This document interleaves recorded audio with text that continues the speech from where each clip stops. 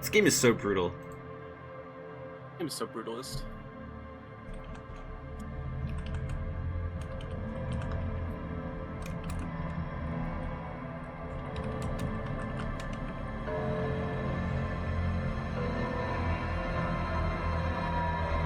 Alright, I'm gonna fix up a suit. I'll be right back. Oh. Okay. If anyone shows up, you be nice to them. Okay. You don't blow them up. Whatever you do. Totally won't fight anyone. And be nice to mozzarella, okay? Of course.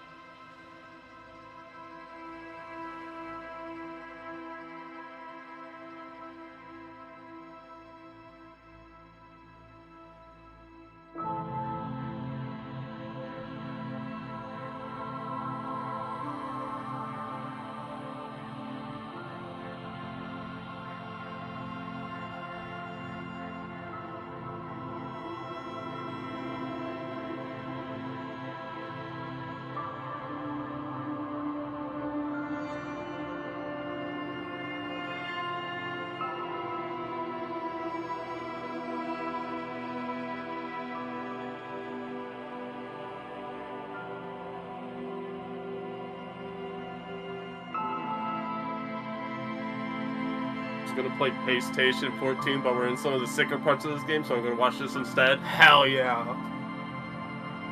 I was thinking you weren't gonna show up because Mira's streaming right now, but I appreciate you showing up.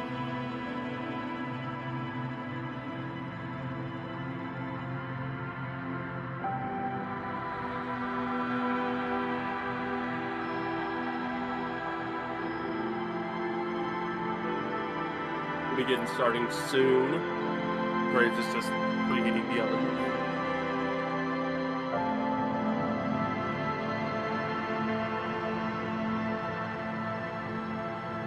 I never missed the church shit unless I had work or something.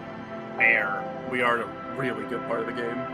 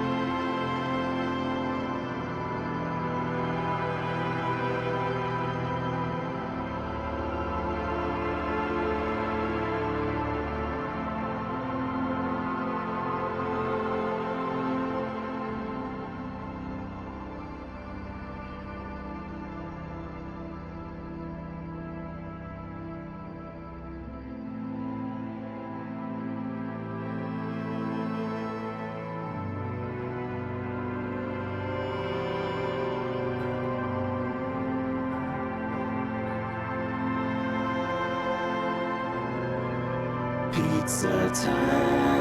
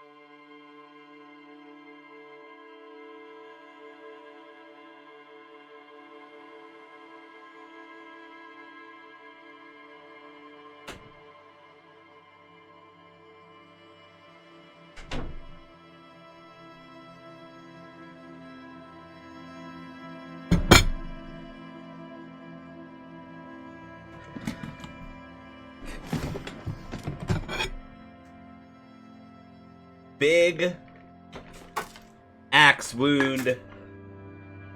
Oh, no. Come on. Doggy. Hi. Yay.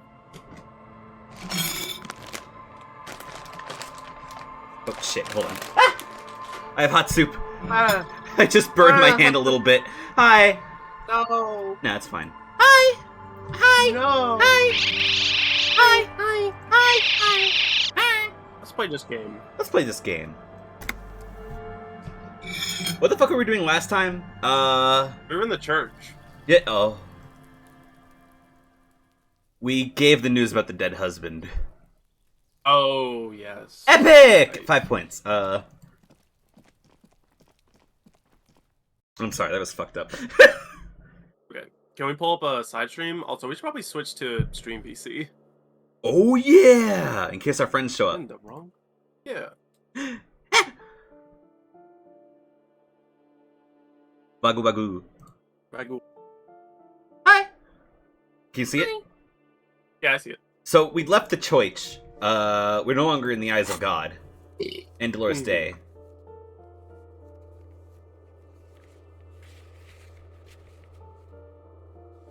It says the Samurai and Butter Boy is a recheckable thing, but I don't see the Samurai and Butter Boy anywhere. Yeah, that was the billboard. That got cleaned up, so we can't actually do that. Oh, that's fucked. Game Sorry. has some bugs. Get yourself organized. You can't build Oh yeah, there's gonna be fucking that. Right? Oh yeah, we gotta go find the communists. Communism! Yay! Didn't they say that they're meeting like here at like 2200 hours or something? Something like that. I think that's what Cindy the Skull said, right? Mm-hmm. I'm not going insane. Also, I would like to apologize for this current Foley. I haven't eaten dinner yet because Flotsam and I get easily distracted. We for like the whole past hour, 2 hours was it? I think it was 2 hours, right? Yeah. Because you arrived in your little shit canoe. We made a house in Worm Online. This really fucking old game that has been updated even now. And it fucking rules in how crazy the fucking crafting is. And also, all this crafting, I realize, Flotsam, but if we get decked in the face by a fucking bear or something, we have to go all the way back and walk all the way back. Well, I put down my tent, so you have to go all the way back. Well, okay. Owned.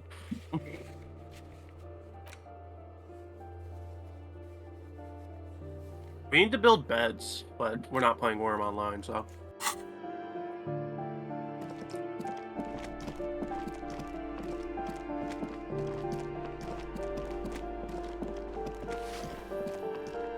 Give me a moment. You're gonna think about a secret meeting happening tonight? What? No. Nobody tells me anything. Can you see the secret? Can you see the side stream, by the way? Yeah, Would she understand if they did? How about any unusual activity after play, say after 22? If it ain't my business, I'll keep my nose out of it. She is a comrade. She is a comrade. I think we'd all be better off if people kept their noses to themselves. Thank you. Bye, love you. Alright. So there is a meeting at 2200 hours. Uh-huh.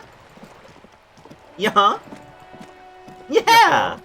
Just an ordinary war. Fuck. Alright, memory serves, we have to go to, we have to talk to, oh shit, we have to talk to the girl again, don't we? Which one? Klasha.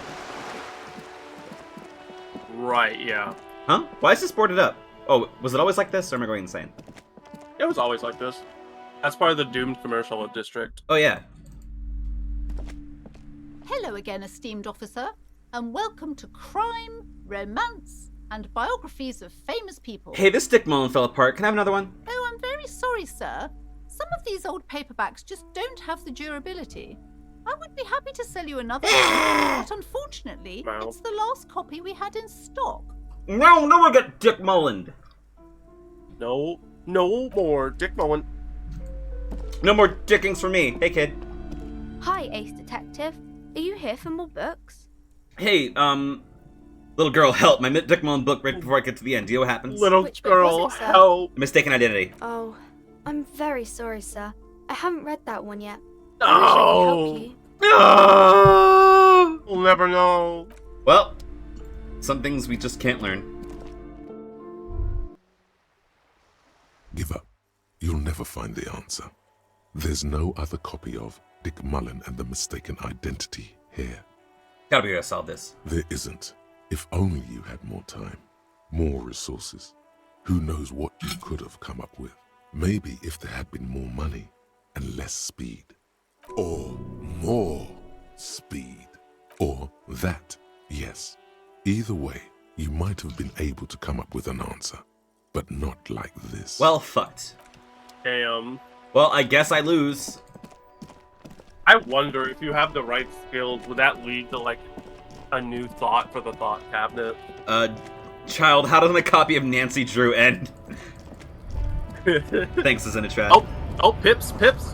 3 T's, how are dementic? There it is again.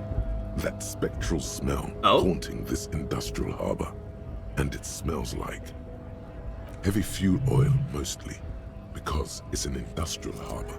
Years of turmoil, of hopes and dreams, ground beneath the inexorable tides of capital. Can you smell it now? You inhale. The cilia along your olfactory epithelium tingle with excitement as they sift through the swirling morass of industrial odors. First come the smells of the agitated strikebreakers, layers of body oil and sweat, over-buttered meals pulled from Bakelite lunch pails, the biting stench of lye soap. And then there's the slowly oxidizing metal gates, the scent of stale grease emanating from every crack. Still smelling for communist, detective? Why would you say that? No offense, detective, but you are not particularly subtle. The lieutenant's right. It's sort of amazing how unsubtly you're sniffing the air around you. Almost like you're trying to call attention to yourself. Thanks, savoir faire. What the lieutenant Harry thinks is Dubois, irrelevant. Your politico-olfactory cortex is lighting up like a holiday display. Look, it's pointing you right to that railing over there. Manana? Yes, now's your chance to establish contact. No way. I mean, that makes sense. The way Harry smells communism is the way a cartoon character smells like a pie on a windowsill. And he starts floating over towards do them. How can I help you? You don't tell me you're supposed to know about the armor. The little boy had the good on his promise. Promise? To get me into trouble. To sick the pigs on me. Pardon the choice of words. Not mine. What happened? I was asked to look into that armor situation. Official Union probe, you know. Track it down, see who took it. Did you? At first I thought, why not? Maybe the pieces can feed the strike. Buy us a few more days under the sun, you know? So I went to this boy. He said he'll make me his prison bitch. He's got eyes everywhere, and the cups in his pocket, and he's the king of Jamrock. Serves me right for doing menial footwork. I dropped that probe right then and there, and it still got me into trouble. One bad move is all it takes. Use this to scare you? It's a minor nuisance. It's all good. So, what'd you learn? I learned that people don't want to talk to a drunk Union man about some armor. What else? Not much. Technical stuff mostly. That was the interesting part. Hmm? I did some research into this armadura. Let's say I have friends at the library. I didn't get into the material science, just how it comes off. Okay. How does it come off? In parts. 4 in total. The helmet was the first to go. The kid says he tore it off and kicked it into the sea. I believe him. The boots were still on the guy last I saw. Too hard to remove. So, as I count, there are 2 parts missing. The gauntlets and the cuirass. This is where I left off. Too much hassle. More like a job for some militia.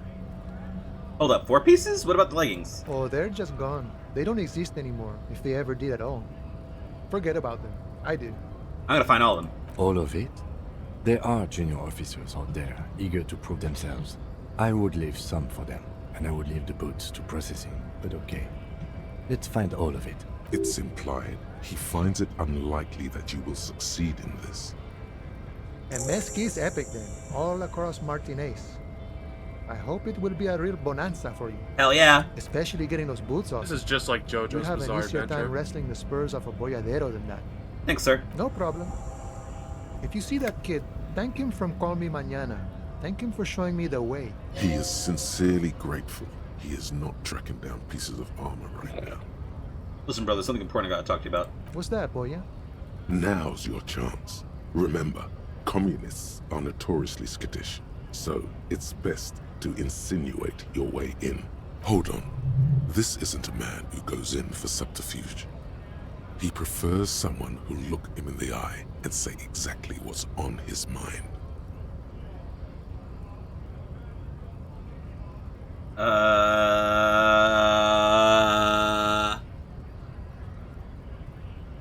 I believe there's a cell of radical communists operating in Martinez. Can you help me find them? Now that is an important subject, but also a sensitive one. Yay! Still, good of you to just come straight out with it. No beating around the bush. Yes, he certainly has a way of just coming out and saying things that normal people Oh, true. So you've given up copying and now you're hunting comunistas. Care to say why?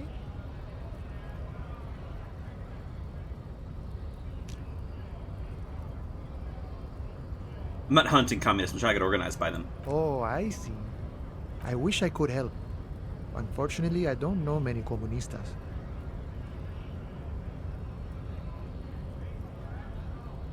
Are you sure? But no. Are you sure? No.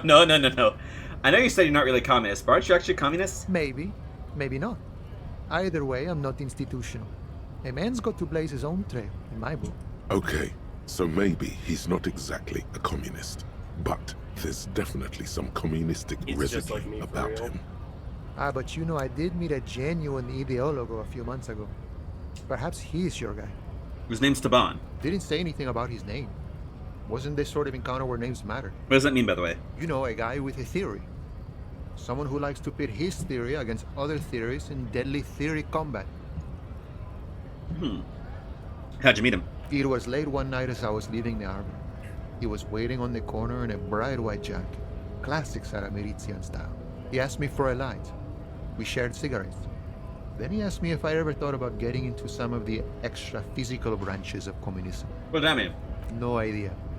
I took it to mean he was asking me to join some sort of underground cell.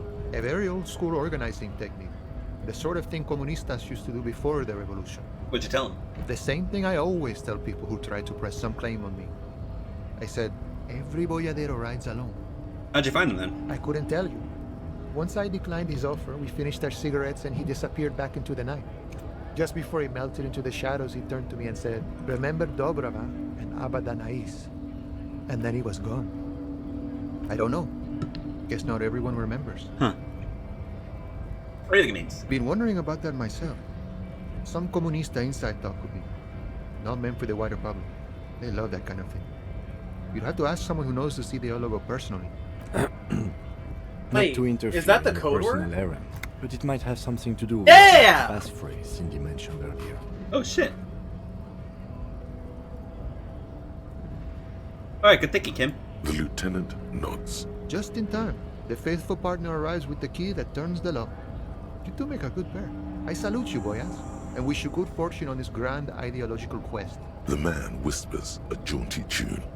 A coastal breeze ruffles his hair. Thank you, Manana. Oh? Hypno Gamma. Where is that? Gamma. Is it a morale healing item? I think.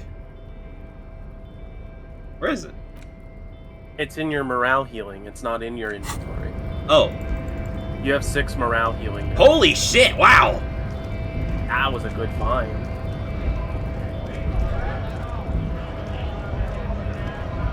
Right to work! Oh, right, this is the freak, never mind. Yeah.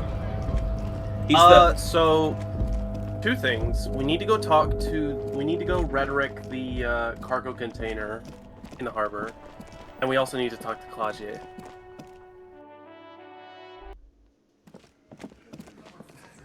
Wait, is that the... Hi, gendarme. Oh, it's him! Another rendezvous. What the? Yay! Yippee! You're here! You're here. So are you. What brings you here? Could he be a member of the homosexual underground? Just pointing it out. We're not talking about some kind of cult with members here. You made it up. Do we let it go or do we ask him? I think you should ask him. Are you part of the homosexual underground? The homosexual underground? Why, yes, I am, officer. Why? Do you want to investigate? Sure. Oh, it's a pleasure group. A Sabrosa pleasure group congregating in cellars under the cover of night.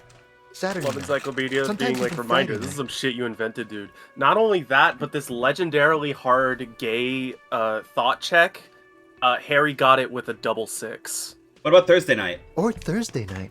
Sometimes the congregating doesn't even end. It carries on into our daily life. No way! Why do you convene? What do you do? Oh, we're ambitious. We want to destroy the last vestiges of meaning. Let's the last go. things people never show have to hold on to. The true symbols of security.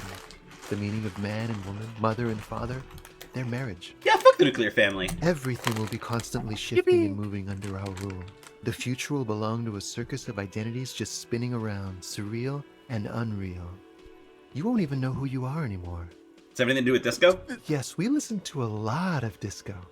Some say The we smokers saying engineered all this disco as to some spread our playful vision of a flirting or teasing, and vertiginous, Harry is ever-changing society, furiously where taking all notes. there is a razzle-dazzle of gold. You know, fun fact, house music would not exist without, I think memory serves black homosexuals, and it was awesome. We are going to They pioneered that change shit. the family Daft unit Punk with all exists its because of gay razzmatazz and people. Finger dancing. Hell yeah. And with mysteries, of course the mysteries are also of sexual nature. Very esoteric. God, this fucking rules. I just like disco. Maybe I should get into it? You can't just get into it. You have to be born into it. One is either already in the homosexual movement, or forever excluded from it. What if I can't remember whether I'm not? What if I can't remember anything about my life aside from the fact that I like disco? Beautiful. Beautiful. That's exactly what we're looking for. Who knows, maybe you were homosexual in the past. Maybe all of that has been repressed. I have to say that you do look like someone who might be part of the underground. You have that very distinctive, I can't understand what's going on here look. Okay. Okay, I have to think about it. This is gonna be like a 20-hour mind project for me. 20 hours at least. 20 hours at Do least. think about If it, only officer. it took 20 hours. Absolutely wonderful. Thought gained homosexual underground. How long is that gonna take? Probably 20 hours. 8 hours. Oh. What are you doing here again? Admiring the atmosphere. What about you, officer? Need to kick some ass and solve this case I'm working on. Well, here's to you.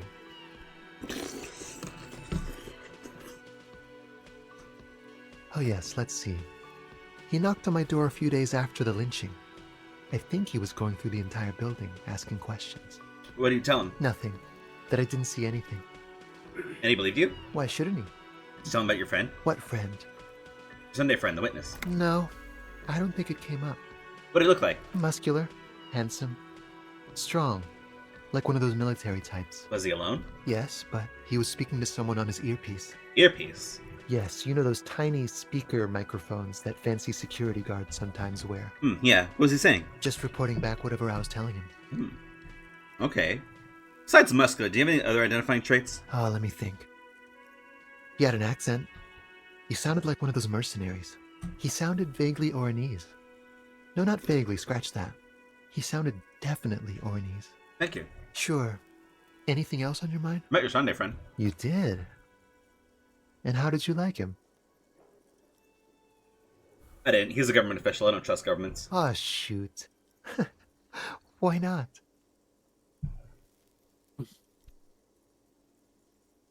I don't want to talk about other people. I want to talk about you.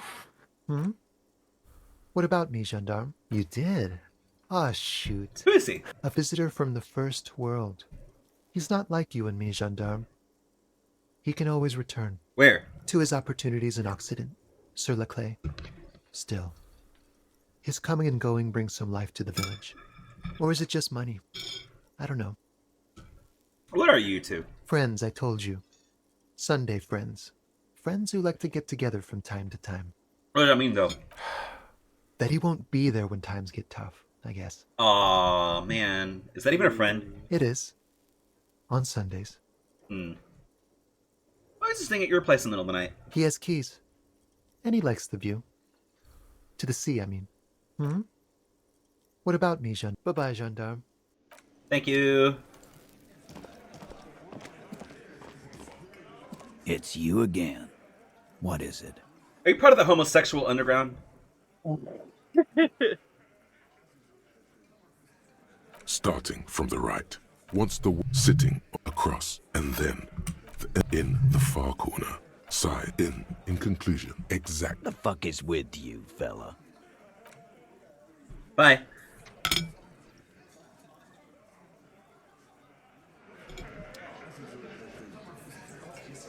That was interesting. Oh, we gotta confirm with Cindy the Skull, right? The password? Yeah, you could. Let's do that real quick, and then we'll head back and then talk to everyone in the area. Work our way from the Whirling and Rags, go up to Claudia, and then speak around. Achoo! Bless you. Achoo! Hello again, officers. Have you come to admire my mural? Now, here's the interesting thing about me, Elzinitrad.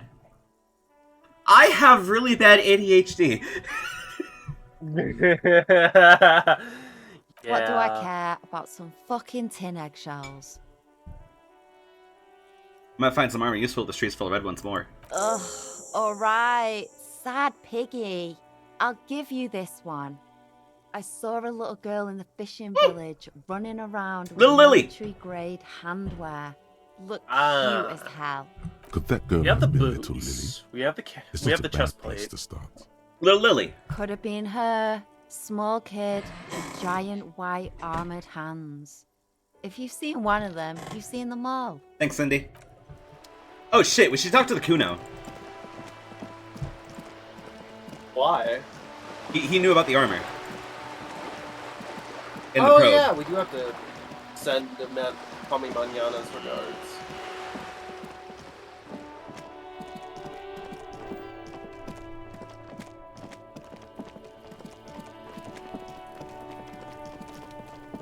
Successfully get the boots. Are we on track for a first playthrough does total Kuno armor care? acquisition? I talked to Manana about Did the armor. indeed get the boots. So?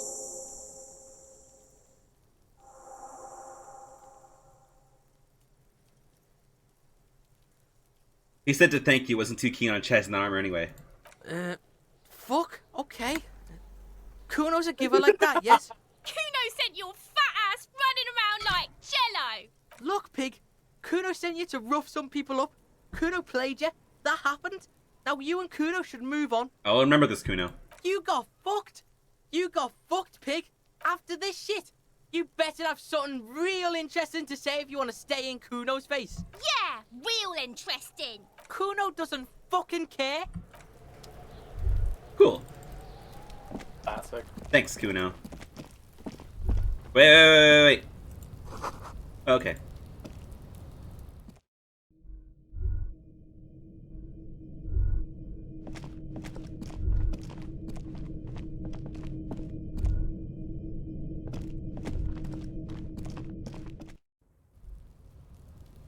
No, yeah, we actually got the boots.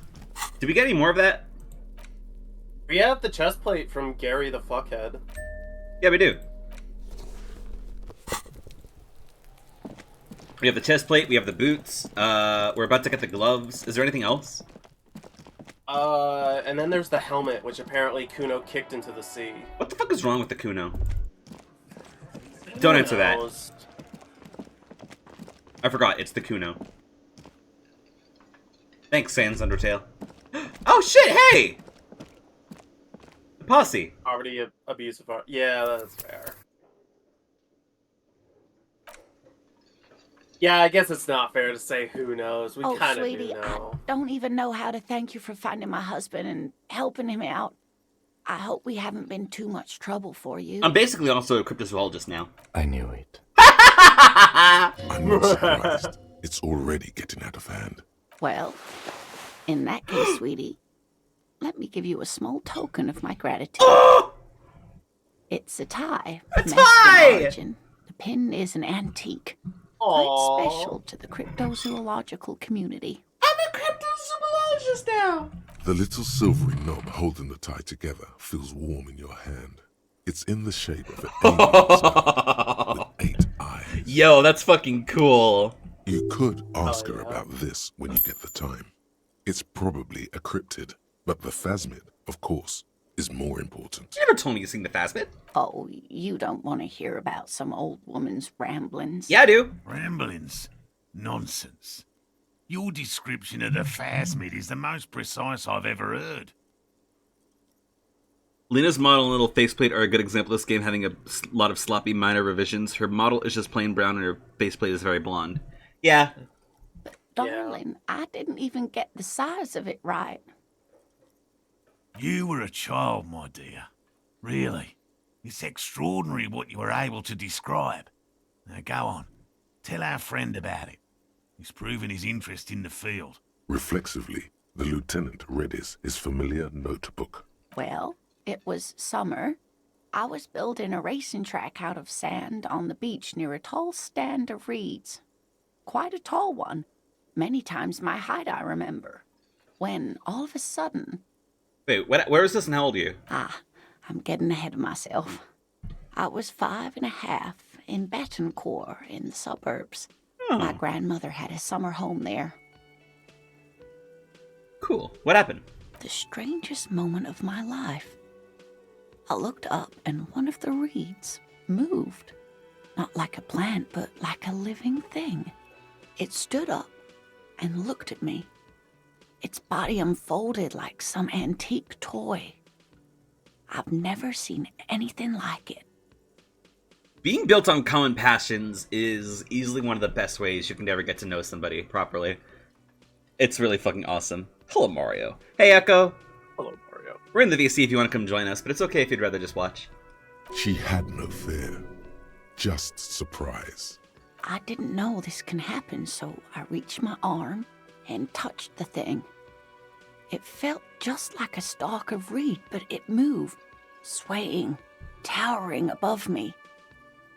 After a while, 20 seconds, a minute maybe, it left, went into the reeds. I tried, but I was only a child. There was mud and high water. I couldn't see it anymore. I was just standing there knee-deep in mud, looking around me. Where did you go? Don't go. Then what? I ran back home to my grandmother and asked her if reeds could walk, and told her they were looking at me. Of course, she just laughed at me, but I knew what I'd seen. For years, it was a story I told at parties when I wanted to impress boys. That sort of thing. Of course, most people just took it as a strange, amusing anecdote. So did I, honestly. But then I met Morel. Huh. We were on a date. Can you imagine? She tells me a story, and it's the most detailed report of the Insulindian phasmid I've ever heard. The sounds. She told me it hissed. So that's how they Yeet, met. you can't This is soup, I will beyond not significant. survive. Where? It did, yes. Like reeds in a gust of wind. The way it moved, the colour, how some of its limbs were white, like marble. It matched perfectly with what I know from other accounts. It was amazing. If it weren't for Lena, I might have given up hope years ago. It's no exaggeration to say that she restored my faith in my profession. Aww. You're on a date? Our first, yes. Aww. The glance is tender, yes, but tempered by something else. A thought she can't express, even to him. Interesting. Slims are white? Not all of them. There is some white coloration reported, along with beige, where the camouflage ends. How big was it? It's hard to say how big things are when you're quite small yourself. To me, it seemed to be taller than I was then, but that's probably not the case. Kim, what do you think of this? I thought it was a wonderful story, man. But I don't believe it. A child left unattended on a warm day. Children make up stories and then end up believing them. I'm not gonna crush your hope even now. Thank you for sharing this with me, Lena. You're welcome, sweetie. I do appreciate the chance to relive it whenever I get one. It was just such an impossibly sunshiny day. So warm. And she could get up and walk right into the reeds on her own. Into the mud. Anywhere. That's for all, Nam. Thank you. Hey, sir. I couldn't possibly shower thanks on you Hello, as sir. enthusiastically as my wife has, but I am grateful for your assistance, officer. The sad inverse of this, there's gotta be some tension in Morel being able to find the Phasma in his exploration. Their relationship, their passion, and his reinvigoration are grounded in the belief that her account is real. Of course, they love each other regardless, but there's gotta be some irrational fear there. Yeah. He tries to play it cool, remain professorial, but inside, this man is itching for some news on those traps. Did you know Gary was hiding the armor? Hell no. I had no idea. And I'm still cross with him, to be honest. It's not like him. He's got his quirks, but dishonesty, disloyalty are not one of them. Fun fact: the one person that used to be a friend of mine that like kept fucking like lying constantly and coming up with like dumbass excuses called me an SJW at one point. I would not put it past them. Of course. Thanks. Good God. Oh, thanks, he mutters. Doesn't even dare say more. He's still glad his friend stood up for him. So I checked all these traps. Good. Okay. And? One of them was empty. Completely empty? Yeah, nothing. No locusts, no phasmid. No locusts? No phasmid either? That's not ideal. It was one of your camp. It was one of your campsites. Does that factor into it? I definitely left that one stocked. Right from the campsite? Just means the Insulindian phasmid is even more clever than we thought. She's engaging in a well-known self-deception called motivated reasoning. You should correct them. Of course, more clever. You're dealing with a subject near and dear to their hearts. It might behove you to tread lightly. This old woman just committed a logical fallacy. You should totally own her epic style. This is good news, though we'll have to reconsider the design of the traps. Make them more secure. Another trip to the reeds. Wait, I just realized we're missing something. What's up? I fixed it.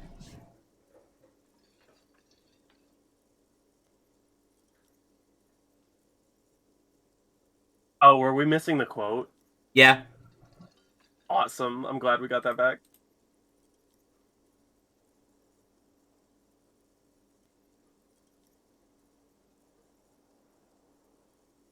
Are you sure you've exhausted all the alternative explanations? Of course we have. Wait, Morel. He may have a point. We have an obligation to rule out other hypotheses. You're right, dear. It's a fair point. But what other explanation could there be? Pardon me. This is a big deal for us. You've helped us twice now, and brought some great news too. My gratitude, and the gratitude of the Société Cryptozoologique de Ravachol, is yours. Heartfelt gratitude. But does it feel like closure? What really happened? Thank you, it's an honor. I should flick off my VPN. We should probably 1 second. return to our main investigation here. This has been refreshing, but... Helping cryptozoologists isn't really a priority for our organization, is it? The lieutenant looks out the window, impatiently. It says I insulted him? Uh-oh. What happened? I don't know, it says I insulted Morel. But I have a +2 because Kuno's a hooligan. Is it Kuno? Consider the way the empty trap was disturbed. It was Kuno. It was fucking Kuno.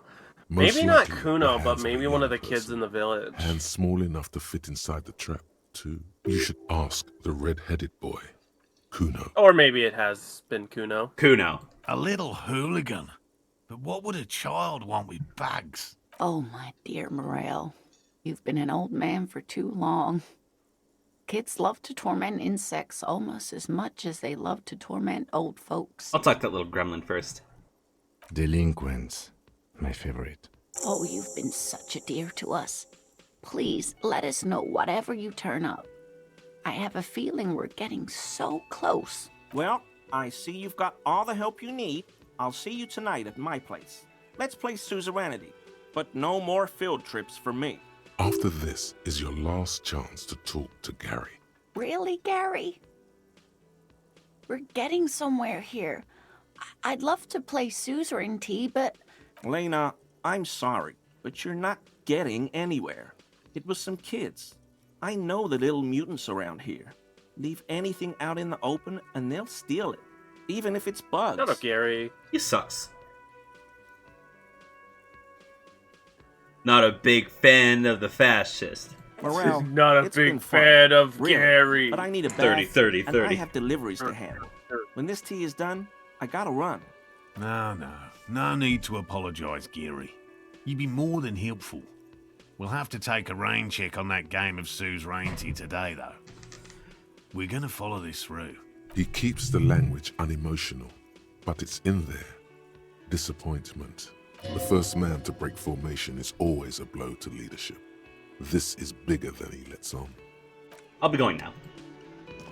Oh, Gary, you fuck ass.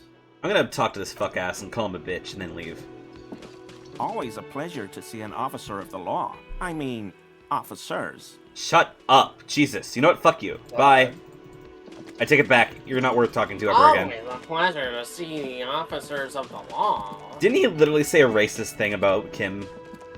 That was the first interaction he had with Kim. Oh, good His God. model also doesn't match his faceplate at all. Yeah, I was gonna be like, who the fuck is this guy? I didn't realize that was Gary. I wonder if this faceplate is like an ID type thing. Fuck does Kuno care? Hey, what about the locusts, Kuno?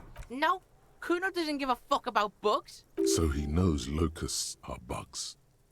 Oh my god, I told you that shit is lame! Shut up, C. Now they're gonna take you to lame prison! She sounds like she's about to cry, out of disappointment at Kuno's newfound lameness. What's this about? Deny everything, Kuno. You need to lawyer up. Kuno's not gonna say anything without his lawyer present. Lame. That rings some bells. Could this be connected to Night City? AKA, the City of Rage. Yo, Kuno, is this about Rage City? Oh god, Kuno, no! It's gonna happen now. They're gonna make you lame. Stop it, C. No one's gonna make anyone lame. Kuno's got this under control. He calls Kim yeah, and then he goes, fuck, I'm so sorry, but it's yeah. Oh, boy. Yeah, he's such a piss baby. There's definitely something going on here. You should check out Kuno's shack, the one with the pig's head. Kuno doesn't fucking care. Thanks, reaction speed. You know, let's talk to the kids first before we go talk to Klausja, just to be sure. Crawling with locusts! All around you, The hisses and chirps of locusts fill the musky air. Damn. The earthen was floor Kuno. of the shack has been shaped into mounds of mud, dotted with little holes for windows. Well, detective, it appears you've solved the case of the locusts. For the missing locust case, which is a sub-case of the imaginary insect case. So at least that's going well. Stop being sarcastic, Kim. Oh, I'm not being sarcastic at all. We are making real progress here. When someone says they're not being sarcastic, it's usually a good sign that they're being very sarcastic. You think the Phasmid's nearby? If anything, the presence of the locust points to the opposite. The Phasmid did not take the bait from the traps. It was Kuno. The Phasmid doesn't exist. But what do I know? You're gonna eat your words someday. Use your powers of deduction. You knew the magic bug was nowhere near here. The Phasmid is impairing your judgment. Let's get Kuno to stop that shit. I'll let you handle the Kuno side of things. You are doing just fine. Thanks.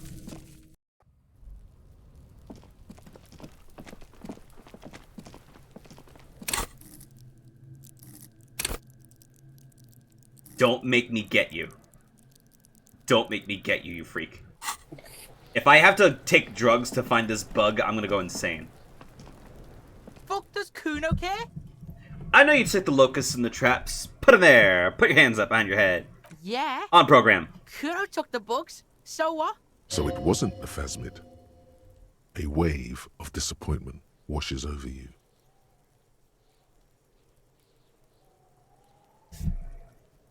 You say you don't give a fuck about bugs, and you go and build a whole bug town. It's not Bugtown. It's the city of locusts. Locusts aren't just bug shit. They come out of the sky like a fucking shadow. Shit descends. Stop! Locusts coming down like a shadow. This must be the Night City he mentioned when you asked him where he's been. That's Night City, then? Yeah. Locust City. City of rage. City of lights. The girl forces herself to watch again, the corners of her eyes twitching from discomfort. Some kind of artist now? Maybe I am. Did he just say I? Kuno usually calls Kuno, Kuno. You know, making art's worth a calling. I'm something of an artist myself. Oh my god, Kuno! He's gonna make you totally lame in, like, 3 seconds! Don't let him, Kuno! Yo, fuck you, see? Kuno can be what Kuno wants to be. Kuno's his own man. Kuno's free. He tries to rip out of his shirt. The buttons don't give way. Kuno made himself into Kuno. Kuno can make himself into anything. Kuno can make himself into a pig if he wants. Kuno can make himself into a... Kuno doesn't give a shit. Don't make yourself into a pig, Kuno! You'll have to take me away! In it, you hear snow melting, dripping from the eaves. Someone closing a window. And Kuno reclaim. I don't think Kuno's ready to reclaim yet. Oh, So buddy. that's what this is about.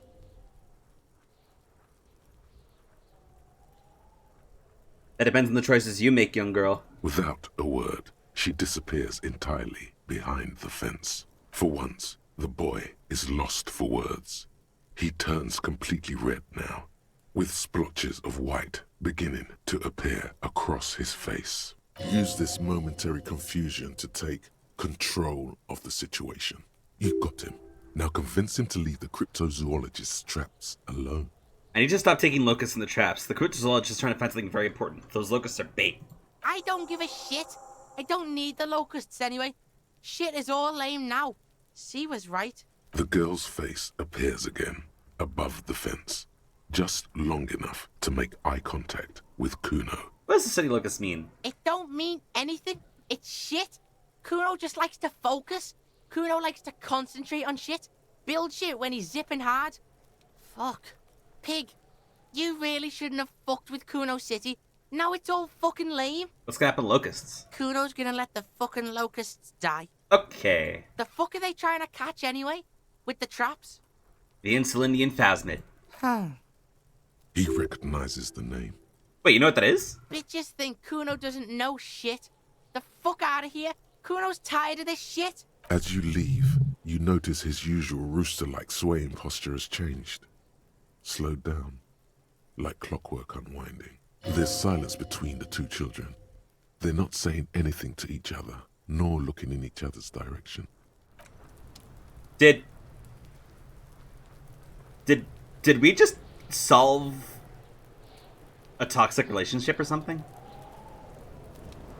Did we? Because she just keeps hyping him up and everything, trying to make him, like, do things for her and everything, but, like, this fucking kid wants to be an artist, and yet, yeah, she's, like, pressuring him.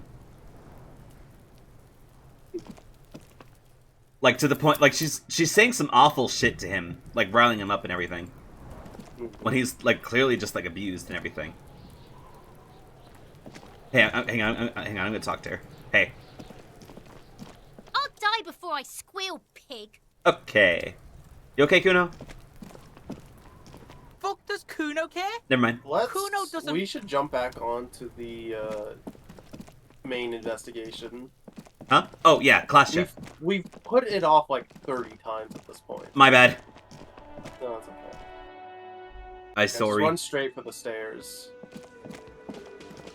Wait, question. Do you think I could try and forge the signatures up here somewhere? I think you need to talk to the people who the envelope is for about it. I'll just double check. It took forever to get in here. You take the legal documents out of the envelope. A 12 to 40 month Okay. construction period.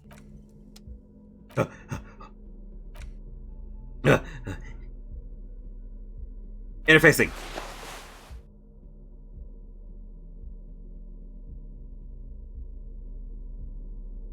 This is so important. I gotta make sure I don't fail this shit. Oh god. Oh. Half-light, composure? Wait, interfacing. Okay. Put on your forging clothes, quick!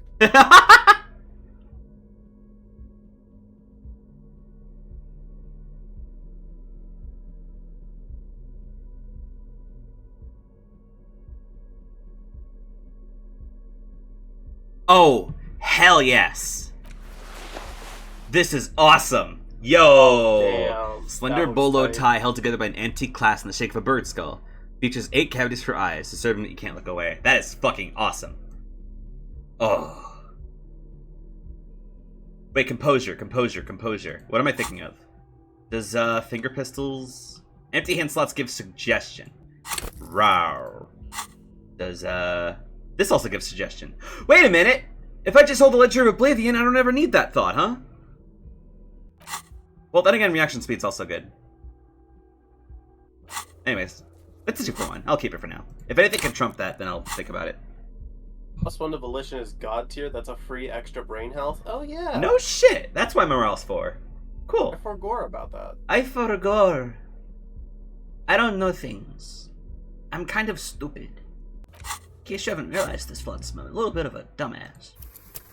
But kind of in kind of an epic, saucy way. You know what I mean? Composure. Wow, even with an 8, this thing is gonna be hard. I can't fucking believe this. You take the legal documents out of the envelope. Oh, interfacing. I'm an idiot. I thought composure midway if they're like grabbing all my shit, didn't I?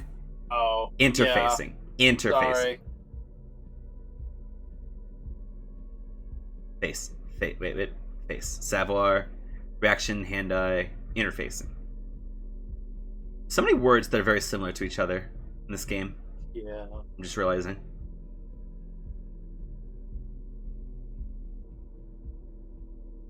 Nah. We don't have anything in interfacing? Fuck that shit. We're going up with you.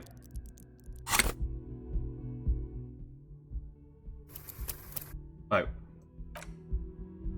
Just to be sure. Oh, I'm all nervous. You take the legal documents out of the envelope.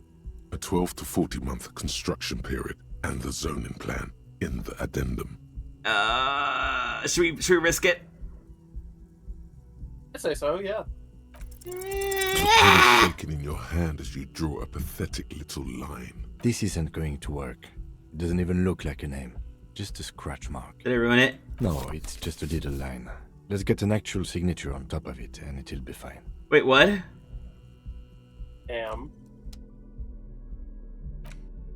You take the legal document. Wait, so I still have to give it a signature? Yeah, you failed to forge it, so now you have to get a real signature over it. I don't like that at all. Or you could just get a You could just get a signature from the wrong person, or you could just not do it. Or you could reload your save. I mean, like, here's my thought process. Okay, here's my thought process. If Everard is clearly trying to quote-unquote help us, but ultimately he's just trying to further his own goals from what I've been seeing, like, left and right. If we get a signature from Isabel, then, like, that's game over for them. They're gonna have to, like, move out and everything. What if you get a signature from Idiot Doom Spiral? Now, we could do that. I was thinking of that, too, but, like, fucking... How do I put this? Would that also be criterion for getting them all evicted and everything, or would they be safe? I think, well, you know what, fuck it. Let's go over there and ask, let's ask IDS. Yeah, just talk to them about the envelope. You don't have to immediately get a signature from them. Yeah, that's fair. My bad. My bad. Alright, let me put these shit gloves away. These ones. I look swagged the fuck up.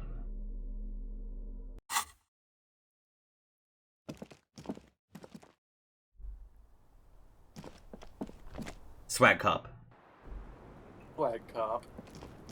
It's always good to see you. Something in her demeanor has changed. Oh, shit. She's tired, consigned to her fate, to being here with you and what's to come. Ivor told us what really happened. I understand. Just like that. No resistance. Her shoulders are slouched, her feet long and straight. Chill, I'm the cool cut, remember? I'm sorry for wasting your time. I should have known that you'd find out. This is good. Clear the air first, between you two. Then move on to questions. Is it? Something is off here. Oh? Shush. I can't hear what she's saying. Why did you waste our time then? Because of the Hardys. I couldn't just dispense with them. They were only trying to help me. Out of the shit I'd gotten into. Is she implying the Hardy Boys are the law?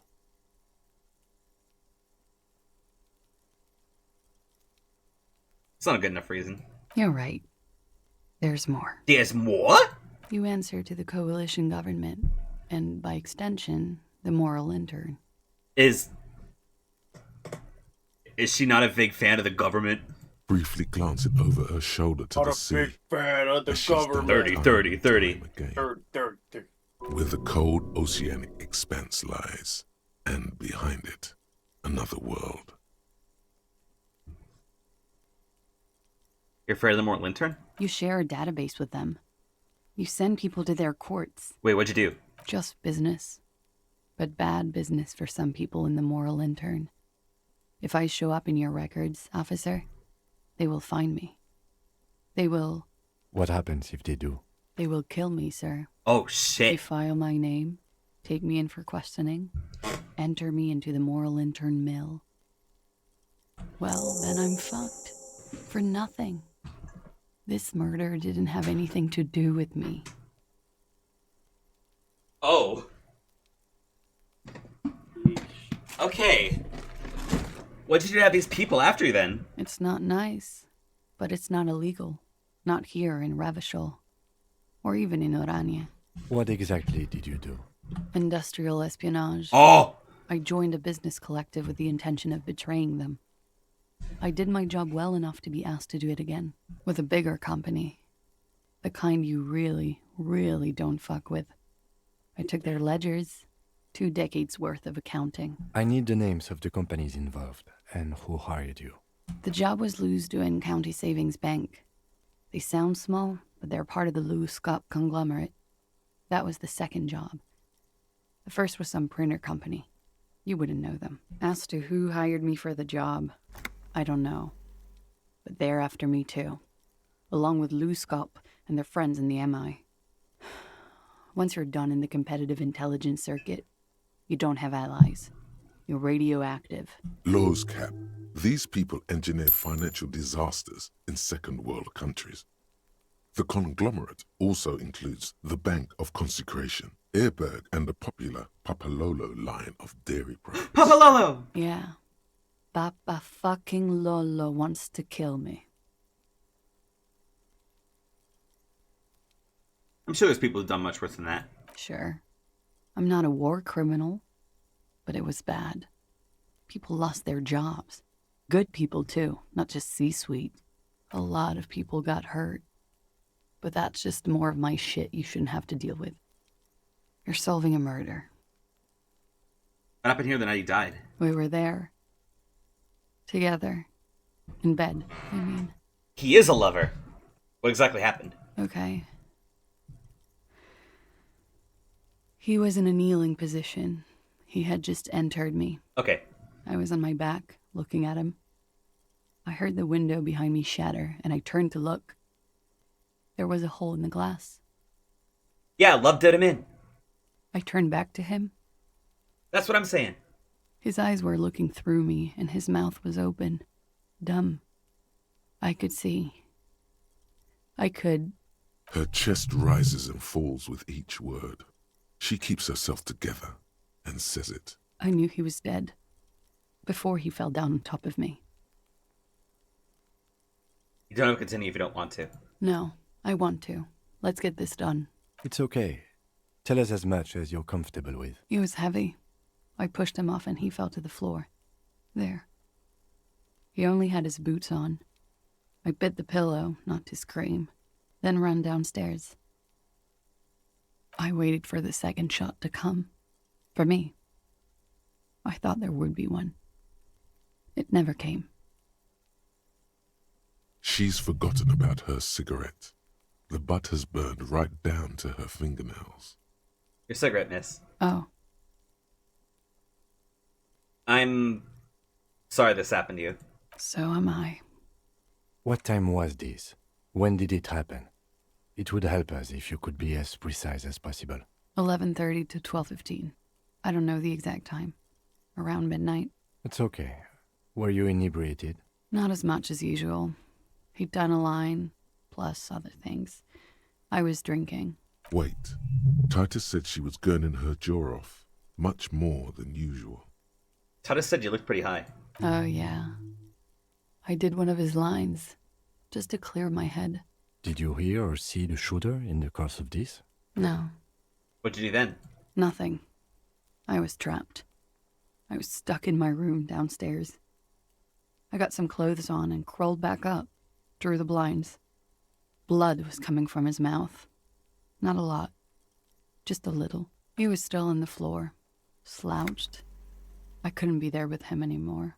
So I ran down and out of my room, into the hallway, down the stairs. I knew there would be people there. What happened after you ran downstairs then? Sylvie was tending the bar. A lot of people were there. The Hardys were at the table in front of the stage.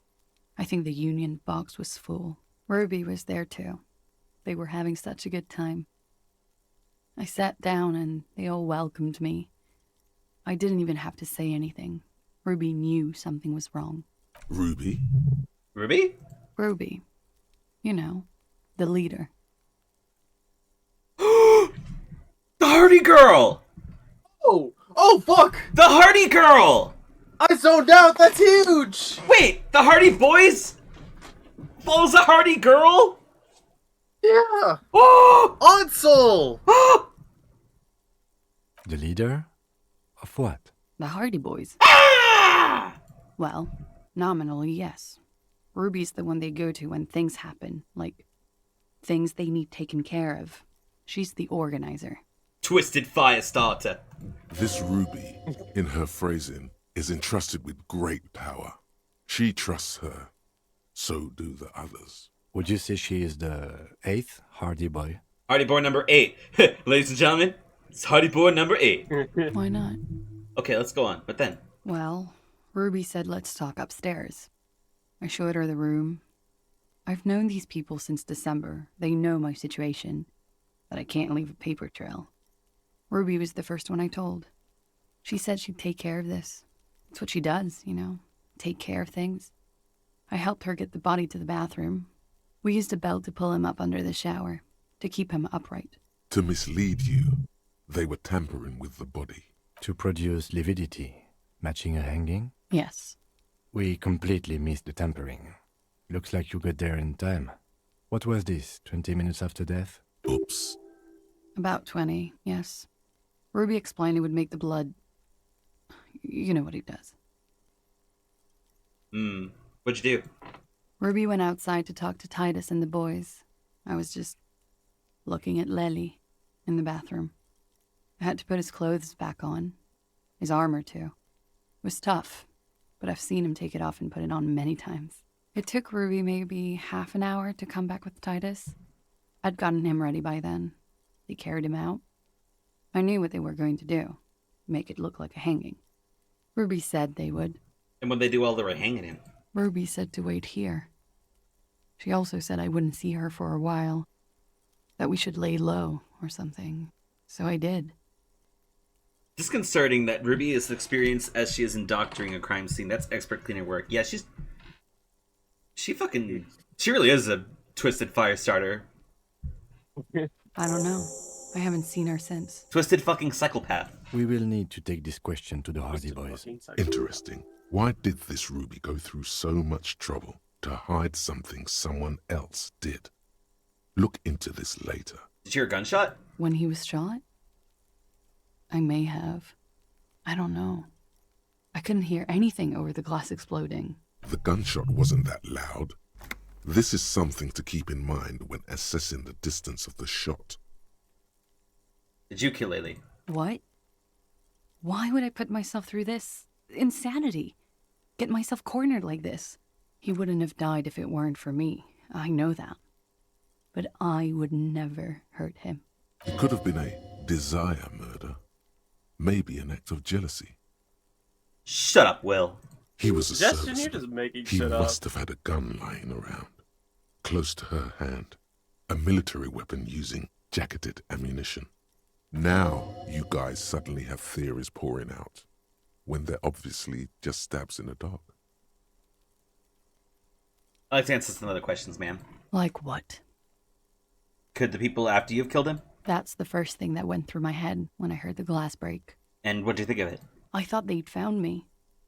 They've killed him to punish me. All last week, I've tried not to talk to anyone or be seen with anyone so they wouldn't be hurt. I've come to understand, however, this is paranoia. What happened didn't have anything to do with me. Yeah, it probably didn't. Or I don't know anything anymore. All I do is wait here. We can't go after Loose Cap. Not yet. There are other, saner leads. I don't ask you to, Lieutenant. If there's one thing I know, it's that you'll get nothing from there. Why'd you call the cops if you're hiding, though? Because I'm an idiot. Oh. Which is an indicator of truth. Idiot. She's nothing of the sort. So you'd have us believe, but you're not. You have to understand, the people around here, no one was making the call, and he kept rotting. And then they picked his clothes off, and that little fucker threw stones at him. Her jaw is clenched. Her throat moves. It takes all her strength not to cave in and sob. Once. Just one time. He kept throwing stones at him for 3 days. I could hear the thud. Thud. So I called you. I hope with all my heart it's not the last thing I do in Ravishol. She definitely called the cops. That was task complete. It could not have been a lie. That is impossible. When was the window changed? Last week. Angus and Titus's brother, I think he's called Tibbs, took care of it. You should have another look at that window after this. Reconstruct the scene. It's right there. Inside? Yes. You see the glass sparkling out of the corner of your eye. Alright, we're done here for now, I think. She nods, silently. She doesn't even smoke. Just picks up the cold coffee and holds it in her hands. He's thinking, are we done here? Or maybe you should take her to the station for safekeeping. She lied to you, and she's a flight risk. No, that won't be necessary. Just leave her alone. She's been through enough. She doesn't need this police brutality. Multiface, I'm beginning to doubt your judgment. Are you sure you're not sleeping on the post? You have to wake this one up with force if you want to continue pushing her. Oh shit, okay. Volition legendary, drama legendary. Okay, Volition, slight confusion about the bullet. Legendary drama check, love that did him in, discussed secret route. Ah. As you look back, you think, yeah! Did do him in, after all. Fucking yeah! If it weren't for her, he would not have been there.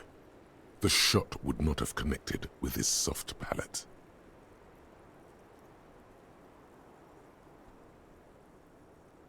What is communism in this? You do not know. A wind of needles. Airships flutter in the stratosphere. How do I know all this then? Who knows? It's getting cold out. You should go. I feel like if I say one, we're gonna internalize the idea that like Harry feels like, oh, women.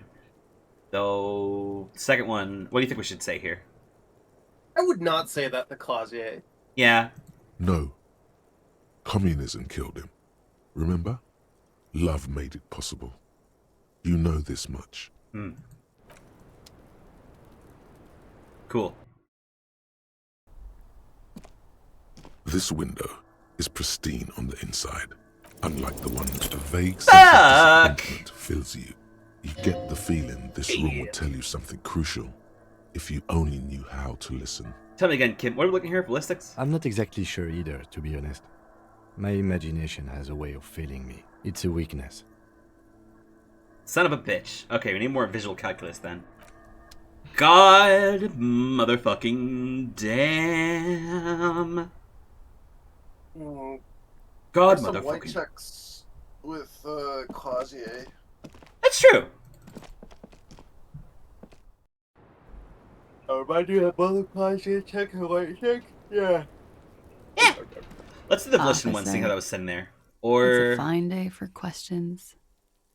hang on, just to be sure some dumb shit happens. Quick saving.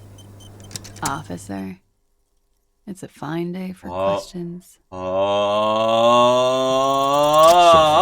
Light brown eyes look back at you, directly into the space behind your eye sockets. You see the smoke rise from between her painted red lips. She's beautiful. She's beautiful. I have bad news for you. Oh shit, wait, really? What? You know these guys? Wait, there's people here? Who? Me? Oh my god, what? Logic, are you okay? Yes, you. He's talking about you, you boring stiff. You too. Wait, what? Me? What did I do? Oh shit. These guys are compromised.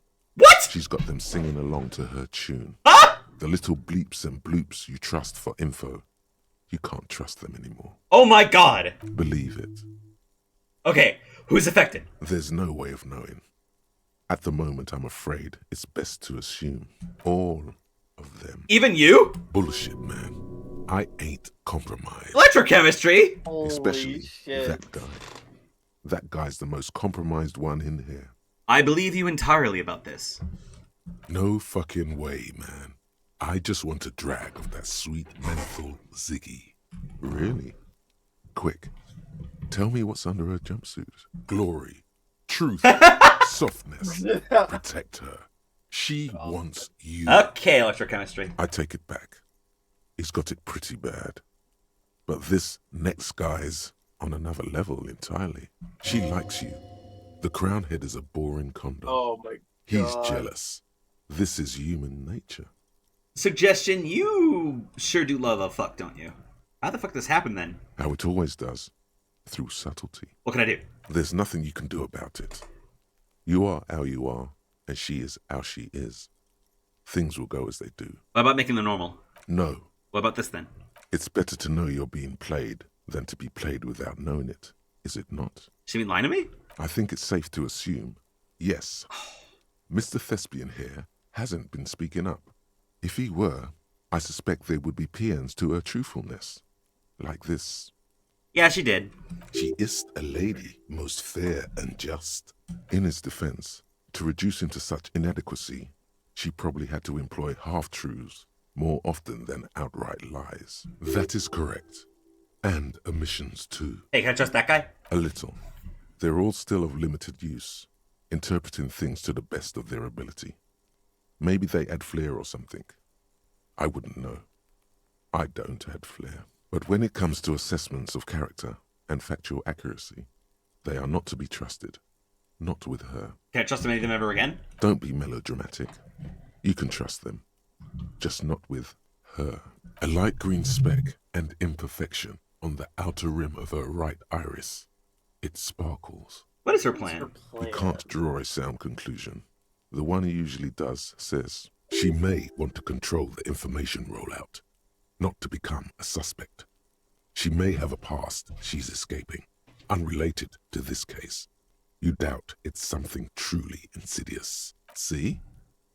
It's oddly moderate, probably compromised. Don't worry. It's only been 4 or 5 seconds. You've got this. Ma'am, are you fucking with me? Alright, no, just close my eyes. For a second, her face disappears from your cornea.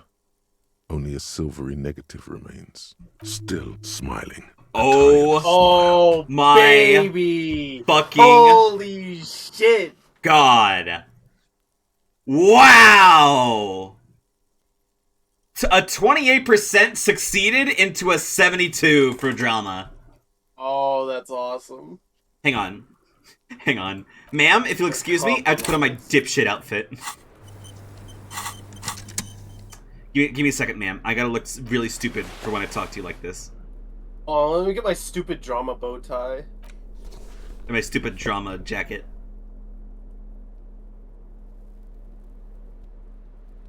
And where's the horse shirt? There it is.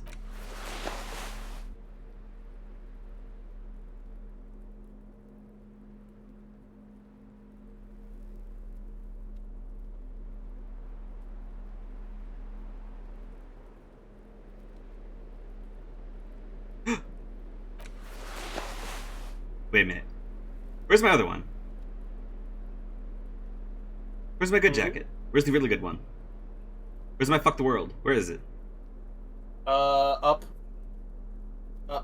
It's... Oh, it's half light and rhetoric, that's why. This one's nicer to me. Less drama. You may not have noticed, but the entire time you were questioning Volition was like, she's so full of shit, needs to be arrested. And all the other schools were like, no, be nice. She saw, she mentioned the most. Can you hurt, you brutal pig? Oh, that's, interesting to think about. Officer, it's a fine day for questions. Alright, don't roll 2 ones. Who? What? Dear Lord, you've been lied to. She could have killed her lover and lied to everyone. She's not the most fair and just at all. She's smoke and mirrors and will-o-wisps. She probably didn't give you her real name either. Why would she? Arrest her immediately, before she further entangles you in her web of lies. Take it easy. Start at the top. Choose at the bottom. It's how we've always done it. No rush. See? Start at the top, choose at the bottom. Oh, it's literally talking about the dialogue choices you have. Kim, why have you not arrested her yet? There may be grounds here, at least for an extended detention. A little whimper. The young woman hears you. She's looking around. Calling her Devil Woman is just reductive. Yeah.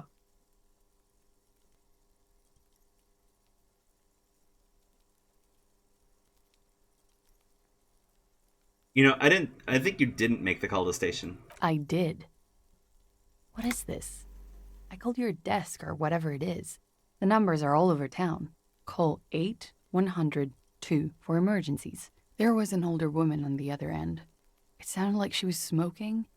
She took my complaint.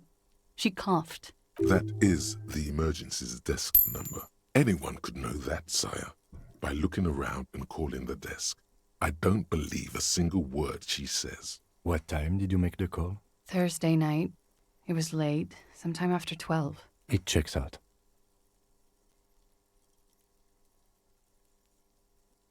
She stands before you, holding her back very straight. Your real name isn't Claude Yamandu. I agree. You wouldn't give us your real name, not when people are after you. Okay. Okay, what? Okay, it's not. You can tell me the truth then. You log your work every week. It's all transmitted to commune, sir. I couldn't just beg you not to enter my name. So I lied. Like I lied before. Like I did at LCSB. I have to lie all the time. I'm so tired of it. Was the passport bullshit too, the one you kept hidden? No. It's submerged in a plastic buoy on the coast. Oh shit! In the weeds. It just doesn't say Claudia Amandu. It says Anouk Mea Smith. Falsified documents? Passport and visa. Given to me by my employer. I can't even use them. My employer probably leaked the name, Mea Smith, to hurt me. Why would they do that? I didn't show up to a rendezvous. They don't take that lightly. I didn't show up because I was afraid they'd do something to me. The job was finished. I'm just a liability now. She fears an arrest right here and now. This has been an awful turn of events for her. Where is this buoy? West of the boardwalk, in the reeds. On the coast there. I put it there when I first arrived. Haven't been there since. I'm not sure I could even find it now. It's useless. We'll go find it. The lieutenant makes a note of it. You're welcome to it. It's in the reeds northwest of here. Past a broken sewage pipe. Right near the waterline. Tell me your real name. It's Katarzyna Lazie. It's a Grad name. Jims or Yugo Grad in origin. Not Occidental at all. Smells of motor oil, tiger, economic desolation, and rock music-infused alcoholism. Strahd. My parents were Zhimsk immigrants, but I'm nationalized Oranese. All I remember is Oranje. Alasie is my father's name. It's nice to meet you. She nods. Her round eyes meet yours. They seem moist from the wind on the roof. She nods, her back straight, ready for whatever is next. What if I told you you're under arrest? But I haven't done anything. Anything illegal. Failure to aid a police investigation. She purposefully misrepresented information crucial to the case. Fucking mind games. Enough. That's right, gang. Stern and merciless now. Stern and merciless as we reel her in. Alienated police officer, you wasted your time in a time-critical investigation. You're stripping about the case. Without the hardest confession, we know nothing. You're a suspect in a murder investigation. You're a flight risk. That's all the reason you need. Wag your finger next to your head. You're coming in. Failure to aid a police officer. You've wasted our time in time-critical investigation. The lieutenant produces a pair of handcuffs. Please, no. I think I know who did it. Who shot Lely. I can tell you. I can help you. She knows something. What do you know, then? She's silent for a second, as if looking into herself for certainty. Then, in a hushed voice, she says, gearing up for this betrayal is hard for her. Ruby. Why do you think it was her, then? She has this thing for me. Ever since I met her and the boys downstairs. She's been pretty frank about what she wants. Wait, could she be part of the... Bleh, should be... Good thing... I'll try again. Could she be part of the, mercenary group at all? Oh... She's technically a hardy boy, but then again, those mercenaries apparently came by boat? She's a lorry driver, though. Yeah. What she's saying is... sex. And Sexo? I made the mistake of confiding in her. I told her I was on the run. She started protecting me. It became an unhealthy relationship. When I started spending time with Lely, she told me to end it. Said there would be shit if I didn't. It was not a good meeting. Oh, shit. Stopped talking after that, but... It's very possible that Ruby's a murderer, then. I don't understand. What exactly in your relationship made you think she's romantically interested in you? I mean, she said it outright. She said she's in love with me. Ah, yeah. She even asked me to run away with her when I told her I'm a fugitive. She started developing notions about our relationship. Parasocialism. And you led her on? A little. I was flattered, you know? But then I had to let her off, and it was not easy. I came to regret being friendly with her. We maybe kissed, nothing more.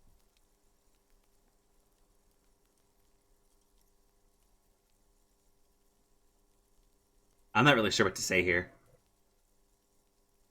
I don't know what to make of this. I know what this sounds like.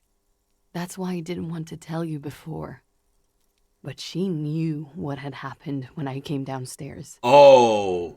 Somehow, she knew Lely was dead. She wasn't surprised at all. When we came up here, she was calm as a stone, too. She cleaned it all up like she had a plan. That is a little strange. People don't usually keep things together under stress like that. When Ruby said there would be shit happening if you didn't in a relationship with the deceased, was she threatening you? She came over one night, drunk. Said she'd turn my life into a living hell. Oh, shit. I've been threatened before. So I can tell when someone knows how to do it. And she's a pro. She must be. To keep the Hardys in line. I tried severing ties with her after that. I thought it had worked, but...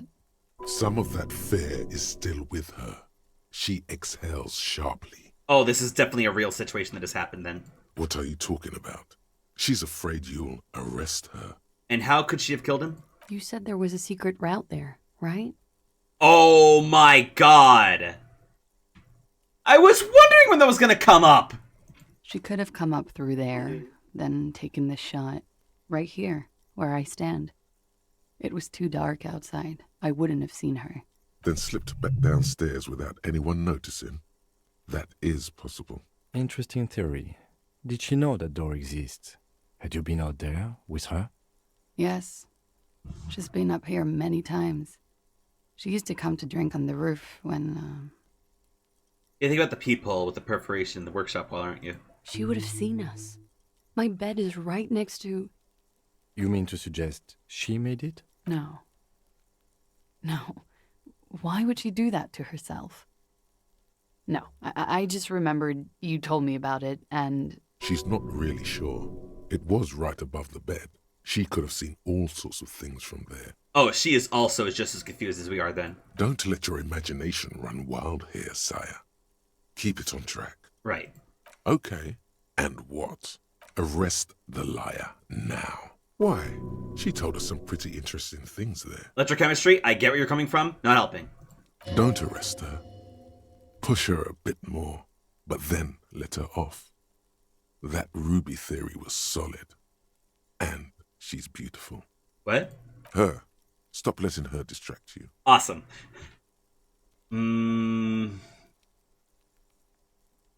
Shit.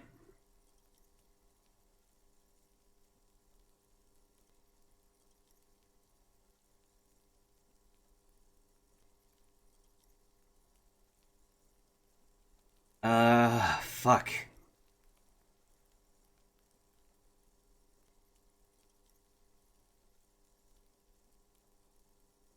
Shit.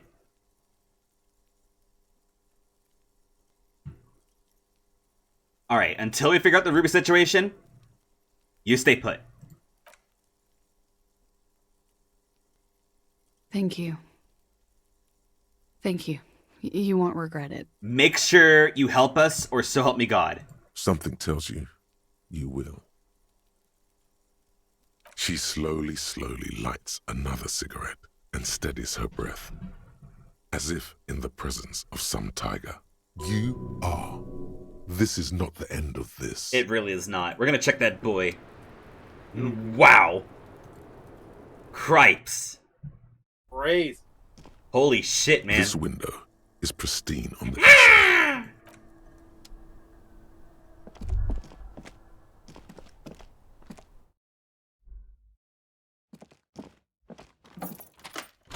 Great question. Oh, I never fixed that faucet, did I? Oh, yeah. Can I do that real quick? You try, take out the chain cutters, put on your interfacing gear. Hey, what do you know? My only interfacing gear. Yay. Chain cutters. A mirror hangs on the bathroom wall. In it, your face. Hiya! Regular, clean shape. The chain cutters slip out of your hands as you attempt to twist the faucet into place. Well, you know one thing for sure. You've probably never been a plumber. Motherfucker. Well, I guess we'll try again another time then, huh? Wait. I just realized something. You? You?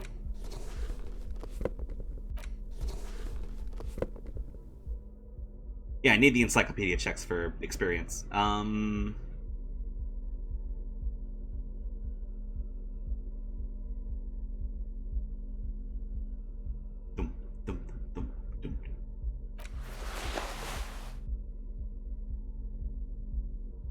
Rhetoric, empathy, conceptualization, suggestion.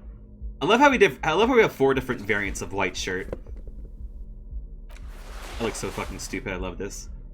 Oh yeah, bolo. And to top it off, there we go.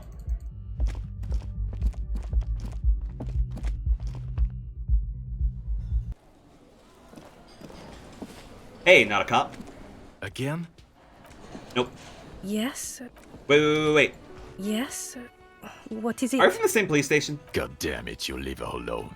Keep your weird bullshit to yourself and be professional for once, for fuck's sake. Can I actually help you with something? Yes, of course. Preposterous. I mean, you would remember if they were, right? Who forgets their squad mates? That's not possible. Oh wow, that Hey, fascist prick really is gone. Something you needed? Hi, bitch. Bye, fucker. Hey, boss. The man ponders his cooking. Just wanted to say hi, don't mind me. Wait, hold on. Do you have anything about, It's you again. What is it? It's you again. Whoa. Whoa. I talked to Clasha. Now I just talked to Ruby. Why?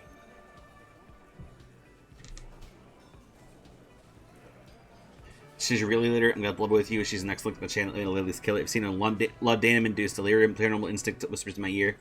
I need to pin this on someone. I pinned it to her. She killed the victim. That's why. Civil War is brewing. The other print to solve the murder. That means talking to Ruby.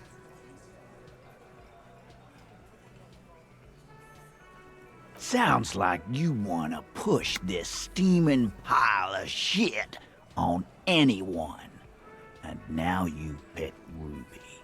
Well, not on my watch you won't. Ruby's one of us. We're not gonna throw her under your moral intern steamroller. Fuck that shit. And fuck you too, moral Jesus. Damn! Holy shit, Shanky. Ruby is missing. If you hide from the police in a murder investigation, you become a suspect. You know how it works, guys. That's nothing. That's just legalese. You don't even have a sound theory. I don't want to be rude, but we're trying to get some R&R here. Think you could fuck off now? I think we'll keep sticking around. Oh shit! You'll be surprised at how I just quickly not a like theory Shanky presents saying that. itself if you keep Notice looking. Titus sighing when Shanky said it. Yeah. Hey. Logic. Check this shit out. Oh yeah. It's time for logic. Look. 1. Oh, we're Found key so in the Union good. box. 2. Saw the winch outside. 3. Staged like a play. 4. Found the antique. 5. Clash at a Movid. 6. Secret route. And 7. Ruby is definitely the drug trader. A sudden flash of light in your neocortex. The hostel cafeteria is lit by its airy blaze. Floor plans, bullet trajectories, webs of human emotion, all channeled into a single thought. Why are you so sure Ruby didn't off him? Because she was here, all night, with us. He's cobbling together shit so he can put her away. It's Cop 101. She was here all night? 11:30 to 12:15? She was here during all that time? Yeah, with us, drinking, near the stage there. She didn't go out for fresh air for a smoke? No. In the whole 45-minute window that she was with you the whole time? Alright, she took a fucking leak, okay? For one moment. Maybe went out too. She has an operation to run from her lorry. We're not getting into what that operation is again, called drugs. And just because she was gone for 5 minutes doesn't mean she magically got to the roof and shot him. I've been through this. It's not plausible. He's been through it. That means he suspected her too. Alright, we're in. We got Ruby unaccounted for sometime during the window. This was crucial. Now let's place her on that roof. Have you noticed the winch out back on the outer wall of the whirling? I've seen the winch. I'm not blind. You saying she reeled herself up by her collar. Like some kind of... Kidding? Let's go with that. Point is, it's just a rusty winch. It doesn't put her on the roof. There is a secret route in the kitchen that leads straight to the roof. Oh. There looks like an abandoned pinball workshop. People say there was a pinball arcade here. Delta sometime Pinball? before the hostel. What was it called, Theo? I love that our stereo investigation led to this. East Delta Pinball Arcade. Yeah. Weird place. Went bankrupt. Okay, but how'd you get up? There's no room for a staircase in this building. Well, or an elevator for that matter. Funny you mention that. The elevator is outside the building. It's an old dumbwaiter used for moving pinball machines up and down from the workshop. Good job, kid. Thank you. From there, a door leads straight to the roof. You can just step out right outside. Ruby could have gone up, shot him, come down. All under 7 minutes. That's quite the theory.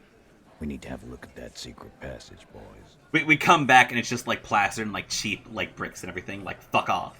I'm on it, boss. Right when the law clears, me and Angus are going up there. It's a dumbwaiter, not an industrial lift. How about I go instead of... Just now. You got something else to back this route up? Or is that it? There are pinball machines in the workshop that are still operational. Right. What the fuck does that got to do with Ruby? I thought we could just bring some machines in here. Wow, man, can we? I mean... That'd be awesome. I beat that royalist machine 20 times now. All right. We can get the barman to bring them down. What else? I also found footprints upstairs. Footprints? Recent? He looks tough, but there is a nervous twitch in his dark green eye. This is all too close to home for him.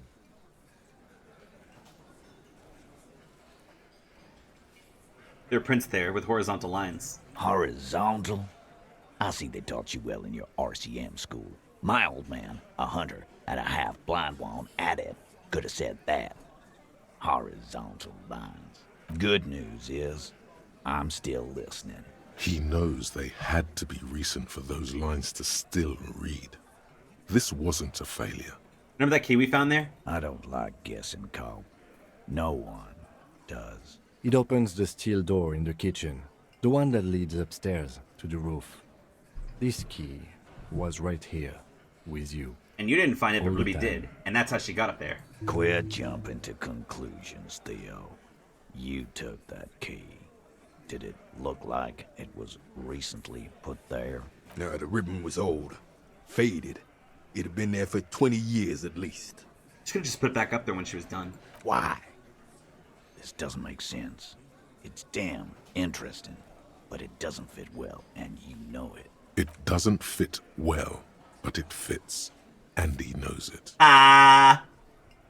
You do agree the shot came from the roof? Why not? You can't draw a straight line into Clausia's window from any of the surrounding buildings.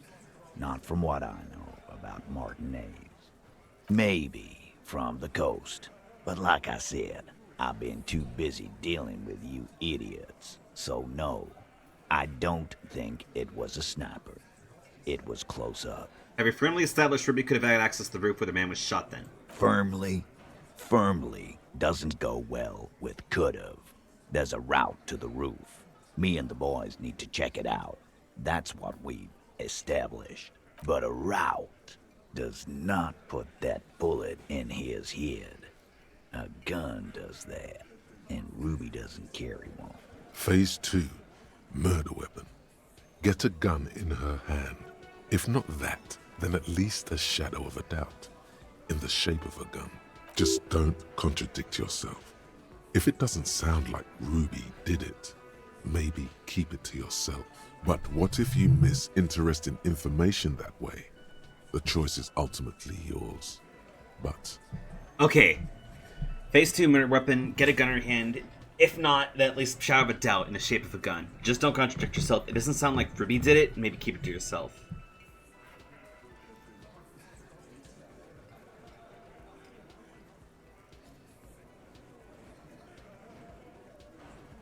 If it doesn't sound like Ruby did it, maybe keep it to yourself.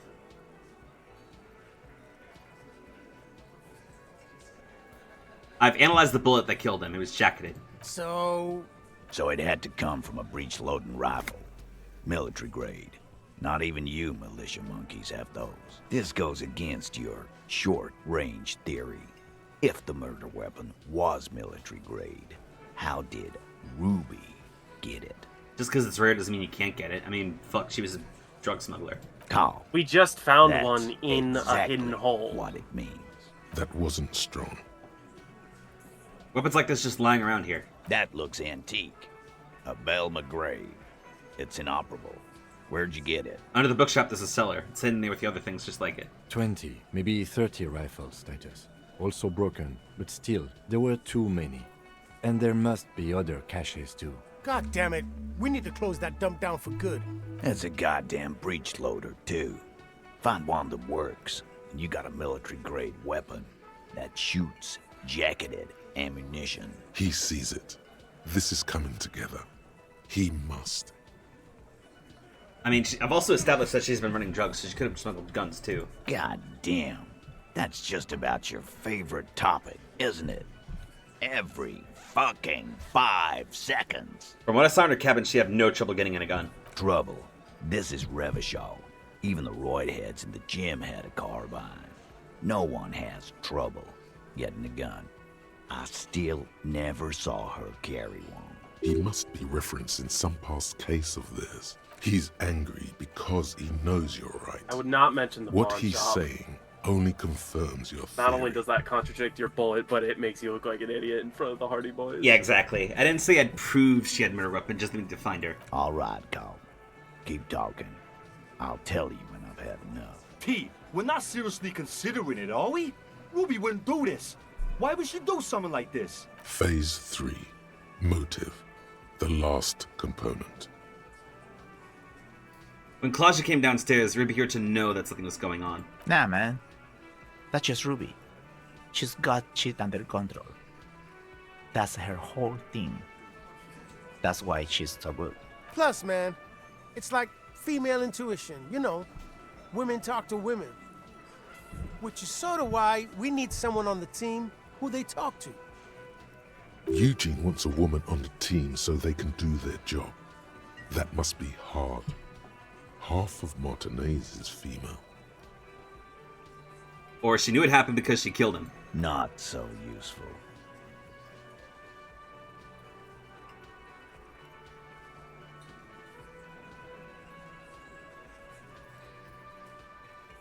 It's not why she killed him, it's why'd she organize the cover-up in the first place. And I suppose you have a theory on that. She could have been covering up for herself, Titus. Think about it. Why go through all that effort? It was her idea, wasn't it? The hanging. You went along, but she suggested it. She had, like, a fully formed plan and shit. Right when she came back downstairs. Really, Shanks? Claudia wanted to talk to another girl, that's all. She was just the first one up there. I could have come up with that plan if I'd have been first. Time for a logics demonstration.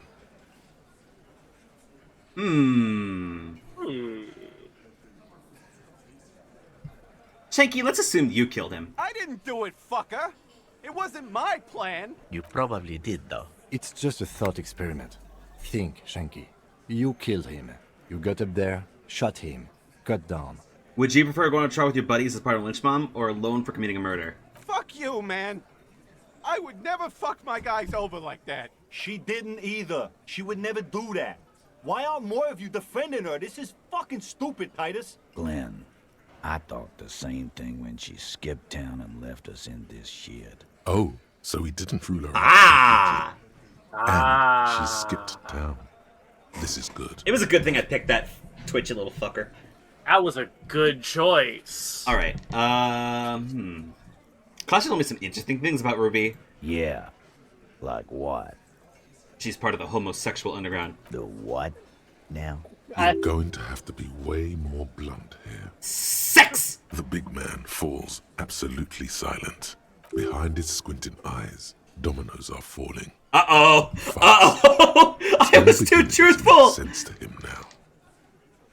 Yeah, but they're both girls. Girls like girls too, Oh, I hate Angus, this. sometimes. This is one of those times. She liked Glacier.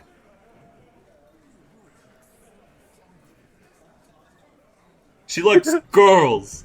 What? But girls can't kiss girls.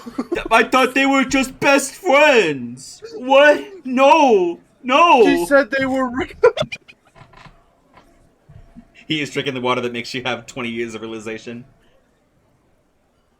Girls can kiss girls? What do you mean about this? Oh, my stinking heart.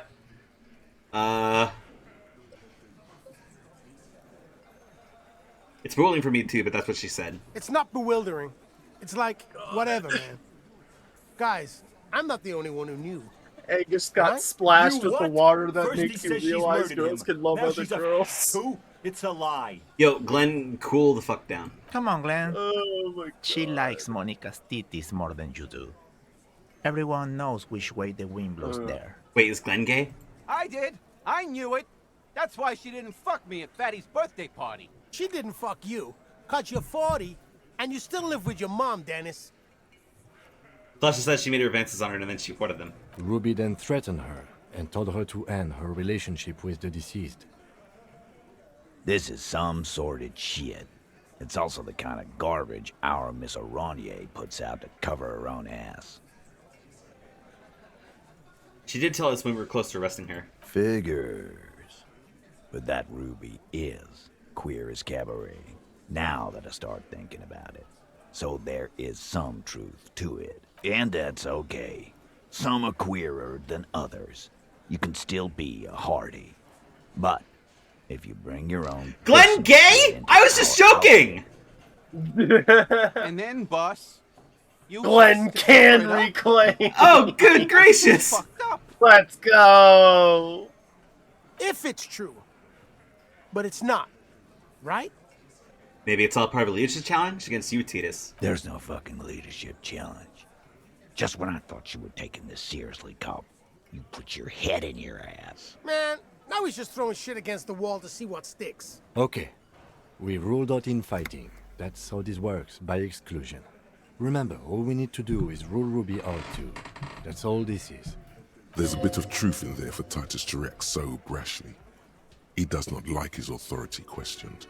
Maybe she killed him because she thought we'd curry favor with you. You had expressed, on occasion, your dislike of the mercenaries' presence in Martinez, right? And we do have your sick-ass mixtape. Whack someone in my district? That doesn't carry much favor with Titus Hardy.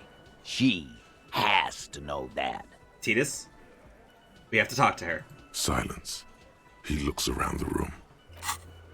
Oh, shit, what happened? I clicked on an accident? Okay. The old man in the corner nods, a very small nod, and a trickle of tobacco spit on his lip. This is the only option he cares for. Yeah, I see it. There's one more thing I've been wondering about. Ever since you asked me where she is. Add it to your list of suspicions, if you want. I don't know where she went. She just got up and left. Got real scared, too. Wouldn't tell me where. However hard I asked. Want to know why? Why? She was afraid I would tell you. Maybe she was right.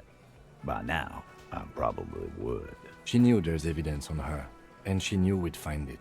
This is typical suspect behavior, why fleeing is always incriminatory. Perhaps. Ask her if you find her. It won't be easy, though. She made sure of that. When'd she leave? Friday afternoon, when you first arrived. I got word the RCM was in town. Then she came in to see me. Told me she was leaving. That's when we had our little conversation. What was she scared of? I told you. You. Me personally? Yes, you. The cop with the sideburns and the disco clothes. And a hole in his heart. That first. And the hole in his heart. Why not? You suck on that gun like someone tore you a brand new asshole. I wonder if she's afraid I have to clear the ending of the human experiment she knew from my singing days. I'm sorry, God, why does everything fleet this out of my shadow?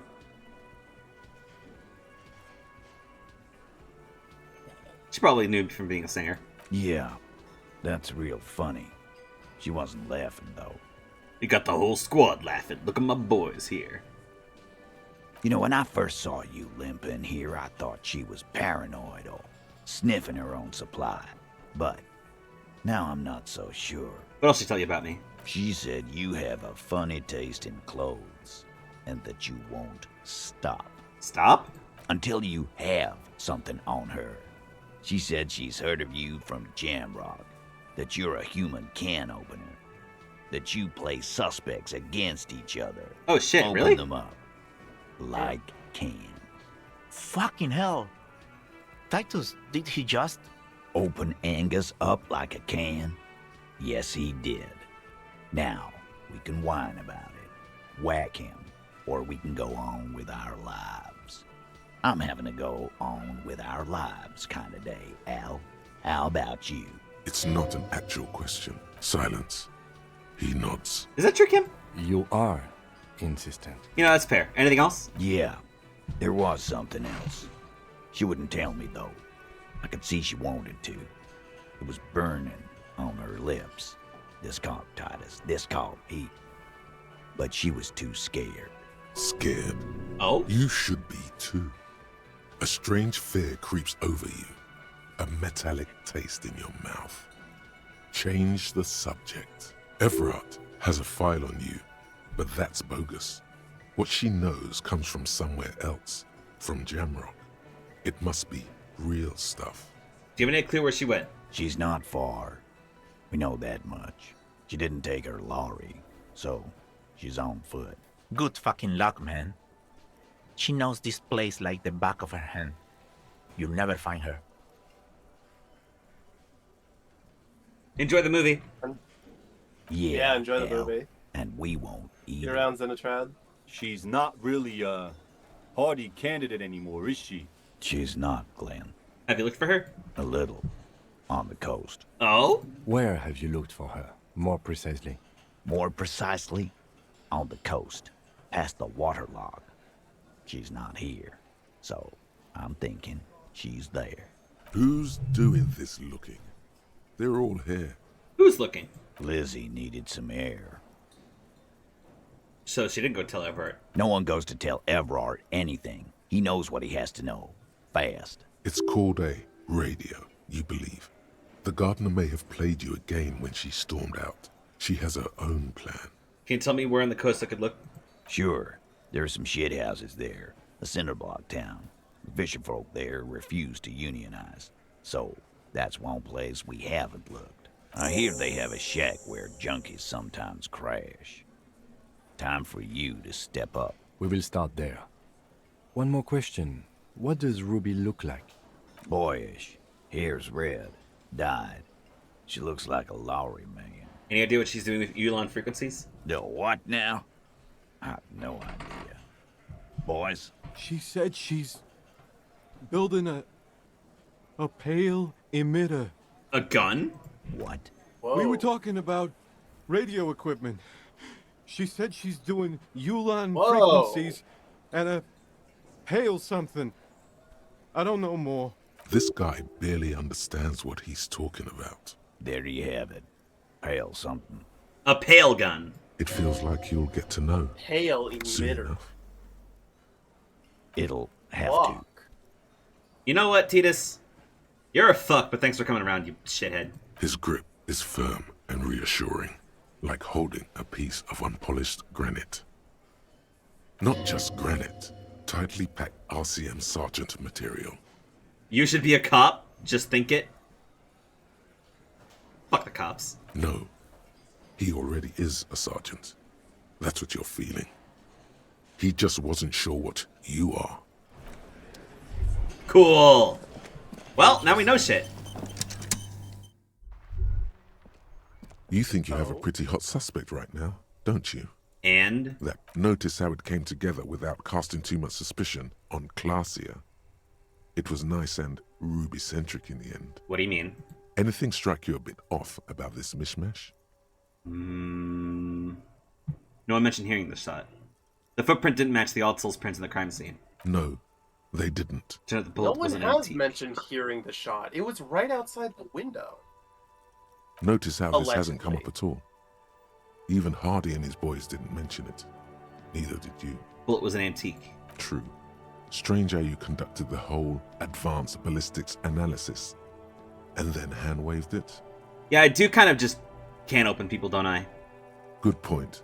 It is rather rare these days. But do continue. That's right. Finish thought. Just finish it and conveniently go on. She's watching you leave right now. You know that. Free as a bird on that roof. Lighting up a cigarette and thinking, am I glad Ruby's in this shit and not me? Don't listen to this guy. The theory was solid. He's just jealous. Move on. It's no use harassing her further. Interesting. I don't think I've ever had enough volition for this to come up in my playthroughs. I haven't even touched Volition. Maybe it's because I'm wearing the fucking polo thing? Maybe. Possibly. Or maybe it's just because you completed that check. I'm kind of swag with it. Yeah. In case you haven't noticed. I'm pretty swag. Ah! Oh, epic. That was horrifying. The skill menu? Accidentally tapped it. Alright. Okay, step 1. Look at my shits. Step 2. Get them together. Step 3. Drug shack? Is this it?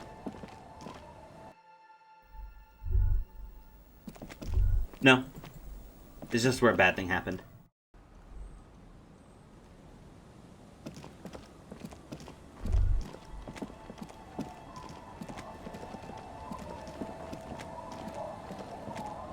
Yeah, out of curiosity.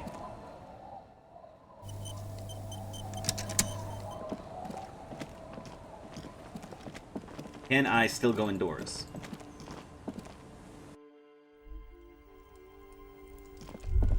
Oh! Is that the phasmid? It looks like the phasmid, leaning against the wall. Bar? It's not the phasmid. It's not even organic. It's a fire iron. How disappointing. Can't believe it. Right? You'll have better luck next time, though. The phasmid, finding it is your destiny.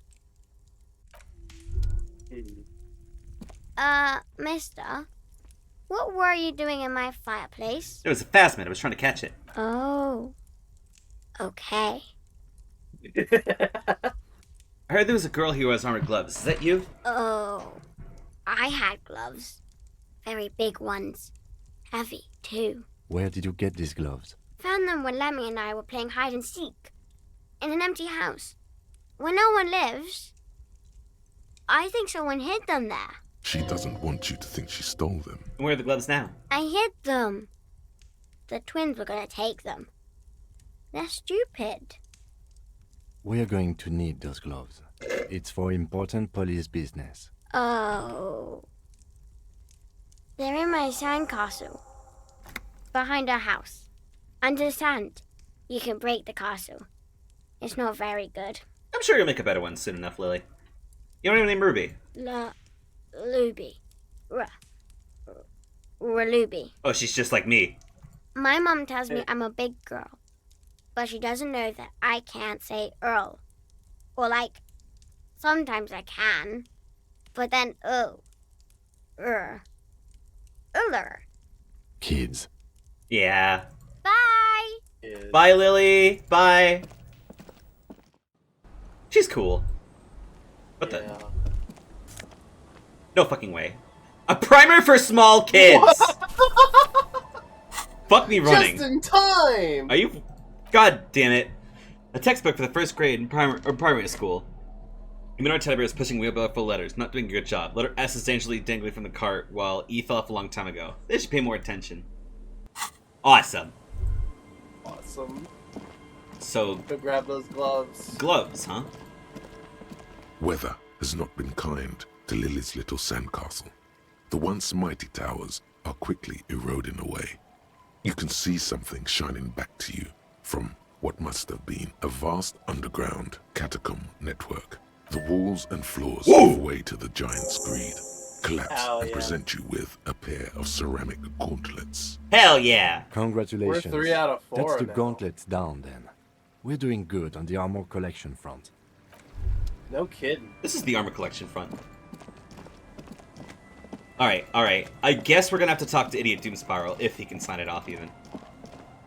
You probably can. Hmm. 2 interfacing? Fuck! Baby! Where were you when I needed you?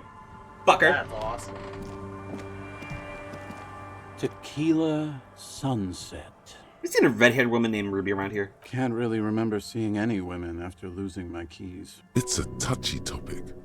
He hasn't got laid in ages. He really has no idea who this Ruby is, sire. Right. Could you and your pal sign this document? What's it about? I'll let my hand address the situation. Maybe you've heard. I used to be a very successful businessman. I've signed more than a few lease forms or whatever the fuck they were. Anyone's got a pen? The pro's gonna do it. No. I got a freebie when I purchased a whole carton of cigarettes. Smoke cigarettes, get a free pen. Deals don't come any sweeter. I fucking lied and it worked. The writing under the tiny crown logo reads, Royal Extra. Thanks, Rosie. I need at least 2 signatures on the document as well. Hey, Abs. Hey, Abs. Yeah, I don't think Idiot Doom Abs. Spiral is gonna help Evrart. The man This is mumbles perfect. incoherently. Hey! Goddamn Abigail is here. Wake up. Wake up! Can someone else help? Sure, I can fucking help. You need a signature. I got you a signature. Before we can reply, he's currently for swoop. Oh my god. Don't call Abigail. Don't call Abigail. Idiot Doom Spiral, don't call Abigail. Not exactly an expert forgery. Don't call Abigail would have signed something more like, don't call Abigail. Don't quote Abigail. You've done a great service. Hey, guys. We're heroes. About fucking time, man. I've done my duty. The incapacitated drunk lay there snoring like an ancient rusting tractor. Thank you for your services, gentlemen. Should we go and mail these? I think I saw a mailbox on the plaza. Cool. Awesome. Mailbox time. Don't call Abigail. Oh, call Abigail. Alright, so we gotta check the buoy out in the water, right? Yeah, along the coast. And apparently, Ruby may also be along this coast. Hello again. See anyone weird? No, I'm afraid I can't help you with this one, officer. Just a regular day off for me and Mikhail here. So you haven't seen anyone around? No, I'm sorry. As I said, this is just a day off. We just arrived anyway. There's something friendly and familiar in how he says that. A day off. Is he a cop? I don't think so. You see a once bright mural towering above you. The signage has peeled off over the years, but you can still make out Feld Electrical R&D. I love making out. A slogan used to intertwine with... I just say things, you know me. No, it's awesome, don't worry. Okay. Yay! Ruby! Yahoo! Yahoo! Yep! Yep!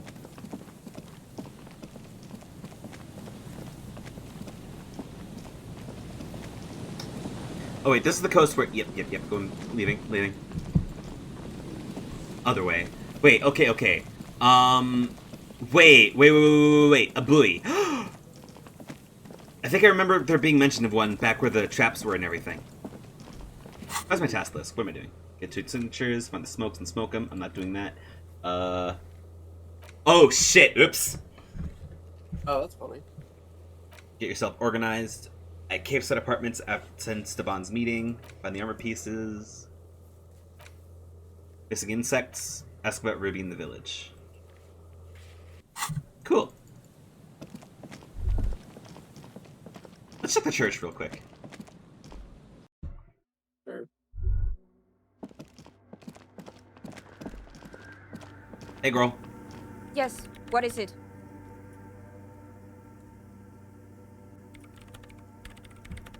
Have you seen anyone suspicious named Ruby? What? No, no one's suspicious around here. She has not seen her, sire. 'Tis true. What if you didn't want? What you didn't have to leave? I talked to Andre. He wants to make it work. I don't want to make anything work. You don't want to make anything work? Yes, anything. I don't want to make anything work. It's not the anodic dance music that's made her bitter. It's the failure of Fortress accident. Are you bitter? That's right. If we couldn't get our Welkins to happen, I don't want anything to happen. Ever again. There's not a trace of irony in her voice. She means it. Research not going well. Discovered the fortress. Discussed FA with the dice maker. Hey, come on, girl. Let it go. Easy. When her research is done, she can move out. Listen, about your research, you mentioned earlier it's not going very well. Can I help with something? What? No, I don't really need any help with the project. But if you can help me finish the project, we don't have to live in a church next to the boom boom anymore. Think about it. She thinks about it. A glassy look in her eyes. A gust of wind brings more snow in from the broken gallery. It touches her hair. All right. Bring me the game's offside copy from my old workspace. The filament! If you really want to help. Hey. The filament! On a filament memory, and I'm unable to go and fetch it myself. I have a filament? No. That's the production schedule you stole and accessed without authorization. I don't need it. In his defense, it was simply lying in the desk drawer of an abandoned cubicle. Okay, but still. Oh, the off-site copy, was that in the ice cream machine? Oh my god. It's a backup of my former employer's project. Wait, what do you mean? The radio game we were working on. It's There's a stored check on a for filament that. memory, just like the one inside I this don't know if radio. we have The super fucking hard one! She's making it extra simple for you. The backup itself is destroyed now, but I'm hoping to use what's left of it to pinpoint the exact location. Is it stuck of like the that? anomaly. You just have to go to my old workspace No, and get the filament. but Hold on. If it's I'm called trying to an figure offsite out copy, where then why is we it need still to go on site? to get the Oh thing we god, need. not this again. It is not on site. It is in the basement. Perfectly safe and not connected to the front at all. Basement? Sounds like it's technically still on site. And no, taking it outside the building wouldn't have protected it from the data loss. There's nothing wrong with keeping the backup in the basement. What happened was a freak accident that has nothing Wait, to did I do fuck with up? how the backup was stored. We No. clear? This is clearly a painful topic for her. She must have had to explain herself numerous times. Wait, hold on. Do I still have that task? Oh, wait, god, no. Oh, I hate this. Oh, yeah, the ice cream maker. Physical. Okay, if I could just... the game would not give you, like, a single chance. Right. If it was a one-time red check, it would give you an alternate path. By your old workspace, do you mean the studio Fortress Occidental in the Doom commercial area? Yeah, that's the one. You can get in through the bookshop. You just have to do some explaining to the bookstore lady. Plaisance? That's her name, I believe. Actually, I've been in there already. Good. Then you might know the giant ice bear fridge in the building's cellar. The filament is inside the fridge. Uh-oh. Just go and get it. And where is it? In the giant ice bear fridge. I just told you. It has red glowing eyes. It's impossible to miss. You just need to get the offside copy from the ice bear. But you've been to the fridge and it wasn't there. There was a note saying... I found a note in the ice bear fridge and it said it's been moved to a safer place. Wait. A note from whom? Did it specify where they took the filament memory?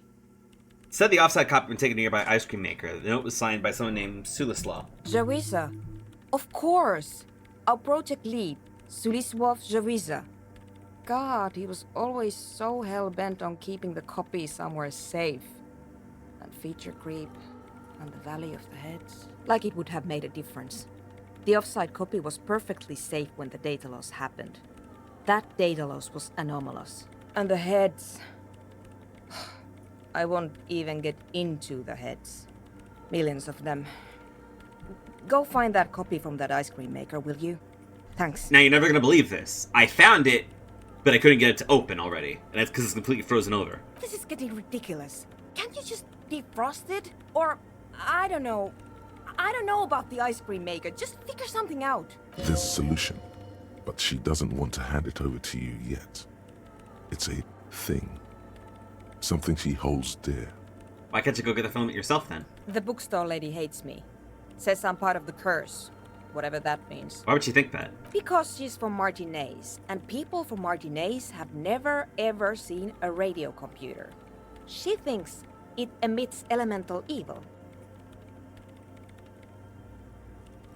I mean, she kind of has a bad situation currently with, like, money. Yes, but she literally started praying for the higher powers. Oh my when she God. first saw my Rame Civic. Yeah. I'm not making this up. She really is that kind of mom. The lieutenant coughs like he's amused. Once I came in one morning, only to find that my terminal was full of those strange trinkets and amulets. Wards. It looked like some Semenine magic. Alright, I'll go look. Thanks. I figured I could talk to her, seeing how she was working on some kind of pale gun, so... And here's my Qualsund move tool. Oh! You might need it to hack loose some ice. It opens everything. Well, if you give me the that outside solves copy, then you can keep the Qualsund. It hurts a bit for her to say this. She's not too happy to be parting with the Kvalsund. Yes? Thanks. I was literally like, I remember there's a tool, but I don't remember where to get it. And it's the tool for the job. Where do we get it? Oh, by the way, here's the multi-tool to do the thing that you need to do. The Valsen KR+2 multi-tool. Is it it's like a crowbar, but better. Is it called +2 because it's like a D&D reference or something?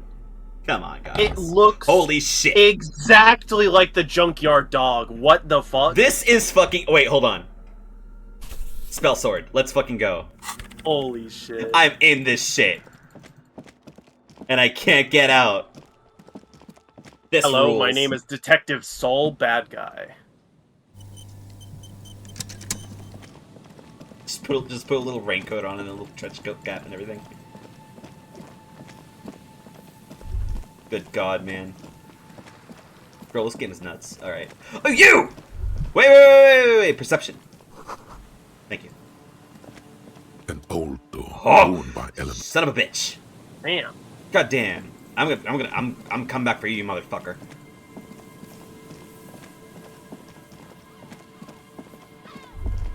Well, is it out here? Wait, which way were the dudes? Oh, wait, no, they were closer inland. Right, fuck. Shit, I forgot. I just wasted a shit ton of time. I'm an idiot. That's okay. Wait. Wait.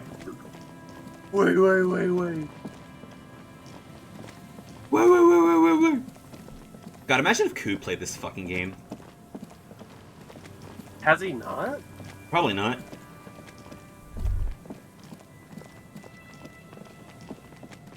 Then again, knowing Koo probably wouldn't stand for the fact that, like, this was, like, taken over by some fucking capitalist scumbags. That's just me. Yeah. I only have this because I bought it before the fact that I figured, like, things out and everything, and it sucked. Oh, hello? I mean, you can, games can be acquired without purchasing them. Just talk to your Sunday friends. Just talk to your Sunday friends. On the internet. Who may or may not be twirling their mustache and holding a Corsair sword.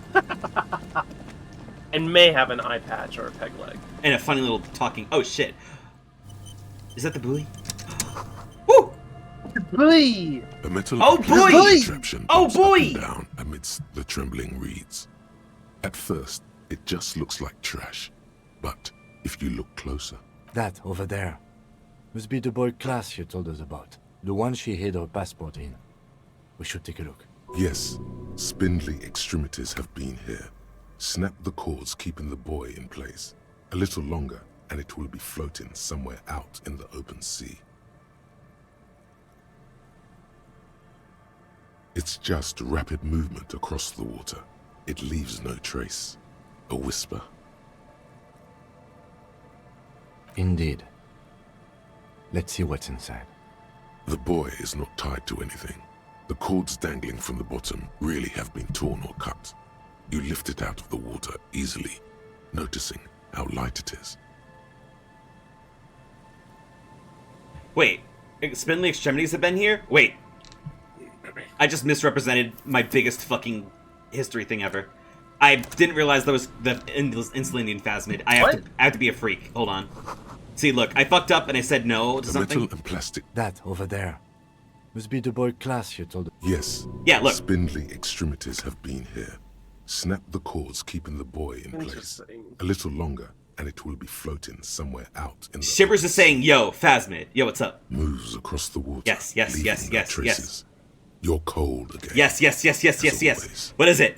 Splendor. Okay, I thought that was the phasmid. I'm an idiot. Wow. Thanks, Shivers. Damn, I felt a little longer we've been loaded away. Indeed. Let's see what's inside. The buoy is not tied to anything. The cords dangling from the bottom really have been torn or cut. You lift it out of the water easily, noticing how light it is. The number 11 has been written on the yellow plastic. It hasn't been in the water for very long, but it's already discolored and slimy with silt. A latch holds it close, but only just barely. The brittle metal of the latch has cracked. Oh, wait, shit. Okay, before my ADHD kicks my ass again. Step 1. We are heading immediately over to the Doom commercial area, taking a little side thing to get the file thing, the offsite, right? Step 2, go in and pick up our dice. Step 3, fucking gonna confirm with Claudia her ID and everything. Step 4, bring that document back to Everard. Does that make any sense? Oh wait, no, we mail it in, and then we talk to Everard, right? Yeah, it seems like we're okay. I have all my things checked. Simple construction, very unsafe. There's something in there, splashing around. It smells like you would expect it to smell. A concentrated version of the coast. Salt, industrial slop. The slop! Slop! The water this side of the peninsula is cleaner, actually. Smells a little salty. A shot glass's worth of seawater pours out. Some algae, and nothing else. Well done. What do you think took him? I have no idea. Or think we do. This is a small loose end, either way. Not important, I hope. You have any theories, Lieutenant? Might have been Glacia, might have been the people after her, might have been a local drunk. We should go. You could ask the miss what she thinks. Later, if you have the time. Though you doubt she'll tell you much at this point.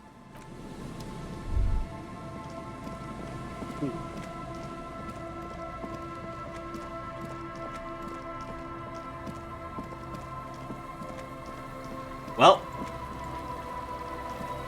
Fuck. Anyways.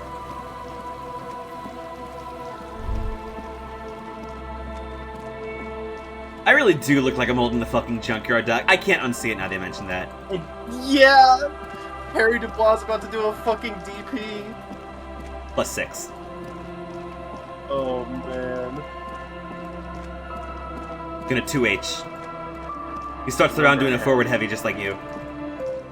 Half-Life, remember Harry, you're only minus if you're a bitch. Yeah, you're only minus if you're a bitch. Lucian's like going for the kill. Pain threshold's like, you can take this. Logic is like, they're getting up, low on health, 50% tension. They're going to do a reversal super. Drama. Wait it out, be patient. Drama's like, be flashy, goad them in. It's the only way, my liege. Throw it out! Heavenly Potemkin Buster. They won't see it coming. It's a red fucking like reaction speed check to like do a heavenly when they were jumping, and somehow they get it. Only the black cable is... God. This orange machine is buzzing like an old submarine. Oh, It man. has a hand-cranked ice cream churner. Okay, first of all, can you unplug it? Oh, yeah! Only the That black would make the somewhere ice... in the dark. A giant electrical mammal How you stirs just to plugged life. in the Something ice close to fridge. you. Very smart. Opening the lid should be much easier. This orange machine You is have dead any still. physical It has instrument? a Wow! ice cream churner and I'm pretty sure an you electric have freezer. a The ice around it. tank top that's physical instrument? I'm pretty sure I'm jacked the fuck up and I'm super good at my job. Oh, of course. I'm pretty sure I'm Yeah, physical instrument.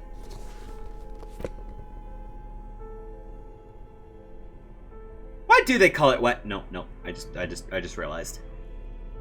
What? Wife beaters. Yeah. Another name for tank top. Yeah, I don't know why they call them that. No, I realized it. I didn't like it. Well, my god, this one gives me physical instrument and shivers, but makes my authority a bitch. Fuck yeah! The scented dainty scarf makes me weaker. That's funny.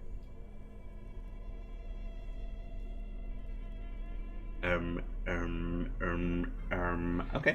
Yeah, that's the best we're gonna This do. orange machine is dead still. Ice Son of a squeaks bitch. beneath your Kavalzun multi-tool, but your fingers slip away from the tool. The lid shutters tightly as before, and it's already unplugged. There's not much else to do other than wait for it to defrost or bulk up and get stronger. Yeah, let's just wait. It's a Painter's game. Alright, step 2. Getting our dice, right? Mm-hmm. Hi, Bill. Hi. Oh my god, hi, Bill. Alright. Oh, Jesus. Oh, I can't go anywhere because I can't see. I can't see. I'm blind. I can't see there with me eyeballs. My eyeballs. My bells? Say it so I see it. Alright, I'll be back in a second. Will you? Okay. Be safe. Don't die. Hey, ma'am. Oh, it's you again.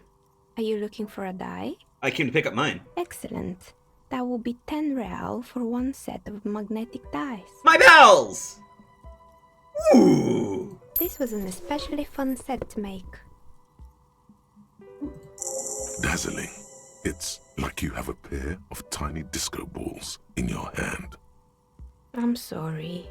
I'm a bit overloaded just now, so I can only produce one die per customer. No problem. Thank you, ma'am.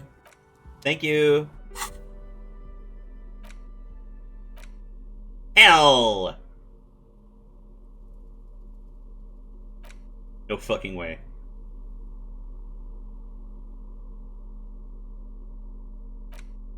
These 100-sided dice are made of ivory and inlaid with magnetic lodestone. Rolled together, pips on the dice interacting by pulling and pushing, just like magnetic personalities.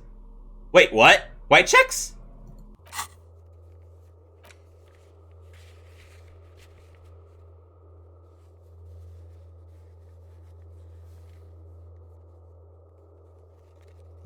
What the fuck?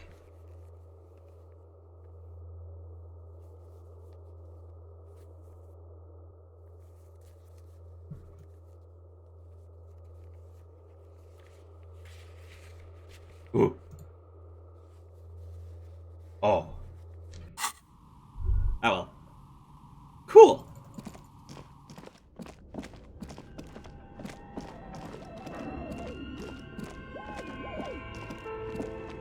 Well, no better way than that way we came.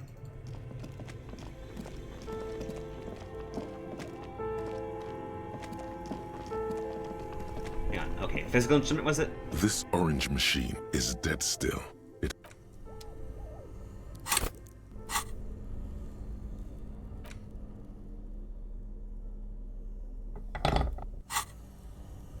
This orange machine is dead still. It has a hand... Wait a minute, did my light somehow magically give me a reason to... This orange machine, you slip your fingers under the frozen lid. Didn't Sona give you a... Equip the multi-tool. Okay.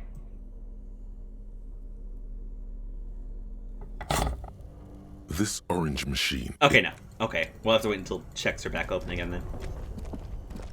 Step 2, mailing in the letter. Mailbox, my happy little friend. The dented yellow mailbox greets you. Maybe we get to use you for something, my friend. Holes. Yes, for sending mail. You drop the white envelope in the darkness. It lands with a soft thud on what sounds like a couple of letters. About a week's worth of mail as collected in there. They'll empty this very soon. Probably did the right thing.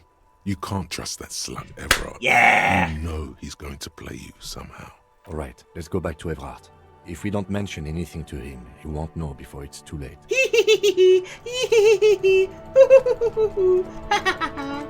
We're gonna fuck with him.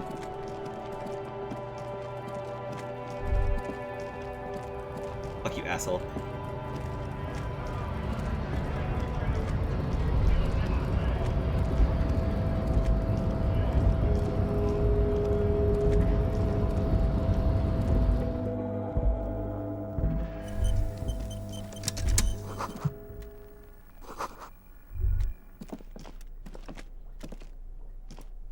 The file cabinet stands hundreds, and the same you already went the drawer. So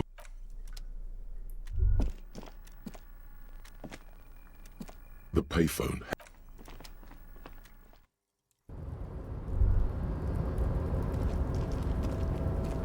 What the fuck? Oh shit, I gotta check that after.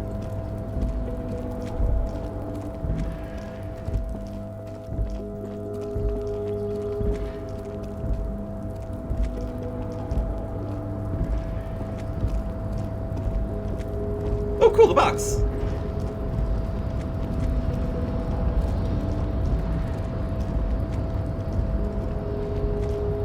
You're back before the cargo container. Its drawer has not lessened since you were last here. If anything, it seems to have grown slightly.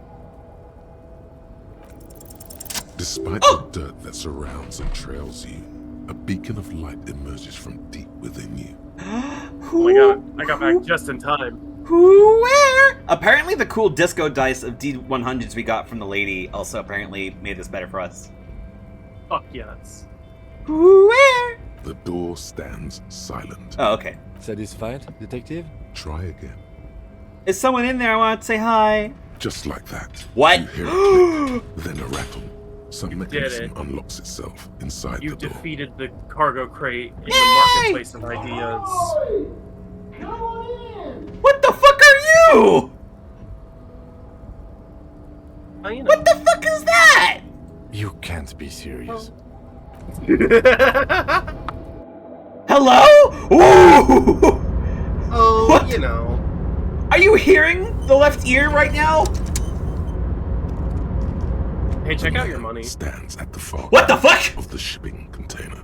It's hard Wait, to wait, say wait. anything more about him. You cannot make out any of his details, but you do feel the overwhelming presence of Capital. Teach. We need to find my. We need to find my gun.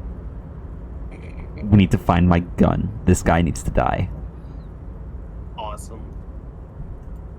The feeling causes all the hairs on your body to stand at attention, like soldiers preparing for review. Something's amiss. The light. What the fuck is this man? Around his face and scatter in 1,000 directions. It seems the laws of physics do not apply here. They are suspended, distorted, and echo. Point to my screen. That's our friend. Trying to visualize Echo, the what physics the? at play is liable to give you an aneurysm. Don't think about it too hard. In the general stillness, only your tongue moves, flickering as you utter. Hello. Welcome. Come in. Make yourself at home. Sorry, I'm not better able to receive you. I wasn't expecting visitors today. You can't hear him exactly, yet you're able to understand every word he says. It is very strange. An overwhelming hum covers everything. Voice doesn't escape from him. Now, what can I do for you, gentlemen? What you can see is body composed in a sharp summer suit and yacht shoes. Who are you? Who am I? Oh, I haven't been asked that question for such a long time. I don't meet a lot of people outside my circle these days. He talks like a fucking Shin Megami Tensei demon. Anyhow, my name is Rustam Diodore, investor, license holder, and extremely high net worth individual. And you are? Teach? Yeah. Are we by proxy feeling richer because we're so close to a very fucking rich guy? Yes. Jesus fucking Christ, this game. Mr. Diodore, I am Lieutenant Kim Kitsuragi of the RCM, and this is my partner. Harrier Dubois. Pleasure to meet you, Harrier Dubois. I must admit, the name suits you very well. What are you doing in here? Traveling. This is a great way to get around. It's fun, it's safe, and it gives me lots of time to think. By the way, let me now ask you a question. Where are we exactly?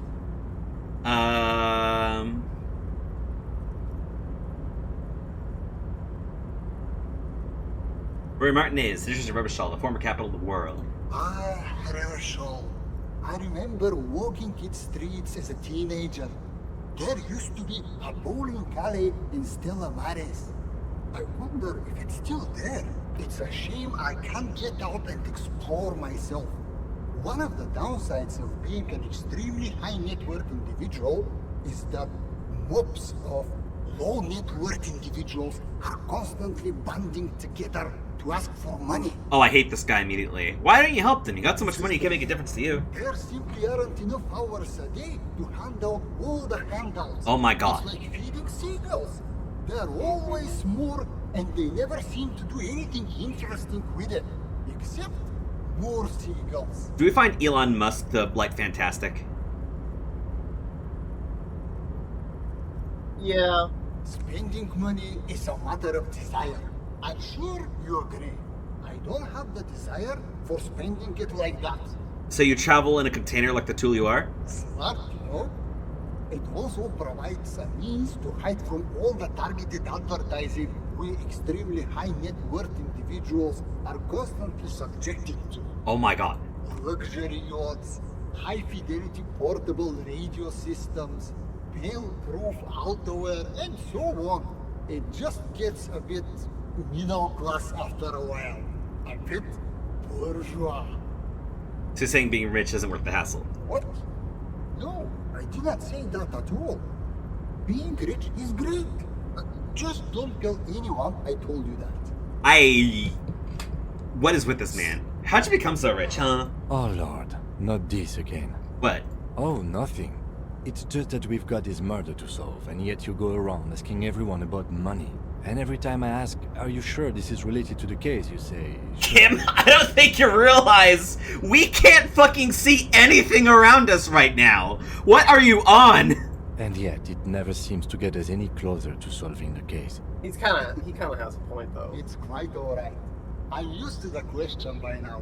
To be blunt, I'm here Oh my with fucking god. From my grandmother, who herself was an extremely high net worth individual back in the of course. All I did was take her fortune and invest it prudently. Believe it or not, it takes more than a bit of skill not to blow a vast fortune on sailing boats, bad choices, and unsupervised state policy. Actually, at the level this guy is, it takes several generations to do that. But, alright. What's it like being an extremely high net worth piece of shit? I gotta tell you, at first, being rich is a lot of work. You've got to work hard because everything's so darn expensive. You know, prices increase exponentially at this income level. I had no fucking idea. But then, once you've reached my position, it's nearly impossible for me not to make money. My assets are so diversified that I'm bound to come out ahead no matter what. I wonder how that came about. Some of my lower net worth friends say to me, but doesn't that take all the fun out of it? And I tell them, not really. You're a fucking thief. And that's what? Unjust? I think it's perfectly just. You're using your money as justification. Listen, Mr. Dubois, I used to be an idealist just like you. But the truth is that we have no objective system by which to measure someone's value other than the market. We should just embrace that rather than resist it. The hand that allocates resources among men is invisible and cruel, but it is steady, measured. Indeed, it is just. Capital makes one speechless, does it not? Blinds like the sun that rises from beyond the horizon after a gloomy winter. Oh my fucking god. Hey, all this talk about money has made you lose the thread. What is going on with the light in this place? Yeah, what the fuck is That's up with this shit, huh? What do you mean? You look different. Are you talking about my chin? No, I can't even fucking see you, man. Oh, that's what you mean. Yes, I've heard of this effect, though I've never witnessed it myself, of course. It has something to do with our Weiss-Wiesemann coefficient. Weiss-Wiesemann coefficient? The Weiss-Wiesemann coefficient is a ratio designed to reflect the difference in net worth between individuals. When the coefficient is close to 1, or 100%, it means one person possesses all the net worth.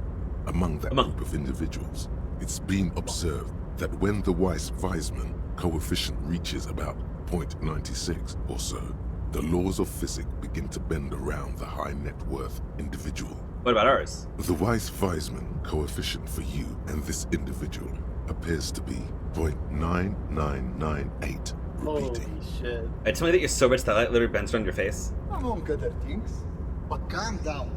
I am but a lowly single-digit billionaire. I'm calm. That's good.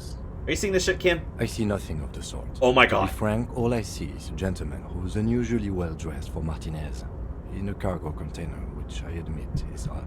Oh, Kim, Capital has you in its fucking grip, don't it? Yes. I imagine that does look strange to you. My container.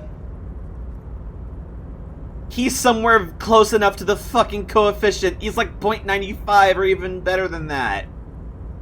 Fuck. Hey, give me your money. Could you please stop asking everyone for money? It does not reflect well on the RCM, and to be perfectly frank, we can't afford to look worse than we already do. But Kim, I need the money so I can look better. Duh. It's perfectly alright. Based on your appearance, I can tell I'm dealing with a smart man. I should have come in here with a fucking whore outfit. As you may know, us high net worth individuals do not have a lot of cash on hand. Investments and liquidity are enemies of one another. I think I only have coins for coffee machines. Here is 3 real. How much can you get for this? Give me more. Yes, I'm sure. You know, maybe you can make that money grow. Come up with an investment plan. How's that sound? These ultra-liberal types love losing huge sums of money on ludicrous proposals. Ergo, you should come up with a plan that's totally dead in the water. Conceptualization, present a sound investment plan. Conceptualization, present investment plan that is sure to fail. Art degree, useless. Bye. Thanks for stopping by. If you ever have an idea you want to pitch me, I'm all ears. Jesus fucking Christ. Yeah, he's kind of normal. I want to drop that box in the ocean, that's just me. Yay. Vermilion. I never played Sword of Vermilion since I was like very little. I should try that again. Hey Mario. Oh, hey, mister. I'm not gonna bother you with a long greeting. Wait, what's up? What is Sword of Vermilion? Oh, it's an old Sega Genesis game. Wow. It's about a fishing rod. Is it? It's... What the? What's this about a fishing rod? Maybe you can ask him about it? Hey, fucker. Mr. Dubois, every worker... A member of the board is a living god, is an organ of the great state organism of war, also looks just like me, for himself. Member of the board. That's right, Mr. Dubois. I see the socialist democratic fervor now burns in your heart, too. How can I help you today? I did it, Everard. I turned it off. What?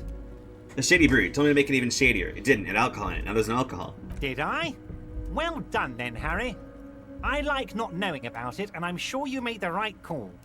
I spend the whole day delegating tasks, and it's a great relief to see people taking initiative. I don't even want to know what all of that means. Brew, shady, alcohol, turned off. I'm gonna let the world surprise me. Awesome. Didn't Joyce say that sometimes Everard like swaps over with his identical twin brother?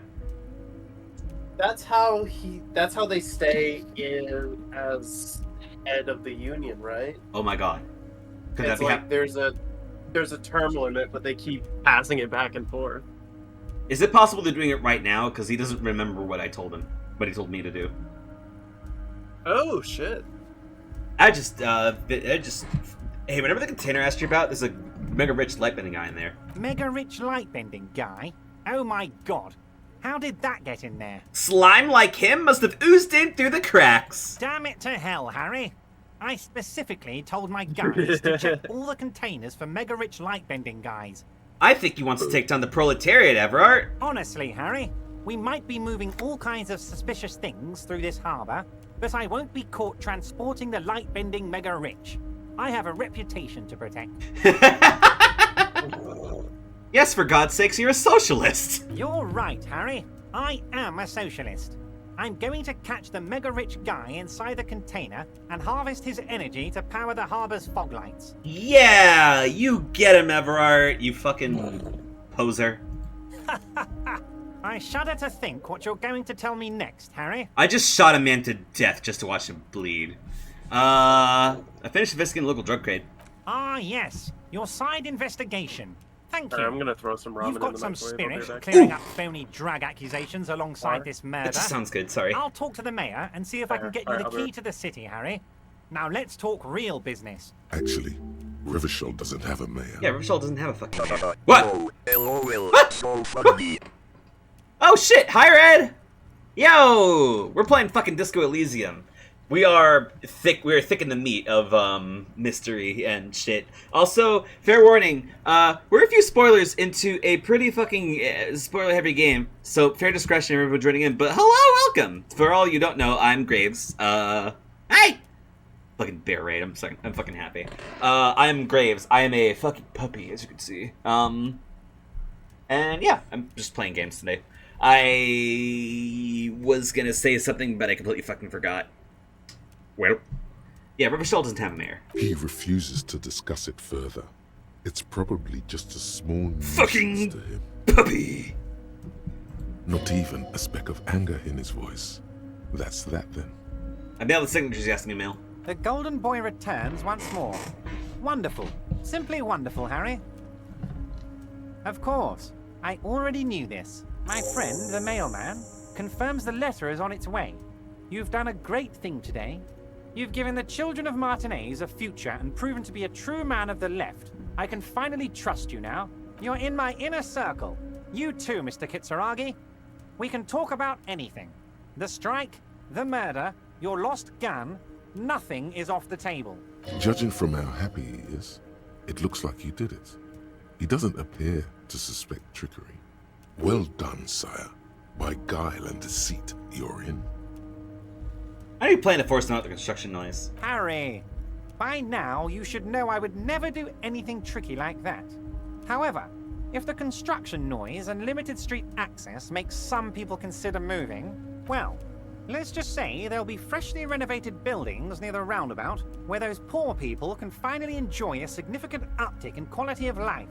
I'm talking real affordable workers' palaces. Oh my fucking god, this guy's a scumbag. He knew the fucking letters I was gonna be sending in were gonna be fucking putting those people out of like a home and everything. And he just said like, oh yeah, I know that, I knew to do that. I would never be lying to you. I mean, listen, look at these big shiny houses they can probably afford by the time they come back. But with their impoverished living. Buddy? I forged your signatures and you don't even know, you fucker. He proudly spreads his hands to demonstrate the size of the palaces. They're very large. So the village is doomed. Yeah. You were there. You saw the place. A wasteland. There's nothing left. But mark my words, officers. We are going to reset it. Ew. Ew. Ew. Don't fucking say that about a people's place. Reset. I have big plans for Martinez. And they do not include humans living in those pig sheds on the coast. Oh my That fucking land god. will be used for municipal buildings and commerce. I hate this man. What do you mean? Harry, imagine a youth center supermarket church complex. Oh my god. Employing hundreds, no, thousands of people. The coast will be lit up with enterprise and life. All those ruins out there turned into low-income housing. Harry, enough is enough. We're taking this district back. The war was 50 years ago, for God's sake. It's time to move on. Do you really expect me to fucking believe that, you piece of shit? Yes, I do. I got the center, I got room for a retail complex, and in 4 years, I'll get the church too. The wheels are already turning, Harry. The wheels of progress. This post-war limbo, I won't stand for it. There are kids practically playing with their own feces out there. It cannot go on. There is true indignation in his voice when he speaks about the state of things, and even a touch of pain. But will there be giant statues of the Clear brothers towering above it all? Joyce knew he was up to something. She was right when you said you were up to something, you fuck. Damn right I am, Harry. I'm gonna make the working man as rich as she is one day. That's my job. Just like yours is to keep the peace. A true flash of anger in him, as he thinks of her. Did you order the hangman killed, you fuck? Order it? You know my men didn't kill him. They told you. It was a happy accident. You know how it is. No one takes the initiative. If I wanted him dead, I would have had to do it myself. And I'm too fat for that. And why does that matter? Glad you asked. I've got type 2 diabetes because sugar and fat was all my mother had to give me and my brother Edgar when we were kids. Good job too, as it made me ugly. And ugly people, Harry, are much better at politics. That is true. People don't trust pretty people. What do you gain from him being dead, though? Why, a war, of course. And what do you have to gain from a war? Aside from profiteering off of the situation that it causes for other people. Victory, Mr. Kitsuragi. Jesus Christ. I have victory to gain.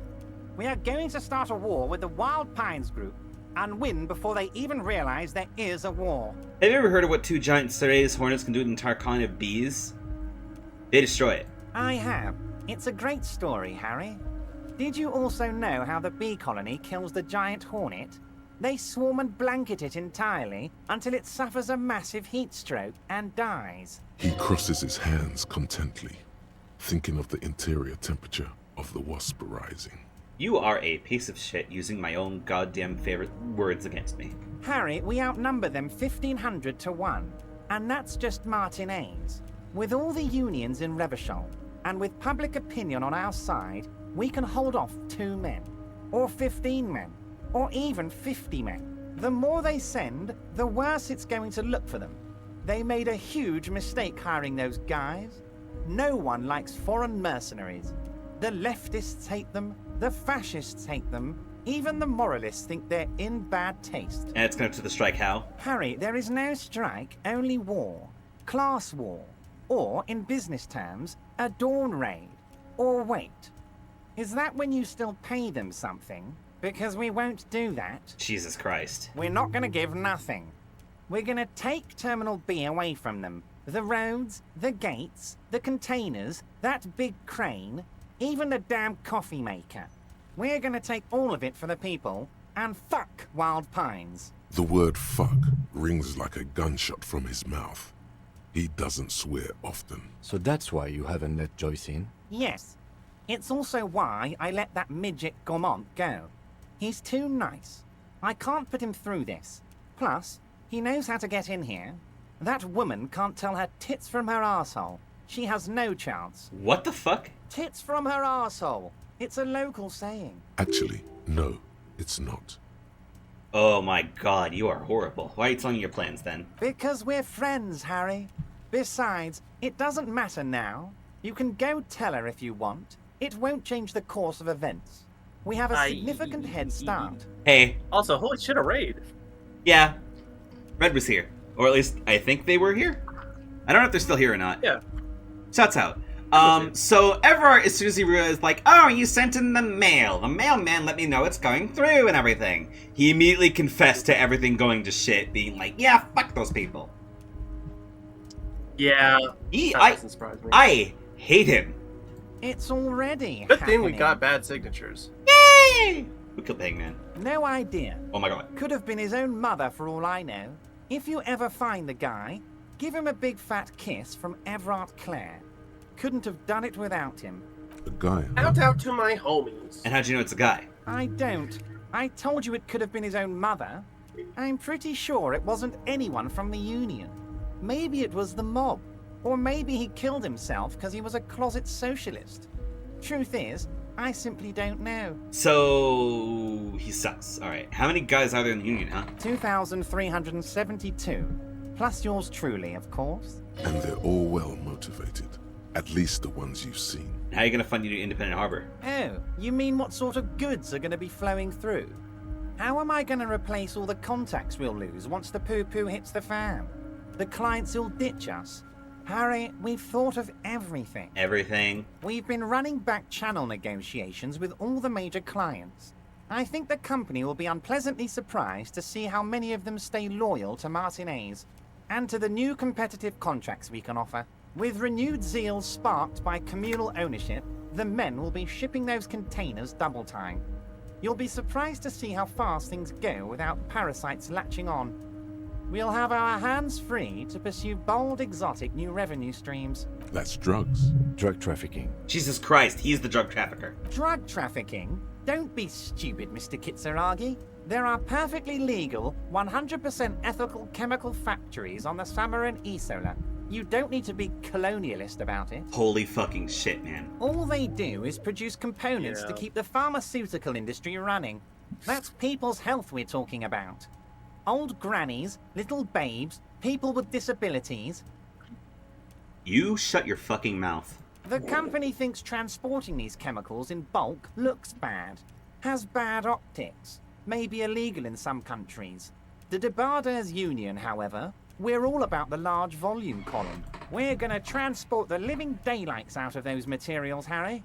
So your sick kid can get his Benefed, and your wacky uncle doesn't have to come off Risperazole. Benefed is a children's cold medicine, usually apricot flavored. And Risperazole is used to treat severe psychosis. And the kids on the street can get speed and pyrrolidone. I'm an old-fashioned guy, Mr. Kitsuragi. I sometimes grab a beer with the boys, but I have no idea about the things you just mentioned. In other words, I don't care. But if I were to supply ingredients for some sort of rainbow party, I would make sure the Union took a fantastic share. Oh my god. And I'd keep that stuff far away from Martinez. Oh my god. He's basically admitting to it.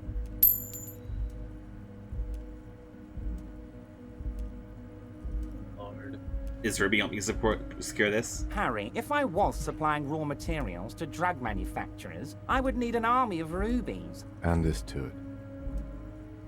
Yes, of course. And while you're doing that, please go ahead and also tell the Wild Pines.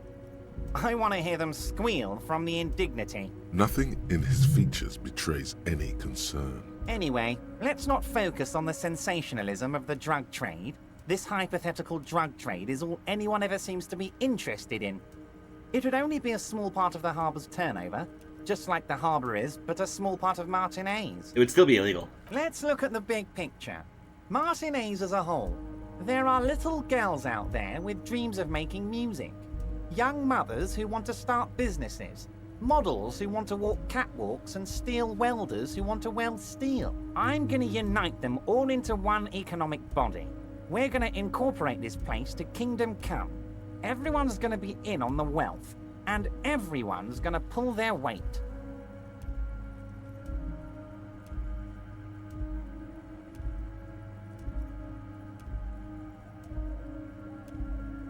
Harry, the length you're willing to go to keep your nose clean is remarkable.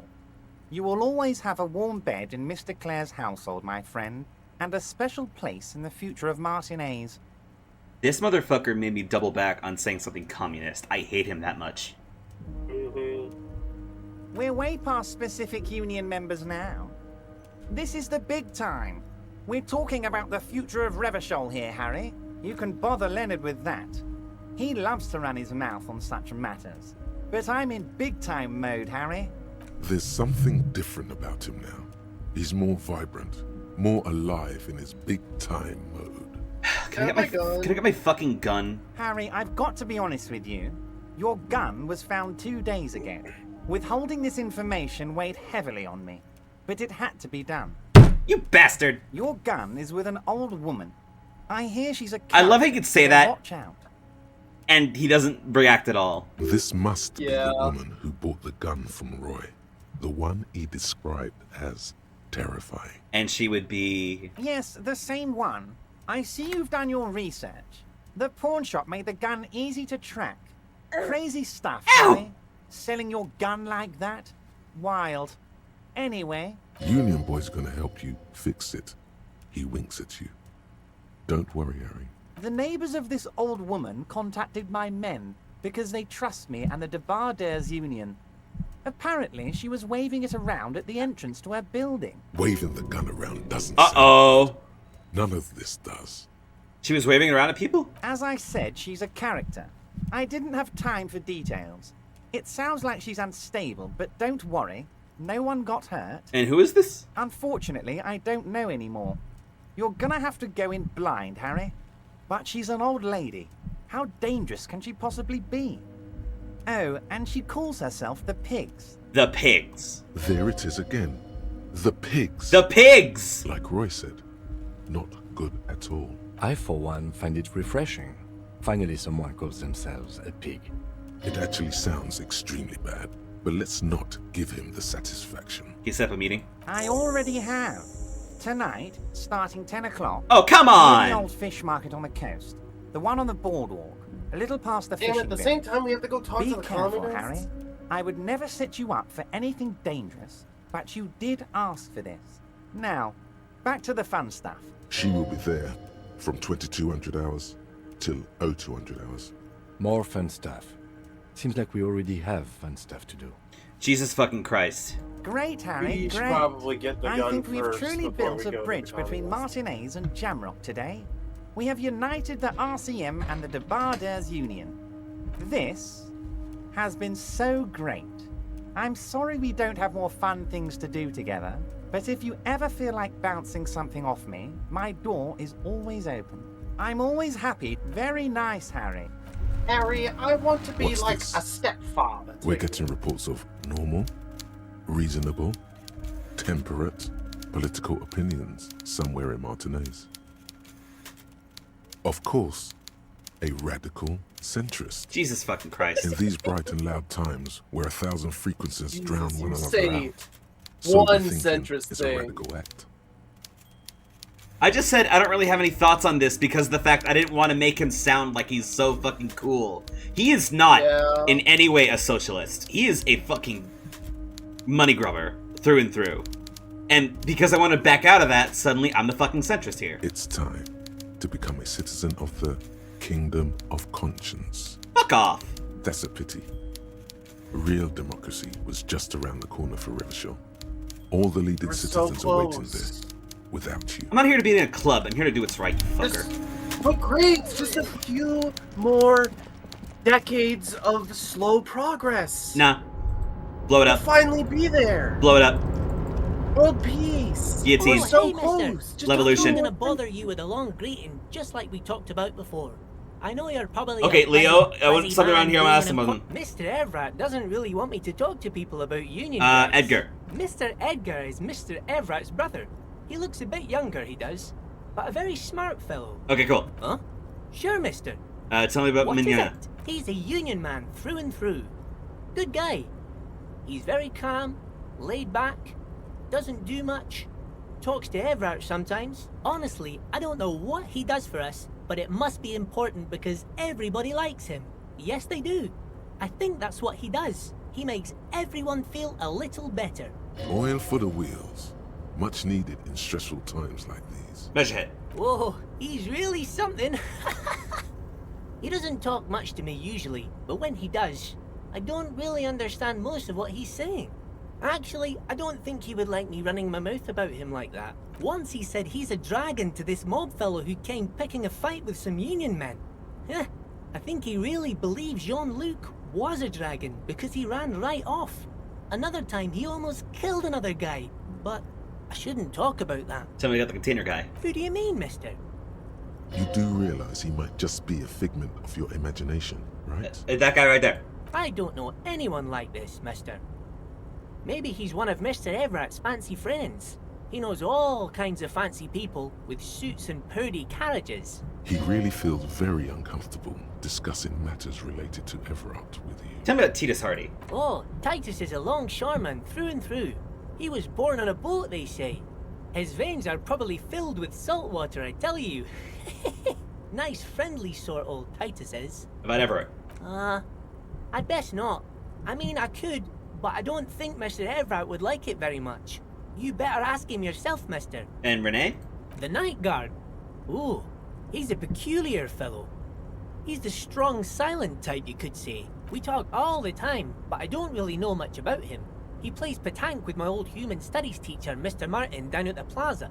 I think he's the only fellow who actually knows old Renee. They lived on the same street their entire lives. Even dated the same girl on and off for as long as I can remember.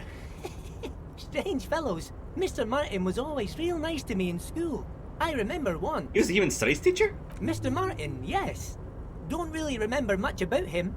I was just a boy back then. Mr. Martin, Gaston also taught history and human studies to the Clear brothers. Oh! Sure, mister.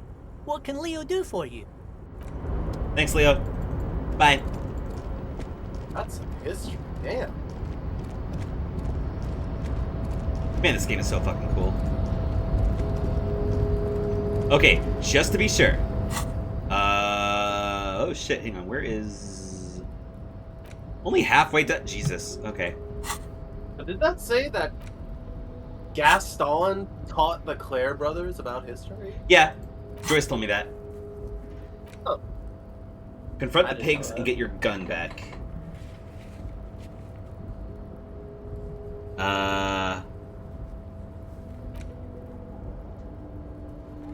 Saban's meeting after 2.2. Okay, I can get the gun and that in the same stroke, right? I think so. I think so. I'm gonna make a save after I get out of this little complex here, just to be on the safe side, too.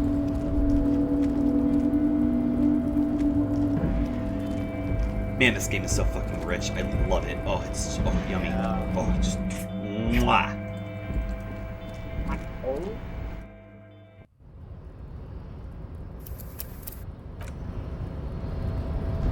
French kiss. French mouth explosion. Awesome. I meant chef, and not French. French chef mouth kiss explosion. You know where they have their hands like the mwah. Oh yeah, I know what you're talking about. I didn't mean make out sloppy style with anything. I'm sorry. Yeah, the super sloppy ideological makeout. Oh, you know Harry is going all in on that shit. Oh, of course. You know Harry loves to kiss with tongue in the terms of communism. And in the back of his head, he has something cooking about the homosexual underground somewhere. Oh, he's pretty normal about it. He's so normal about it. Hey, who's that guy he's kissing? Kim Kitsuragi! Oh my god, it's Kim Kitsuragi! Wow! Strange how life works out. Awesome. Oh, we're fucked. Ah! The sight of bullet holes stirs something in you, making you forget the lieutenant's surname. The faded marks are too degraded to draw any forensic conclusions. Just chips in the sandstone. Kim! I'm pointing and tapping little feet. Bullet holes! Where? Bullet holes! They're chips in the wall. Someone's been shot. We're cops. Just saw it. There? Those are old. From the Revolution? Yes, the one that happened half a century ago. Those bullets were fired during the Revolution and do not warrant an investigation by officers of civil law. Well, can you tell me about it? Not much. I don't have a fresh perspective on it. Shall we go? Well, that's 5 free experience on top of the 1 experience I got from the technical thing. Yo. It is such a pleasure. I like playing in the dark. Oh, I think the Sharpens beauty one in of the them sea. My balls. My balls?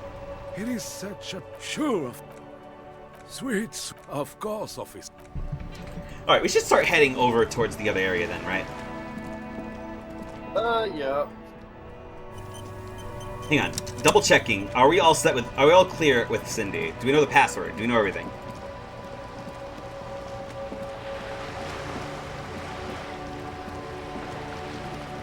Hey, yo. Yo. Hello, wall. Just an ordinary wall. Just an ordinary wall. Just an ordinary wall.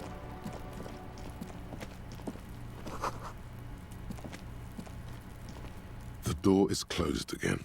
Nothing to do here anymore. You hear someone inside, walking from room to room. Whoever lives here must be back home. Was that the fascist? Yeah, that was Gary. Yeah, I hope they break it up. That's just me, though. Who said that? Who said that? Hello again, officers. Have you come to admire my... Can't you tell I haven't... Yeah? Hello, public art. Thanks. You've listened.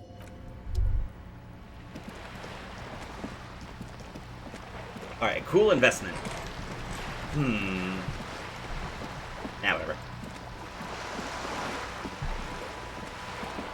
Okay, by the time we reach the other side of the town, it should be... Wait, what if I just use our power that sometimes works? Oh my god. Oh my god.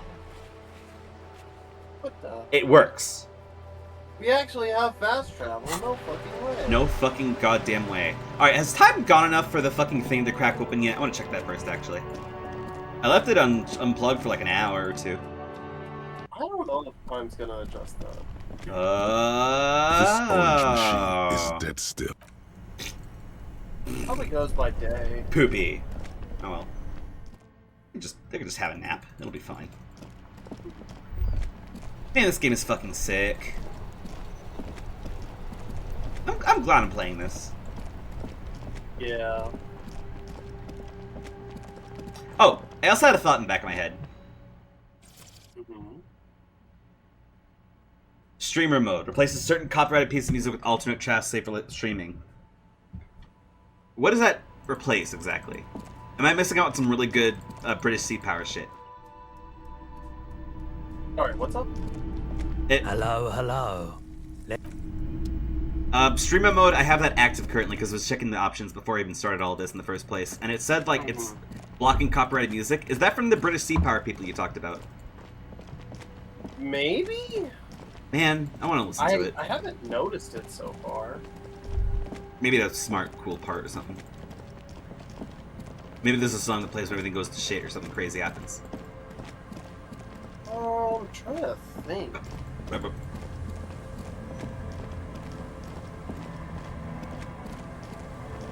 Yeah, I'd say don't worry about it, because I haven't noticed it. Our tenant, the policeman. I hope the waves don't keep you up at night. What can I help you with? Have you seen a girl named Ruby? Nay, I haven't seen anyone lately. Because she's blind, which you seem to have forgotten. You know what I'm talking about? This is my little cinder block town. I know what goes on around here. She's being evasive. She knows something. There was a murder in Martinez. She might be a suspect. We would appreciate your help. Would you now? I know how this world works. And it doesn't work when people tell on each other.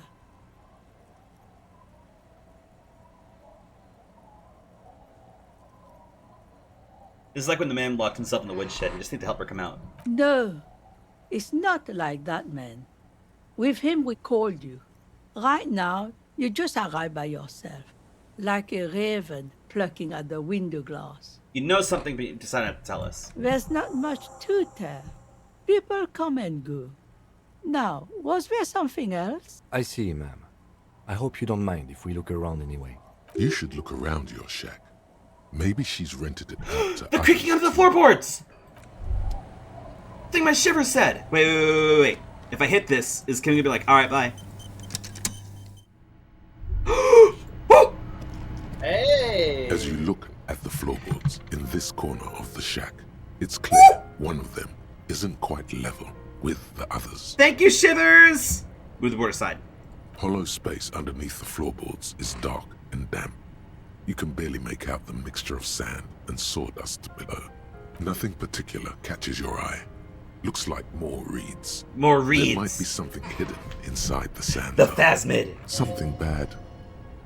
Someone's night thoughts. A last resort. A bad idea. You stick your hand in and start combing through the sand. Dry, not like outside. Fine dust. And then, something hard wrapped in paper. What's that? A small cylindrical object. A bullet! A 9mm bullet! For a small form gun! Yo! A 9mm bullet, to be exact. Fit for all muzzle loaders of that caliber. And it's not for a breech loader with a murder weapon? The floorboard isn't interested. Maybe the washerwoman is. You have enough to confront her with. It's extra ammunition. She's locked and loaded, ready to fight some cops. Awesome. Good line. I don't blame her. She's looking out for everybody. I am also that of a cop. Where is... Oh, there he is. I was so afraid you were gone forever. Never leave me again. I was so sad. Right. Homosexual Underground. I have no idea what the fuck this unlocks. I'm a little curious, though. You should put it in. Really? What can we replace, though? I am kind of a superstar, and it makes me stupid. I can't replace this, because it seems awesome. Antidote Dom Center is just a sticker. Kolda Mama Dakwa, that's just 3 free points. Well, 2, technically. Anyways. Mazovian Socioeconomics. What is actual art degree doing for us? All our passives heal +1 morale for conceptualization and also gives us experience whenever it pops up, just like Antidote Dom Center. Okay. Do we need finger pistols now that we have the ledger? I mean, it's free reaction speed, and I think reaction speed is kind of something we're going to need, given how often we've fucked up with it. Fair. Jamrock Shuffle. But I do like finding cool things a lot.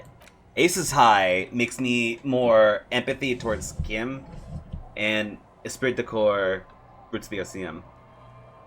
Jamais Vu has been doing numbers for every orb clicked. And it feels nice being smart, although admittedly we don't really use the smarts that much. It's only 1 XP per orb. That is true. Would it be time to put this away then, you think, or? It might be. Really? I don't know. What else do you want to put away? Krasmazov.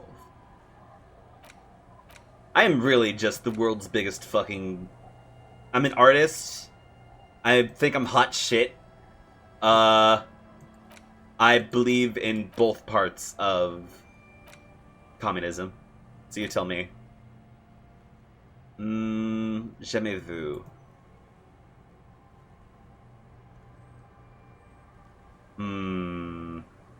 Should we get rid of this, you think? The Litany of Contact Mike. 15 minutes to research this.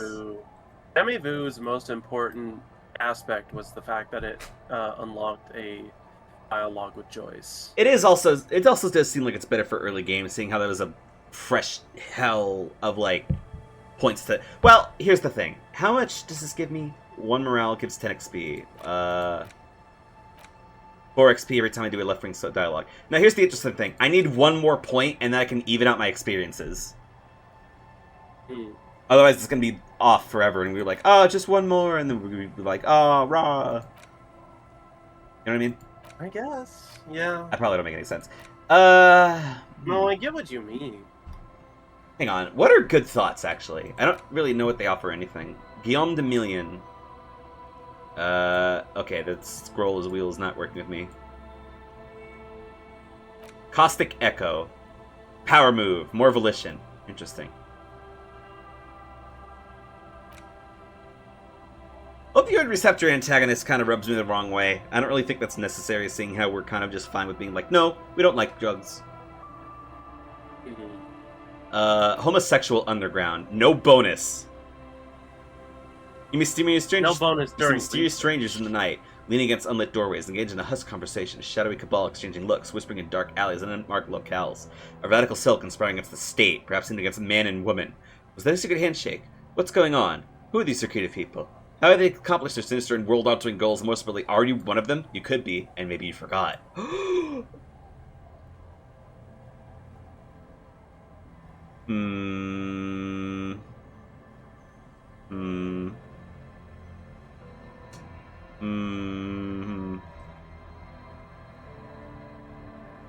Caustic Echo, though. Caustic Echo appeared after you threw away that letter. Yeah. So this would be you not moving on and actually just wallowing more. The Caustic Echo? Yeah. Yeah. That's fair. We don't need to think about that then. Precarious World. All red chicks fail? Fuck you. Fuck you. Precarious World is a lot. What the fuck? I don't even remember the solution of that one.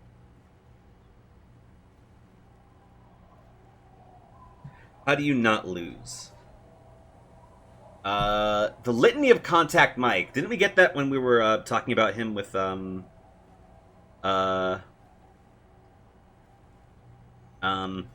on Ice. Yeah, the girl on ice. I forgot her name, unfortunately. Either that, or that was after we tried lifting our like dead bell and everything, and it hit us in the fucking foot, and we went, "Ouchies!"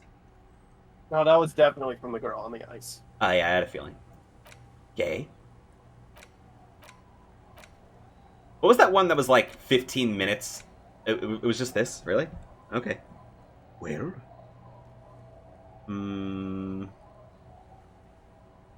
Wait, Precarious World. Wait, oh yeah, right. That's from the fucking Dice Maker lady. Right. That's where that came from. Huh. There are a lot of thoughts here we haven't found. Jesus, wow. Holy shit, man. Fairweather T500?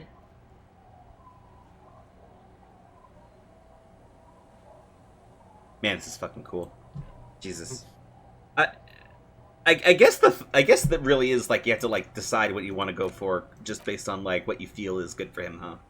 Because there's no telling what the solution is until you think it out, right? Yeah. That and is. it also expects you to like. You might want to come back for another playthrough and try new thoughts and new dialogues. I don't want to be a stinking fascist, but maybe I'll consider it for sure. I'll probably do it. I live and die for content, unfortunately.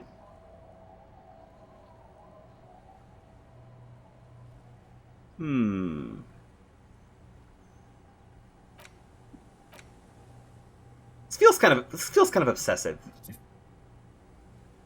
What, the homosexual underground? Yeah, because like at first we were like, "Are you homosexuals?" Like, "Oh no, yeah, we really are," and everything. Like he was just having fun with it, having a laugh. If I commit to this, it feels like a whole 8 hours wasted.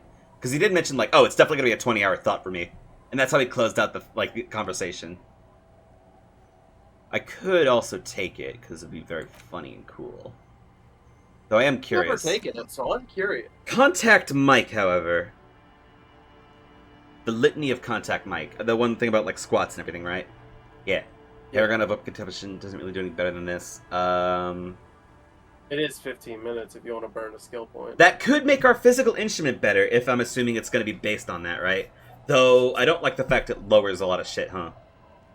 It's only 15 minutes. 15 minutes? You could just sit down and... Oh my god! Teach, you know what this is? What? It's 15 minutes. No pain, no gain, push it and make it. This is a thought exercise. Oh my god. This is literally this is a fucking thought exercise. The Litany of Contact Mike is a fucking thought exercise program. Awesome. I love this one, I think. Holy fucking shit.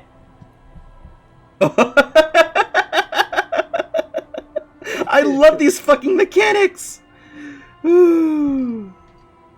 Ah, son of a bitch. You know what? Fuck it. You know what? Fuck it. Contact Mike. Sorry, jamais vu.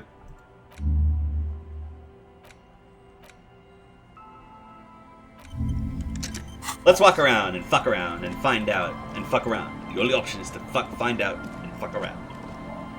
Meet and fuck forever. The lights are beginning to die down. Look at those little bastards.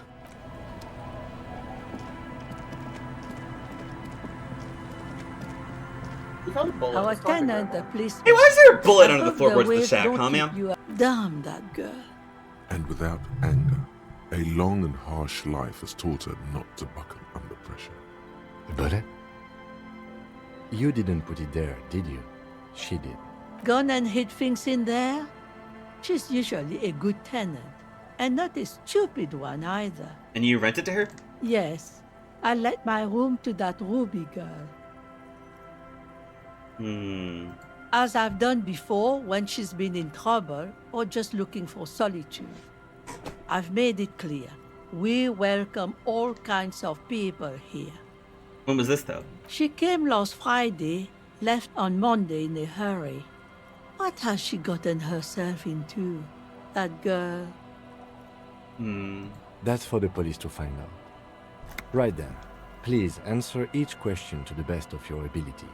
I'm sure we have a few. She left on Monday. Yes, early with the dogs, around 8 o'clock, I think.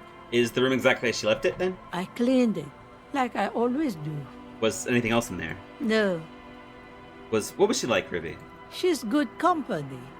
Knows how to talk to an old woman. At my age, you don't get a lot of quality conversation. So I really appreciate that about her. Did she talk to you much during her last stay? No, she was mostly silent this time. Kept to herself. How so? She tried not to let it show, but I could tell she hadn't come to fish. Usually she likes to cast a few lines, but this time she mostly stayed in her room. Why do you think she left the bullet in there? How would I know? She's a gruff one, but not violent. She doesn't go around toting a gun. You could ask her about your hunch, that it was a desperate measure. See if she thinks Ruby fits the bill. I have a possible explanation. Aye. Do tell. An exit plan. Exit from what? Her life. The lieutenant stops writing for a moment. He looks at you, then at the old woman. It's really unfortunate, but yeah. No, she's a fighter. Yeah. Heard she was a heavy drinker would, with anger issues. You ever witnessed that kind of behavior? Nothing of the sort. Sure, she was no stranger to the bottle. She fit in that way. But I only knew her to have a beer on the beach while watching the sunset. The sun sets for everyone. She isn't what you'd call a drunk. Even offered me some from time to time. Said it was part of the communal life. But I never saw her lose control of herself the way some people do. I'm sorry. I might have interrupted something. Is everything okay? I was just saying that exit plan theory would coincide with what Tommy Laham said about her. Yeah. She had the darkness. Yeah. Do you have any technical equipment with her, like radio stuff? Not that I know of, though she was into nice music. She once showed me a few mixtape milieu she'd made. Although I guess she was pretty handy with the mechanical and technical stuff. Even fixed the heater in the shack. You should be thankful for that. And where'd she go? I don't know. Further up the coast. She tried to leave quietly, but the hinges on that door screeched like a cat in heat. Woke me up. I heard her rushing in those heavy boots, heading up north. You'll never find her, you know. She knows the coast like the back of her hand. You only just arrived. I wouldn't worry about that, ma'am. We are persistent. Are you sure you would rather stay here? Get a nice cozy fire going in the heater? Seems like a better idea to me. The Feld electric mural. You feel like you should go look at it again. Step closer this time. What more do you want to know about? Yes, let's hear those other questions. One thing, officer. If you do find her, please go easy on her. She really means it. It's an honest plea. She's a good girl. Whatever she's gotten herself mixed up in.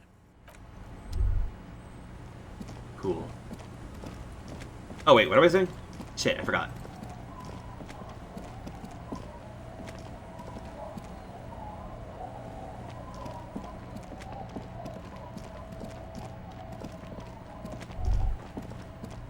Those boys have successfully helped me evade a horrible fucking eviction for everybody. Oh. Winter, slow to let go of Revachol. Flecks some more wet snow from above.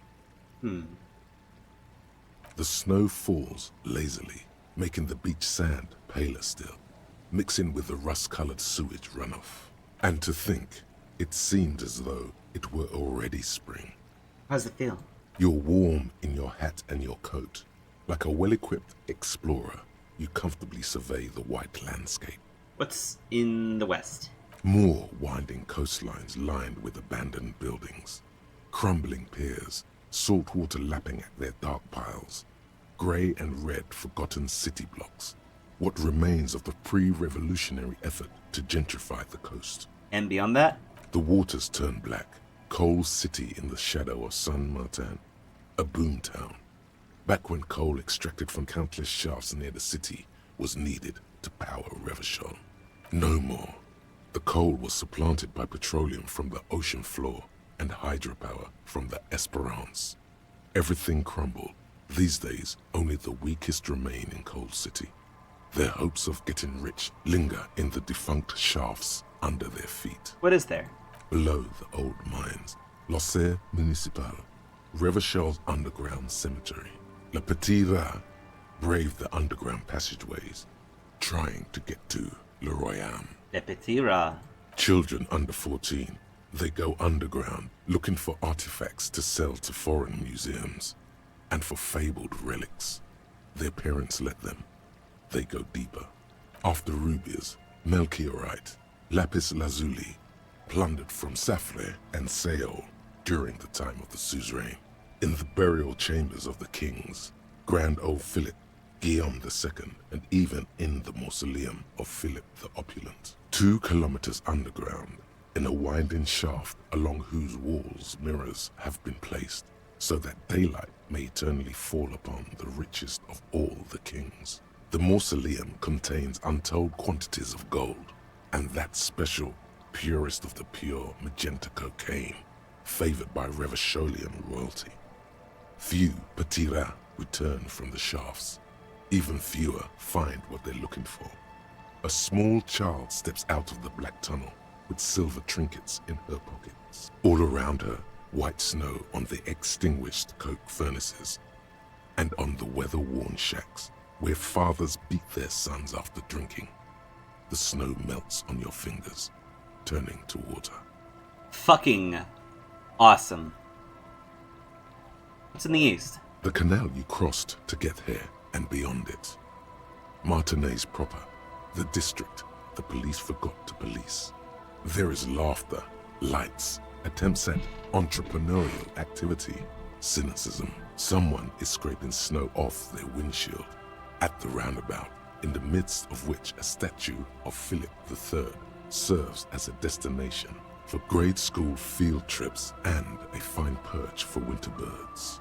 Like all monuments, it's also a warning. 6-story ruins on the south side of the roundabout cast a long shadow over the profligate king. And further, a fenced-off yard. There's a truck belonging to a logistics company parked next to the gate. Bright light from a building behind the fence reflects off its hood. In the north? The abandoned church, its walls covered with hoarfrost now. One of Lissette's sœurs. The other 6 sisters were destroyed during the revolution. And further than that? A serpentine strip of land weaving its way into the Martinez Inlet. Unfortunates on the run from the law, from themselves. Sometimes hide out on nearby islets.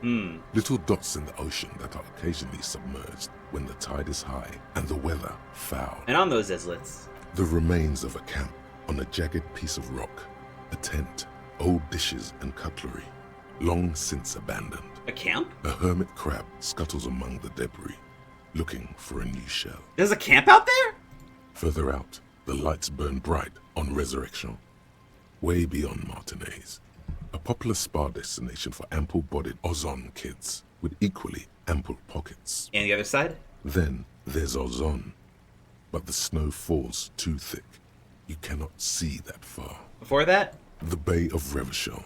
Vastness, great depth, over 1,200 meters at its deepest. Water air-brinier than here. It is crisscrossed by huge cargo ships bearing company logos. Wild Pines, Zam, Morian, and at the farthest reaches of the Bay of Revachol, the shadow of the Coalition warship Archer, on perpetual patrol duty, ready to unleash artillery fire if you were to rise up against the market. Jesus Christ. You shudder. The raised motorway, 881, separating Martinez from Jamrock. Vehicles whoosh past one another day and night, while those who reside in the labyrinthine alleyways beneath the motorway attempt to carry on with their lives in the snow and the slush. And south of the 881 is the Pox. The Pox was once a park, a place for reflection and recuperation for the patients of the old military hospital. In the 20s, it was used as a quarantine center during a measles outbreak that killed many children. Most everyone has avoided the hospital and surrounding park ever since. The Pox is completely wild now. Evergreen thickets covered in snow and industrial dust. Feral dogs and even wolves roaming in packs. The police try to keep the deepest corners cordoned off. Still. Heavy drug users do slip through and hole up in the old military hospital, hoping to find something to get high on among the hastily abandoned supplies, or just to overdose in peace. Further south? A line of motor garages with armored carapaces hunched in the cold. A mechanic is hard at work, patching up bullet holes in the side of a Capri 40. These are the garages of Precinct 41. Snow settles on the roof of the repurposed silk mill. It serves as your station. Shivering RCM personnel hurry in and out of the main entrance. Around you, the snow continues to fall. To the west, the ocean swells. The stairs descend to central Jamrock. A man named Cooklove has a snow-covered stall there, in the market across the bridge. He sells kebab infested with fly larvae to your colleagues who believe eating it will make them immune to food poisoning. Snow falls on the utility district, the library, the florist, the Sarah Mauritian restaurant that offers homemade wine, and also on the brothels and drug dens, and the chop shops of the Zemlyaki. All of this built around a lake that formed in a meteorite strike. At the center of this lake, there is a little ship. There are lights at the bottom of its hull. They are lights directed toward the seafloor, looking for something, like whiskers. For what? A chill comes over you, crawling down your back. The sand under your feet is wet. Somewhere in the south, tarpaulin flap in the wind. Where's Ruby? Near. Snow falls into dark water.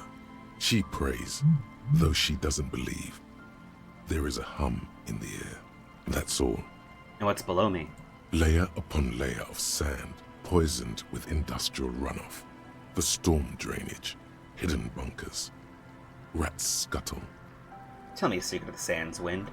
Someone stuffed a big old polar anorak into a concrete pipe under the boardwalk. It would keep you warm. You would probably never happen across it, but who knows? We should keep moving. Who knows when the snow will let up. Someone stuffed a big old polar anorak into a concrete pipe under the boardwalk. Huh.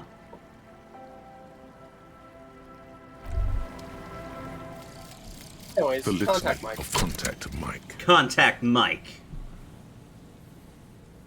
5,000 to 1 rank outsider. No one saw it coming. The mantle of a game changer demands intangible qualities. Fights are not won. You're thinking, instead of doing detective work right now, fights are made. Blow by blow. Let's take it, Mike to the Mikey. Some low-intensity part of you has entered a sports cliché-driven fugue state, and it's not necessarily a bad thing. Also, Mike knew what it took to win. He just wanted it more. All physique white checks unlocked.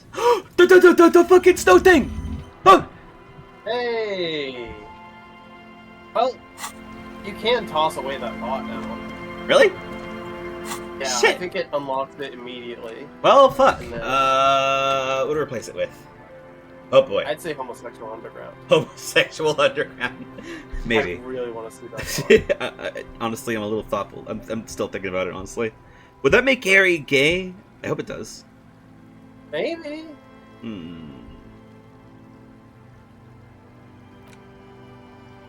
Power move. All red checks fit. Yeah.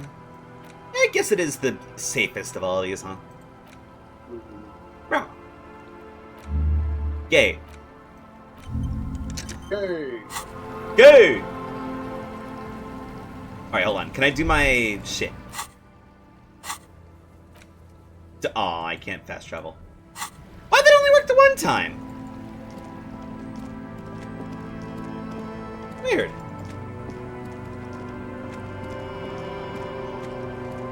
Are they not letting me go places because I'm gay now? The nerve of these people. That is so fucked up. Wait, can I just like up? No, that's just like stuck like that, ain't it? Oh well. Man. This game's entire fucking EXP system baffles me and makes me feel fucking insane and awesome. I love it. It's so utterly tethered to him as a character. Man, fucking... Oh man. 9 more hours for the Wasteland of Reality. You might not even make it in this stream. Which is fine. It's likely next stream. We also found out that thoughts actively need time for Harry to be awake in the first place too, so it's gonna be a while. Yeah. I'm gonna go try. Which makes sense. I'm gonna go try and get that little thingamabobble doodly out, and then we're gonna go see the pigs. I think, right? Yeah. And then we're gonna. Not this... Sorry, what's up? And then we're gonna go be awesome communists. Wait, so where are we headed to right now? We're gonna, because the physique checks have unlocked, so I'm gonna go take a look at the icebox again. Right. Yeah. I still have to collect my thoughts on fucking Wasteland This of Reality, orange so it machine might be What? better that it happens It next has stream. Uh-oh. ice cream What? churner Uh-oh. and an electric freezer. The ice around it Wait, what the slowly fuck? melting. I was supposed to hang on to that until I came up here. Is that really how it works? Ruh-roh. Well, you have... I'm sorry, I fucked it up, I guess. Sisters. No, it's okay. Actually, while we're here, are they still... Oh, they're still awake, thank God. Hey. Yo. Hello, officer. I think I almost have it. A new trap design, that is. I know you're skeptical, but I have a good feeling about this. Yo, dude, I talked to Kuno. He's gonna stop stealing locusts. So it was just a child. Thank you for telling us, sweetie. This is good news, right? It means we can try again. Something is secretly gnawing at her confidence. It's not this Kuno kid or the missing locusts. It's something else. Yeah, you're right. We just need to restock the empty trap. Then we'll need to inspect the traps one more time. And then maybe we can.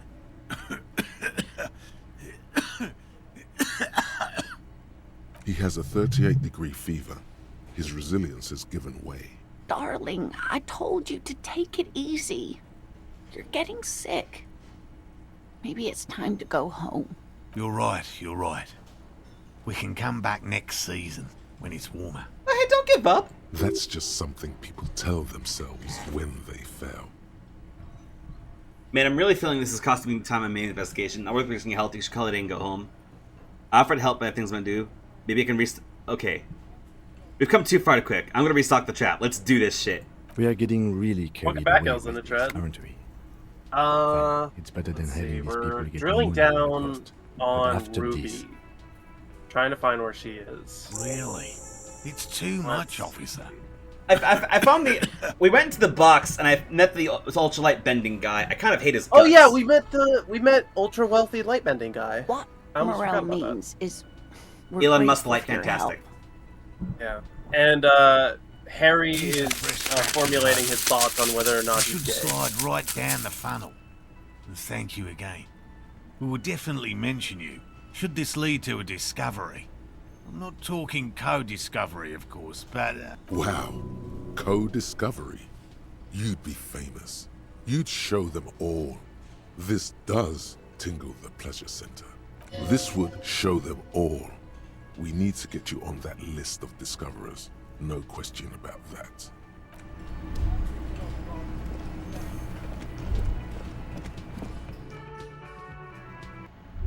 Well. What else was I gonna do around here? Shit, I forgot. Damn it. Oh, right, the pigs. Suna with her project for the... Oh, yeah, okay. Ice cream maker open, ask about Ruby in the village, which I did, and apparently she's, like, somewhere close by.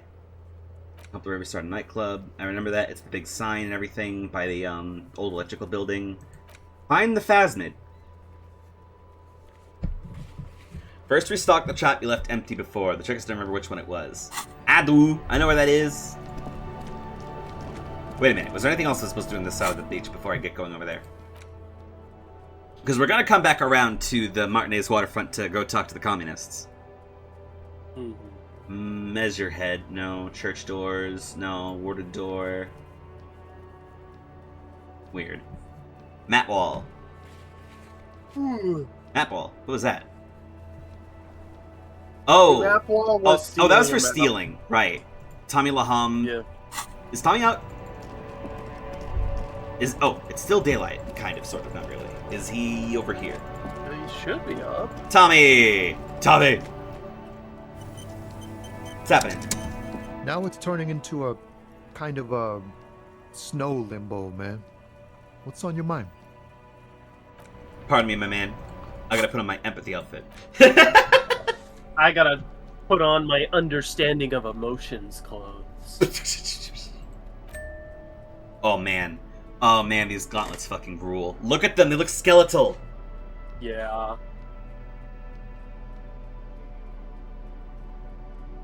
Oh, and also, the computer lady gave us the Guilty Gear Junkyard dog. It rules, unironically. It's so fucking cool. Logic. Man, I should sort this shit on. More empathetic glasses.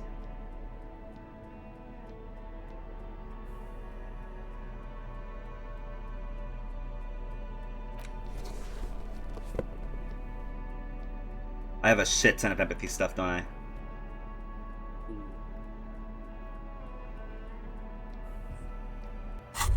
What? As you fold your fingers into a fist, you realize you can end out with one punch. The white ceramic gloves wrap around your digits comfortably. Your movements cause tiny little clicks, like dice rolling somewhere far away, as the plates reorient to your motions. The hardened vitreous enamel, at once sleek and light, It looks like exactly like it. And a spring to your step. Just imagine what a full suit of this stuff could do for you. You really do feel more confident. Invulnerability does that. Even partial invulnerability. It may be a while before you have all the pieces. In the meantime, you should analyze the armor. Figure out its vulnerabilities. Remember, this is a highly specialized kinetic redistributor meant to stop bullets. Wear it. Observe its properties. See if there's a weakness in the design. You got it, sir. For the day you have to fight someone covered in the same material. Oh, that's scary to think about. That's it. You got it. Got what? The whole shebang. Coat and hat? The coat. The hat. The swindle so crooked a Yegman couldn't break it. Yegman.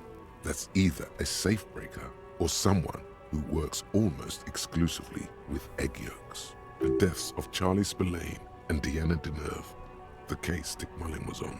That's what this crooked swindle must be. Oh, what? The killer was the Highbinder's twat of a son. Don't think like a cop.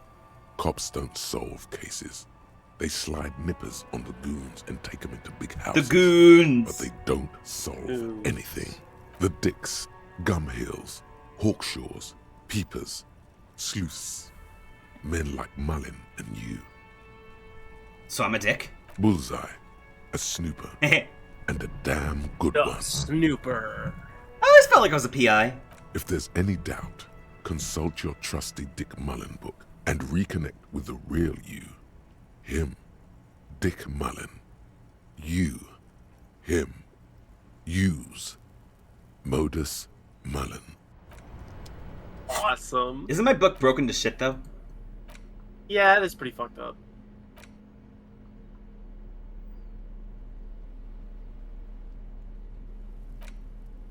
In your hand, Modus hold 4/5 Mullen. of Dick. Oh. That was it? That's awesome. Oh my god, it's a noir now!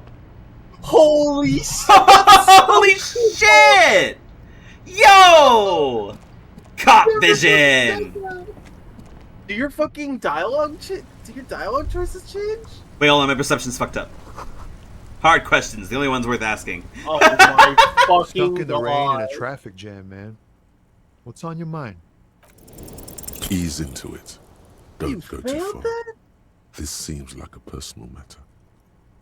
Man, nothing's troubling me. That all the beans you got, Tommy? Damn, it really is hard to talk, man to man. Not with that attitude, mister. We did pump a lot into everything. One more for the road, you think? Yeah. Let's be good people. You gotta go out and go back in. That's awkward. Make way for the master poet. Yeah. In his eyes, an unfamiliar longing. Flecks of brown. I didn't know either. Familiar how? It's hard to say. His gaze wanders. I am happening upon everything cool, apparently, and that's setting me a little bit. Oh, man. The road continues for miles, flowing together with other roads, turning into causeways or bridges, ending suddenly in dead ends, or ramping up or down highways. It forms a crisscross pattern across the land. Where does it lead? Above the Jamrock Quarter, in the form of a raised motorway, and then the never-ending sprawl of Forburg, high above buildings, new and old, the air filled with the rumble of motor engines. You missed a few things? Okay, further. To the I mean, old the nature of south, making choices, to the farthest outskirts of Revachol, through the checkered fields of farmland, upstream to the river Esperance, past Montmartin. The border approaches. You cannot see. It's out of the city. Up ahead, the mist blocks all sight. A gale blows across your cheeks. It is cold. Before you stands a tall lorry driver with sad eyes. That's from the southwest. Excuse me? A flinch jolts his frame. Life is The fascist question has Harry. touched a nerve. You can tell. You get a longing. I felt something similar since I woke up. Man, I don't know what to say. Not much anyone can do. There's no helping in absence, you know? Oh, tell me. I miss my family. They're all I have. My wife, second kid on the way, waiting all the way in Diora. And here I am stuck in this shit, so far from home. Diora? Oh, it's playing a very gentle piano now. Diora of the Seven Seas. It's on the other end of Le Caillou, pretty much. On another island called Laurentide, off mainland. We've got a little place there. Can almost hear my kid laugh when it snows. What's it like to miss someone? What's it like? Good. And bad. An ache that brings you joy. I think of them a lot. I dream up these silly scenarios in great detail of living with them. It comforts me. What about you, Copman? You missing someone? Is that what it is? This feeling? No, it's scarier than that. You're pursued by a hunter, smelling of apricots and sorrow, and the past. I miss someone, but I don't know who it is. I feel for you, my friend. It's bad enough to know who you miss. Missing like that doesn't feel like it has much of an upside. But, thanks for this. It's nice to talk to someone, and I know it wasn't easy to ask. I hope you find your way through your own troubles. This fucking game, man. Yeah. You raise your empathy to empathize harder as a person with this guy, just for the sake of empathizing. This is good shit, man. Oh, I felt a little A bit lorry personal too. abandoned. The smell of cigarette. There's something odd about the passenger seat. Oh? The seating fabric has been pulled tight over the lower side of the seat where the toolbox should be. Voila. A stack of neatly folded papers has been stashed behind the seating fabric. You see 3 maps depicting a large metropolitan area. It's Revachol. Some of its routes and highways have been outlined with a pen. Bonne prise. This large map displays the elevated motorway called 881. The intake leading to Martinez is marked with a blue X. There's another X on the off-ramp at a place called the Old South. Toll booths at the intakes are marked with a circle. It looks like there are scant few ways of getting onto the elevated motorway that runs over Jamrock. And this person knows them all. There, hundreds of thousands of motor carriages roar on the 881. High above the mass of brown and red roofs, that is Jamrock. The commuters don't even look down. The world ceases to exist outside the windshield. To Kuron, through the middle-income neighborhoods there, Getting by a the lot river, of shivers and tonight. then to Stella Maris and La Delta for work, while the men and women of Jamrock scuttle to their fates below the road. Shivers, I love you. I love you so much. I love you, Shivers. You're my signature for a reason. I love you. Alright. This municipal map from the 30s displays a complex system of storm sewers underneath a sub-district called the Pox, old military hospital, right adjacent to the 41st precinct. No storm will ever drown Revachol. The great solution to the riddle of history. Wind rips through the empty hallways of the once great military hospital, now just a ruin under an overgrown park. Beneath the hospital, great sewer tunnels hum and vibrate with life of their own. The rattle of motor carriages and lorries driving through long-forgotten tunnels, lit by gaslights. The final map displays a labyrinth of service tunnels left over from the construction of Motorway 881. A few routes have been marked with a pen, where the tunnels and sewers surface near the eminent domain and a traffic island in central Jamrock by the lake.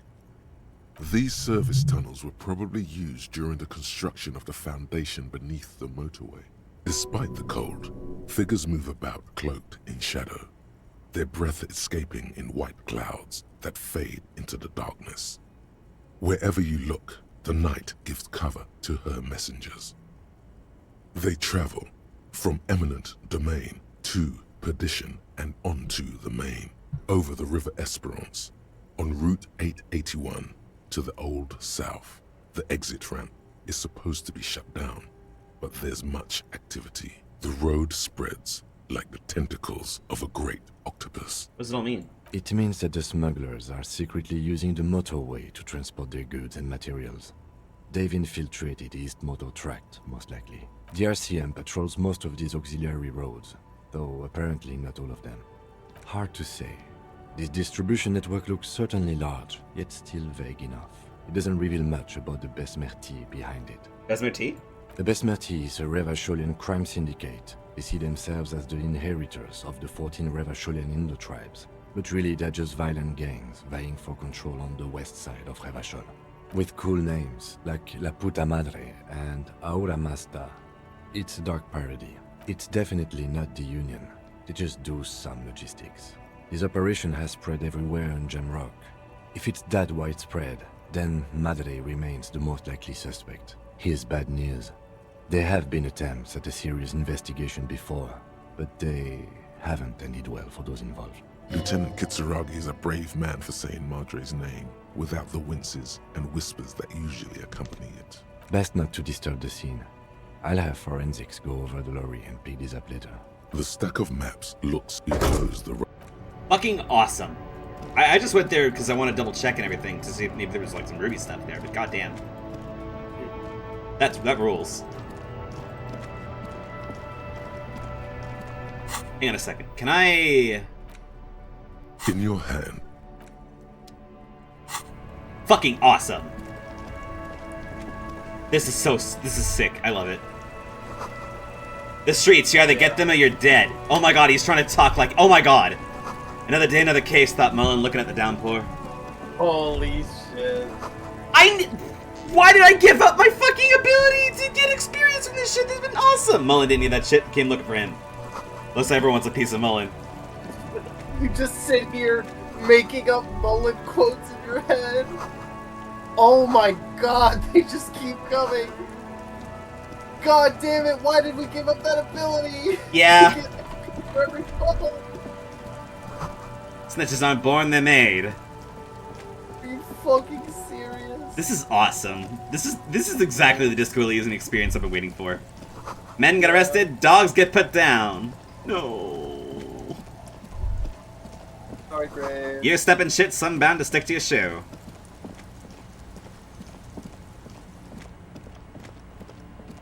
Oh, the Modus is gone.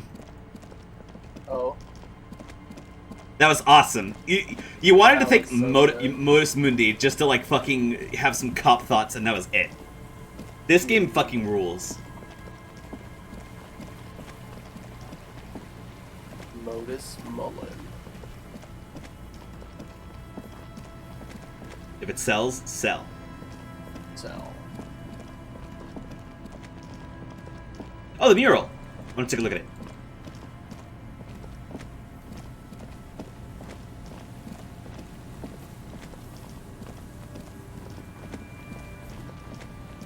You see, a once bright mural tower, a slogan used to intertwine with the loops a long time ago. Now, only a Hang on, I have a thought. If she's working with a pale gun, I'm scared this might be like a boss fight. You see, a once bright mural towering above you. The signage has peeled off over the years, but you can still make out Feld Electrical R&D.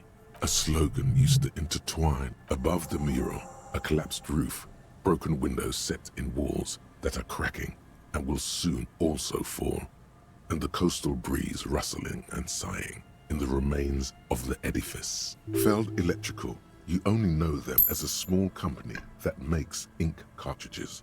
Looks like they used to be big. There's something in the wind. Sometimes the only way to go forward is to fail first. Indeed, somehow you knew it was here. An urban ruin gutted by looters that once used to consume money and dispense warmth and light.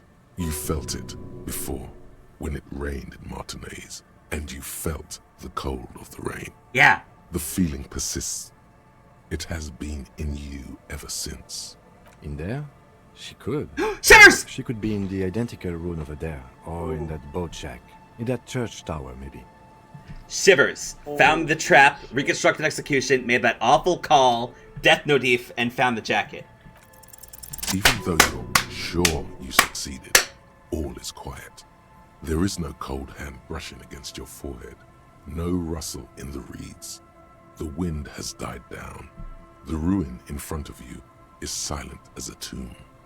Trying to talk to the wind, the city, whatever you thought would happen, did not.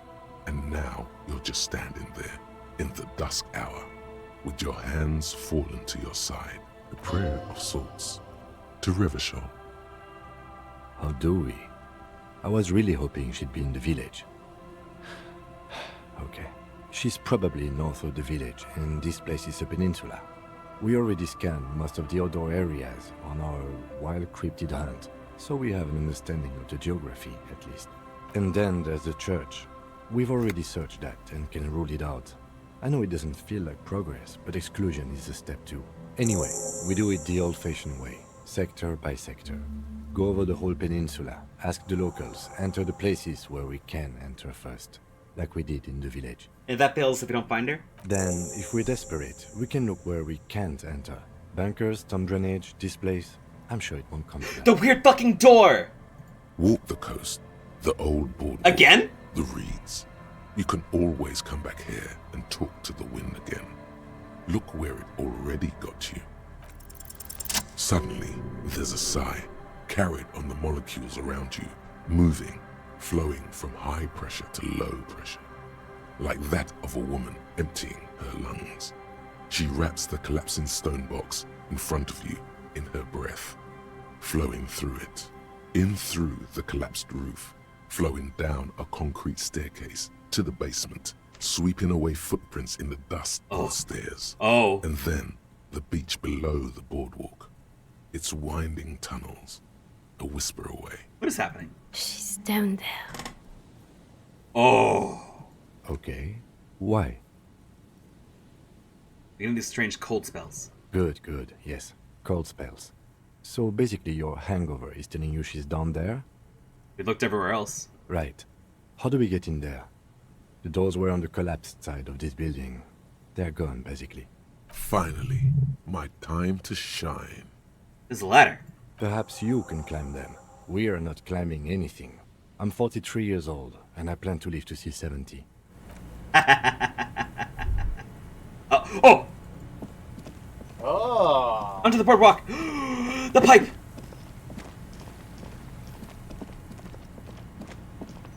An old pipe peeks out from beneath the rotten boards of the boardwalk. Could this be an alternative path into the felled building? Your eyes slowly begin to adjust to the darkness inside the drainage pipe. The lieutenant looks over your shoulder.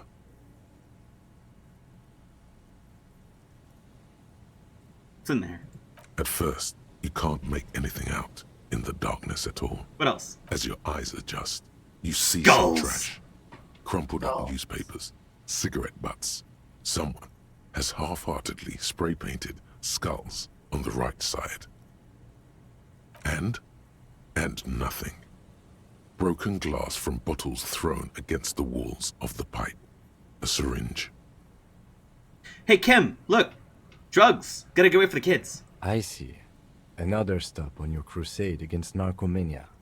I was hoping we were in pursuit of a murder suspect. Can we get in through here? Given that this isn't a martial arts thriller, it's highly unlikely, and not without risk to our health either. Oh. However, the pipe suggests there may be an entrance to the basement around... And it's right here. A maintenance door. It's jammed shut. The subtle approach isn't going to work on this one. Hey, yeah! You and the lieutenant lean all your weight into pushing the doors apart, but you're not quite synchronizing your efforts. They slam shut again before you can enter. Let's take a breather and try this again later. It's very tough.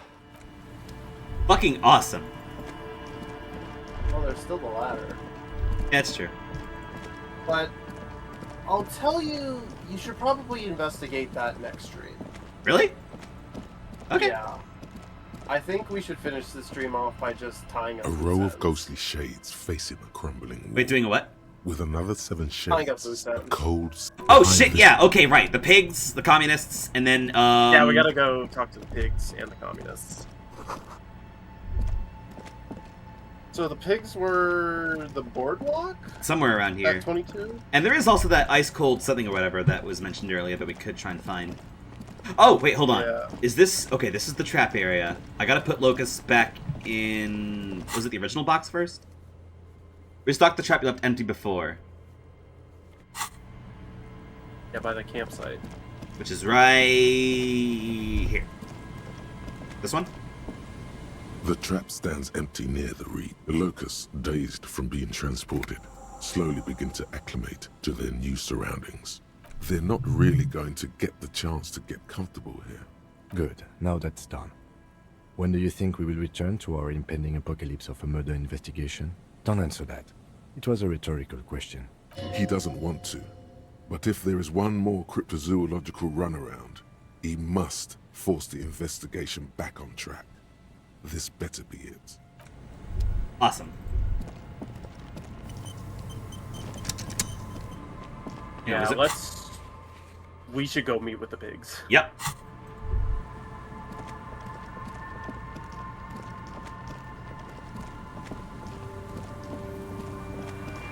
Somewhere along the boardwalk over here, right? Yeah, I think this is the right place.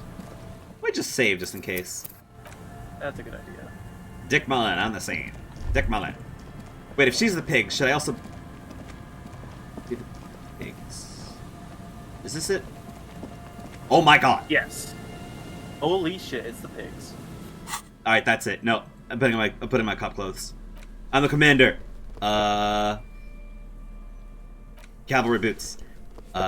This is as swag as I could probably get, right? Yeah. Wait. Topping it off. Glasses. Gloves. Yeah, it seems about right. Quick saving here. If all else fails, you have She also has a gun! Hands where I can see them. Oh my god. The aging woman under a mountain of police paraphernalia mumbles to herself and no human reaches the megaphone. Show me your hands. This is the pigs. Show me your hands. Right now! Show me your hands! Right now! Scavenged, battery-powered police lights protrude from her back. The flickering light show reveals a gun in her shaking hand. She looks like one of those special loot bugs in Deep Rock Galactic that skitter away when you shoot at it. Yeah, the Her Hoogly hand is Hoarders. trembling from some sort of neurodegenerative disease. Madame, please drop the firearm Kim. immediately. You shouldn't be here. Something's very wrong with her.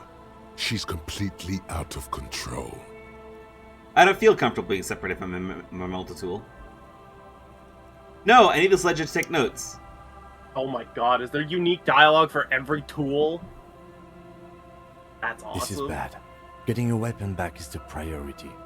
We can't have an unhinged civilian running around with a gun. Comply, or I will light you the fuck up. No, I need this ledger to take notes. Failure to comply. Suspect is displaying aggression. Officer, under duress! Officer, under duress! Her eyes bulge with terror. Veins protrude on her forehead. I am the police. Don't move. Don't move. Hands on your head. Suspect is armed and dangerous. Man, we just want to talk. Lateral vascular neck restraint. Carotid sleeper. Carotid sleeper.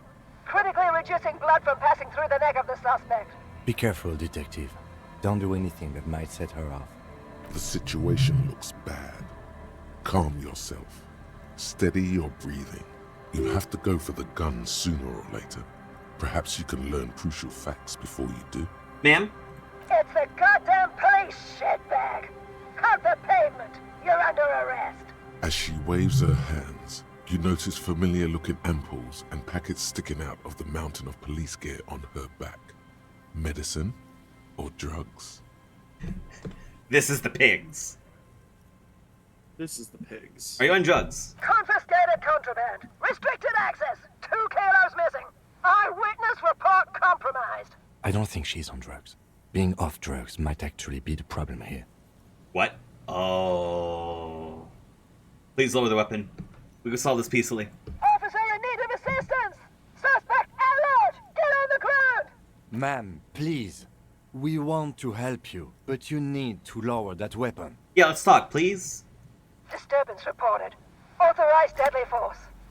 Sector, take the shot. Big red key. Big red key. Big red key? That's code for the battering ram. Cop talk. You know this. Back up. Back up.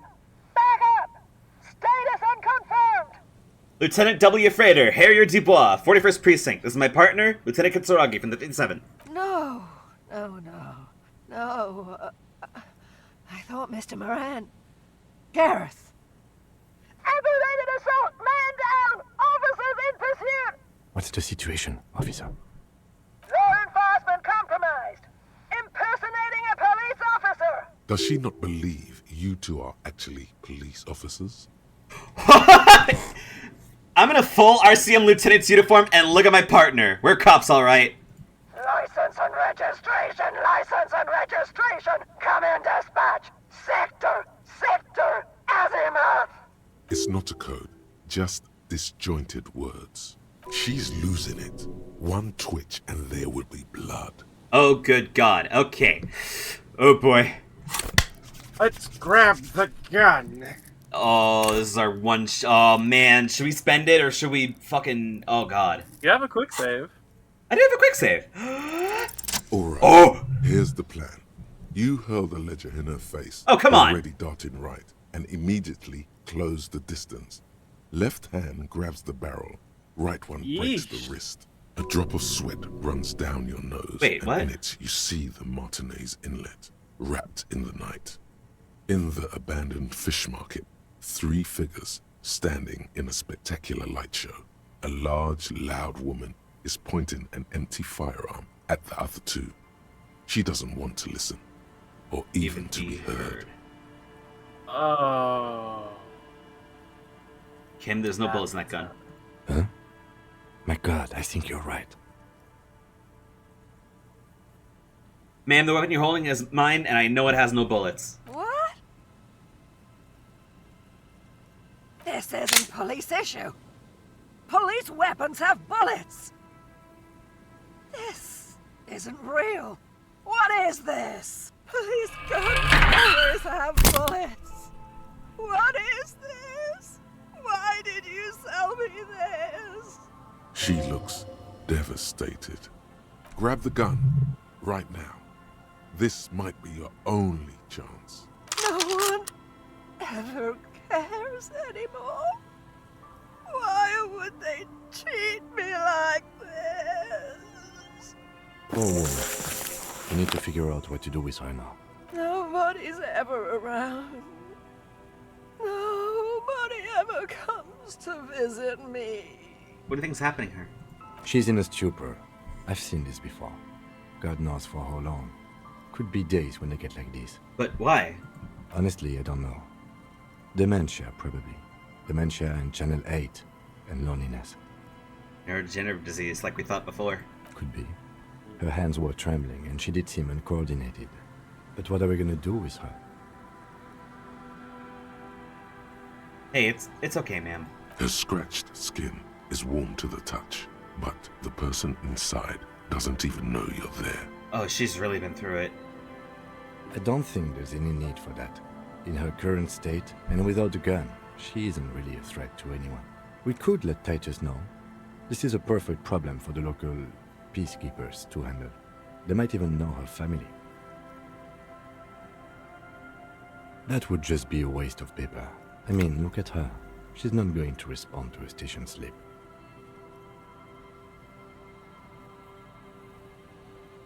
Should we refer to Titus? Because, like, this is just me ego-inflating, and this is just me being an asshole and just leaving her be. Yeah, let's get communal in this. Then we can ask him once we get back to the whirling. But we have to hurry, because it's late, and they might have already gone home. But I think we're done here for now. Let's head out. This is done. Please, leave the radio on. She stands motionless. Just a heap of clothes and flashes now.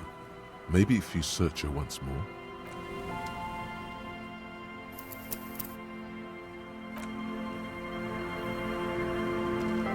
The woman stands slumped. She looks catatonic under her mountain of RCM paraphernalia. Is one of those things a police cap? There were narcotics in there too. You're thinking of taking them. Do. She doesn't even flinch as you reach out and disentangle the familiar-looking lieutenant's cap from her mountain of RCM paraphernalia. Oh, is that yours? It's hard to say. It's been so long since you wore yours. I think so. The lieutenant nods. You take the phial of Pyrrolidon and the bottle of speed as evidence, obviously. You're taking those, are you? Listen to him, for once.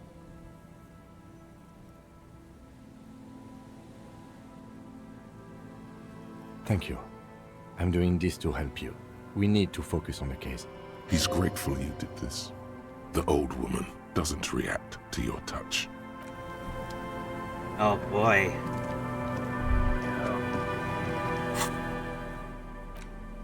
Oh. That's one thread tied up. Oh my god. We're in a full-blown cop outfit now, aren't we? Jesus. Can you put that bullet in that gun? That's a good question. There's some tear. 2 empty bottles of Tallulah vodka and a can of black potent porter. is all you find. No, there's more in there. Livis strawberry liquor, plus some Pilsner bottles too. Better not pick them up. They seem unhygienic. A tragedy. He shakes his head with genuine sadness. Whoever tossed it here was a heavy smoker. The brand name reads Red Astra.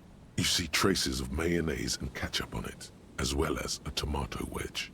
The wrapper reads Shish Kebab Revachol. It's hard to concentrate in the smell. The sea air brings some relief. Alright. Loose ends. Here we go. Can we fast travel? No. Fuck.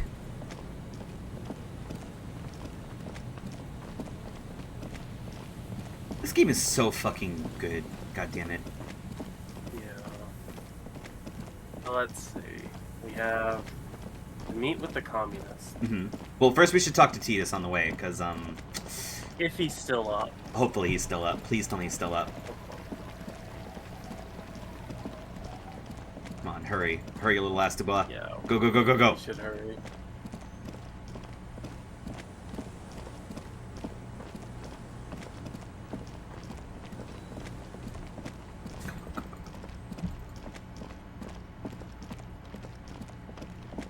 Move it!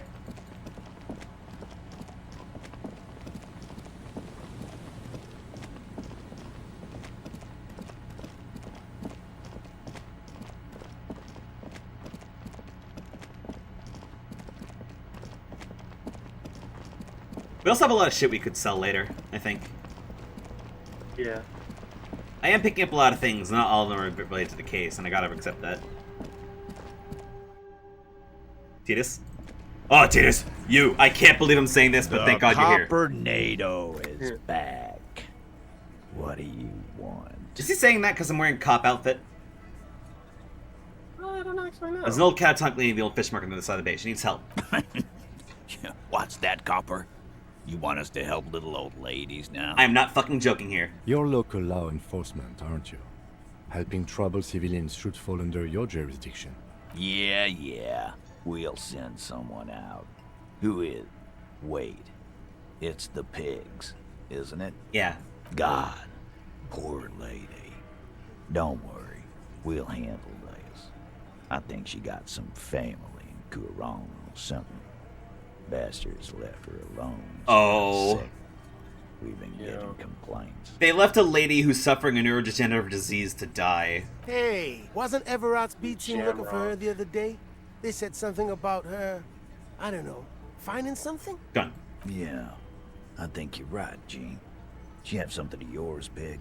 Whatever you do, do not admit to these punks you lost your gun. You will suffer if you do. Nope. No?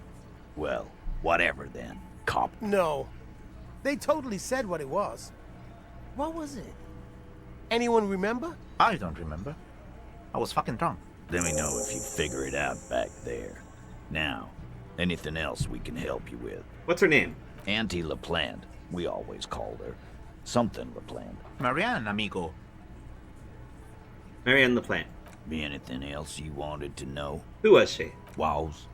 Like before. Just an old lady. Her kids moved away years ago. Never come to visit. Never took her calls. She gets out every now and then. She did right by lots of us when we were kids. Always was a little off. But still. Us kids? That must have been ages ago. She was better then. Oh my God. The children kept her together. Oh. Get wanted to be a cop, you mean? Well, shit. I don't actually know. Anyone know why she started acting like a pig? No fucking clue. It's gotta be the crazy. Who'd want to be a pig? Someone who wanted to set the world right before it ends. Ever think of that? More like someone who could, cooling forms, fast machines, packing heat, law enforcement, social occupation. Yeah, I can't help but feel, yeah. Yeah, you should be. Whatever, Cole. Don't worry about it. We'll take care of our own. Thanks, man. Where'd she get all her cop gear in the first place, then? Dunno. She lives by the water. Shit washes up all the time on the beach. Police paraphernalia doesn't just wash up on the coast, people. It's not like we dump it at night. She bought it, collected it. Station 41. A man carries a crate of rusted, unused badges. You think these would net us something at the annual auction? A balding detective drags a comb futilely across his head. Shit, who'd want those? Just dump them into the river. Thanks, Titus. No problemo, cop man.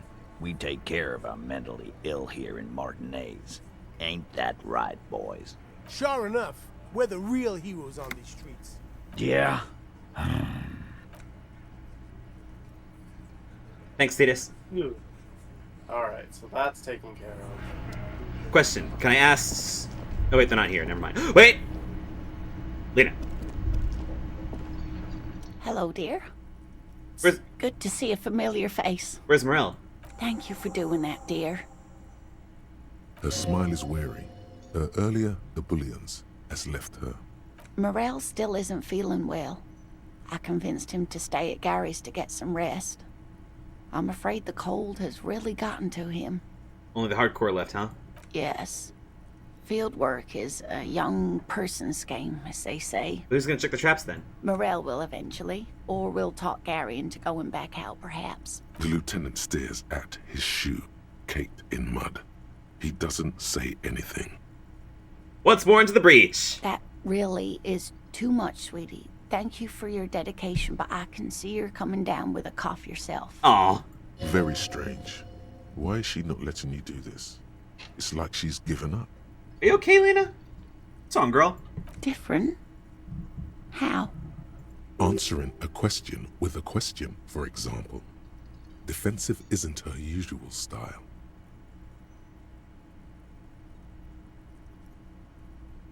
You're not telling me the whole story. I'm not. It's not that. What is it? It's a strange feeling. Oh, she... I haven't really told this to anyone, but you are a police officer. She's in a stupor of something. And when a police officer asks, you must answer. Do you ever wonder if some lovely story from your childhood is just that? A story? Or a dream? Hunching her shoulders now. She seems even smaller than she is. Like a sad young girl. Is she pale afflicted? I think she's seeing the Insulindian losing phasmid faith is in just her a belief in the story I phasmid. used to tell people. I didn't really think about whether it was real or not. But Morel told me you'd seen it, and you'd also told me. Morel's so proud of it. He always tells everyone. A terrible sting in the heart. Regret. I mean, you seem to really believe it. Didn't that count for anything? No, sweetie. There's more to it than that. Morel was so eager to believe my story was evidence of the phasmid's existence that I'm some queen of the cryptozoologists. That, and for years his belief made me believe too. That I am a queen? An extraordinary witness to grace. But now, we're both getting old and he's still working himself sick out in those reeds looking for it. But what if I was just wrong? I think I was. Oh, I see. The lieutenant opens his notebook, but doesn't write anything. Oh boy.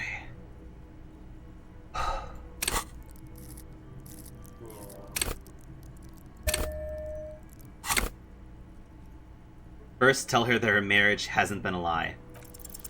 An acorn is not the same as the tree. That requires time, diligence, and care. And? All qualities these two seem to share in abundance. Wrong or not, your relationship with Morel isn't just about the phasmid. But it is. We've spent years searching for the phasmid, hunting it together. Without it, what are we? If I hadn't led him down this path, he could have a steady job lecturing at a university. He hated lecturing. You convinced him to do something real in this world. Normally when I think about stuff like women in marriage, I feel bad. When I think about you and Morel, I feel okay. That counts for something, no? Oh my god, Harry. But if the dream comes to naught, what good is it? No, the thing is, I was a paraplegic before we met. He didn't know before I arrived, on our first date.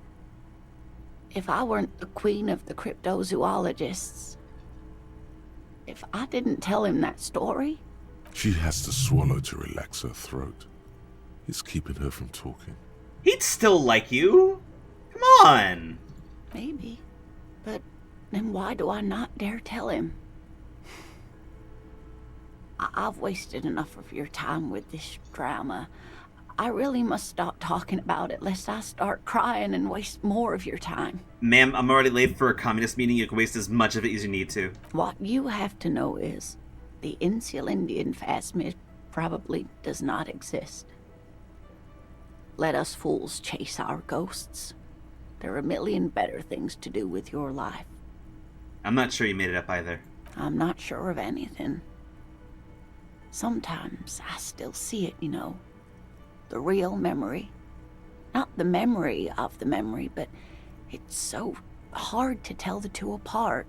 Rising, unfolding from the reeds on a hot summer's day, like a benevolent god. Either way, I should go. Poor Morel is running a fever, and I need to get him home to Jamrock before we overstay our welcome with Gary. Are you sure you need help getting to Gary's? Oh no, thank you, but I can get there on my own. This old thing is gas-powered. Ooh. And then a taxi home. It's not so bad. I'll check in the traps one more time. Really? Yes, really. Fuck off. Oh, sweetie. Please don't get stuck on a dream. Take it from me and Morel. And can I have your address just in case there's any news? Okay. It's 1113 Tabernacle Road. Jamrock, but... A sigh. She doesn't think you'll need it. It has been an utter pleasure, ma'am. Likewise, sweetie. Thank you for everything. Truly. Even though it turned out to be a waste of time. A dream. A fool's hope.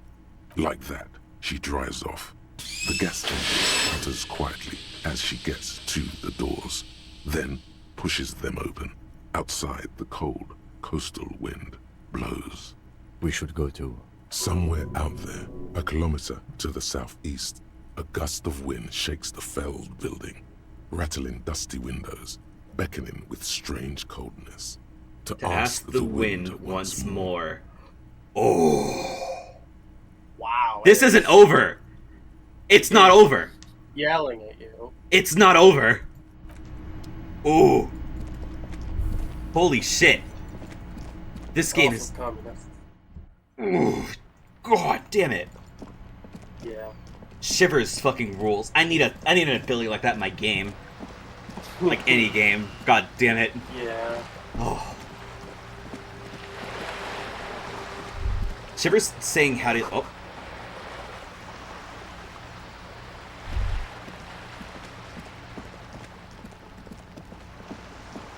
Yo. Hello again, officer. Okay, I gotta look for this place apparently. Jesus, okay.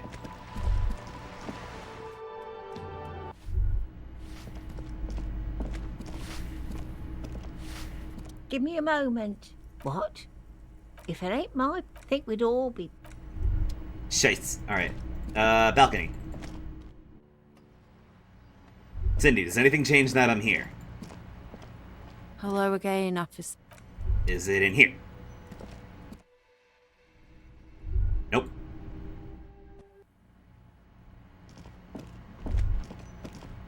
As you approach the metal grille, you can hear several voices having what appears to be an animated discussion. This must be it. Beyond this door lies the beating heart of radical communism in Martinez. Somehow, the night air softens the smell of trash and sea brine. As the breeze pulls through the canvas like a shuttle through a loom, you catch a hint of something unexpected. Something earthy, warm, and burnt. The acrid smell of failure.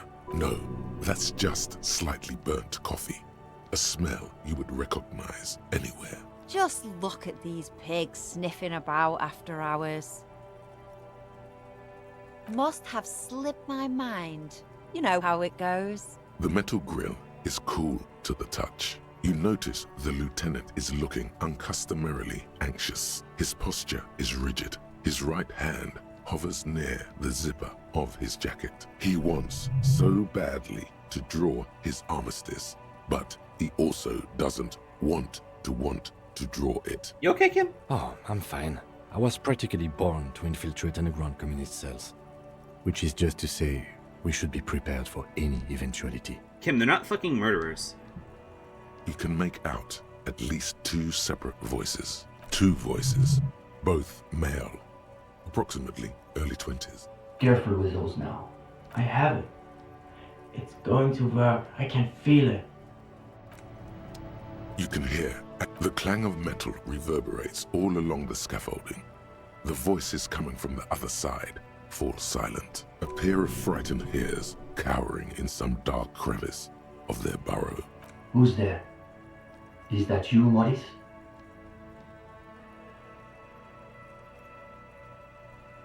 Who said communist? Did we say communist? Get out of here. Listen, I've already built like 0.1% of communism, but now I need to get organized. Can you help me? For a moment, silence. Kim knows from his moral intern teachings that he should always be prepared for despicable commies, and he's a loyal moralist, but he doesn't want that to be something the moralists pose. Oh, Kim. Oh, welcome aboard. A slight sensation of static electricity as before a storm. A miniature conference is taking place inside, and you are the subject. What's the passphrase? Remember Dobriva and Abaddon. There's no response. You begin to wonder whether they've slipped out some back way. No, they're still there. You can feel them back there. Alright. Yes! The key's taped to the back of the door. Nice. Just make sure you put it back when you're done, or we'll all be locked out. And do watch the concrete. It just kind of falls away. In places. Charmant. After you, detective. Uh-huh. Have fun at your underground meeting, pig. Hope it's a blast. The 2 young men are either Esteban. oblivious to or ignoring your entrance. Their attentions are fixed on whatever it is they're stacking in the middle of the floor. Wait, why is this pinging? Oh, skill points. Is that what it's like that too? Okay. Probably. Huh. Cool. Matchboxes, it appears. Ah! I think it's holding, Alexis. It is. It's holding. Echo Maker. Careful, careful.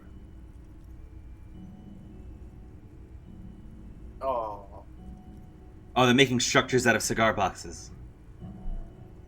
Or light boxes, I mean. Damn. Hardly any difference. You two. You are late. They should know the meeting starts at 10 p.m. sharp. One leader and one follower. The most ancient power dynamic. There's a great deal of tension in this young man's shoulders. More than someone his age should bear. Meanwhile, his companion inclines toward him, eager to catch every word that dribbles from his friend's mouth. Just a moment. Could this be the former owner of a certain jacket you acquired recently? Before we move on, do you recognize this jacket? This Sarah Muzan. Oh. Esteban, isn't that your jacket? It certainly looks like my jacket, Alexis. Where did you get that, gendarme? Found it in a room. Yeah, I'm sure you did. That's real Sarah Maritzian twill. Only old Sarah Maritzian communists and drug smugglers wear those anymore. He is neither of those, of course. He is simply a poor student putting on airs. Also, he doesn't have the shoulders to fill out such a jacket. See, Uli? It's just like Mazovrot. How does it go, gang? Those committed to the rights of property are those most apt to violate them. I assumed it was Maurice who broke into my room to play a trick on me. I didn't think I'd actually been raided by the RCM. There is surprise in his voice, naturally. But is that a note of excitement you also detect. Look, comrade, it's not what it's like. You're right. It's better. Can you imagine the look on Morris's face when he finds out the RCM has been kicking my door down? He'll shit himself. Positively. And now they've shown up in force to break up our meeting. Something tells me these young men are not very experienced with law enforcement. Hey, we're here to join the meeting. The RCM wants to join us? My partner, of course, is acting in a strictly personal capacity, not as an official representative of the RCM. Interesting. Does that mean you've done the reading? Uh-oh. No one said anything about reading. You'll just have to wing this one. Can't you do the reading? No, detective. The only reading I've been doing is right here. He seems to be wagging the notebook at you, as though he suspects you may have forgotten why you're here. I have not had time to seek out pretentious communist book clubs, nor have I done their reading. It doesn't sound like they've done the reading, Staban. Well, this is getting awkward. I'm not sure what you're expecting to find here then. There's profound consternation in his voice. You suspect it's about something bigger than your not having done the reading. Maybe they can explain themselves. What exactly are you two doing here? In the most generous sense, I would say we're cultivating revolutionary consciousness. Yes, that's probably the best way to describe it. But more specifically, we are running a reading group. It's the most rigorous and theoretically advanced materialist reading group in Martinaise. Comrade Staban is a great discussion leader. One of the best at the university. Yawn. Can you imagine anything duller than a bunch of Beano-clads yanking each other's knobs? Can I square off in theory combat here? We have been known to get into some spirited debates, but it's always in service of our larger intellectual and ideological project. Precisely. We are not interested in senseless parroting. We like to read critically. Within the contours of Mazovian historical materialism, of course. I realized they taught that. Huh. As though you can call that problem teaching. He's the echo maker since he's a theorist hangers-on. Oh, yeah. One thing you learn quickly at university is that you're not going to find a real education in any lecture hall or discussion seminar. We are post-attendance, basically. Exactly. The only worthwhile part of the so-called École Normale de Recherche is the library. That's where we've made our greatest critical strides. What is your reading group actually read? We study all the foundational texts of Mazovian theory, of course. Just last week we finished the second volume of Puncher and Watman's Innocence of Capital. Truly extraordinary. And before that we spent 6 weeks on State and Plasm. For some reason, the word plasm catches in your ear like a piece of old wax. Uh-oh. You can feel your attention span rapidly deteriorate. Listen, no. Uh-oh, ADHD.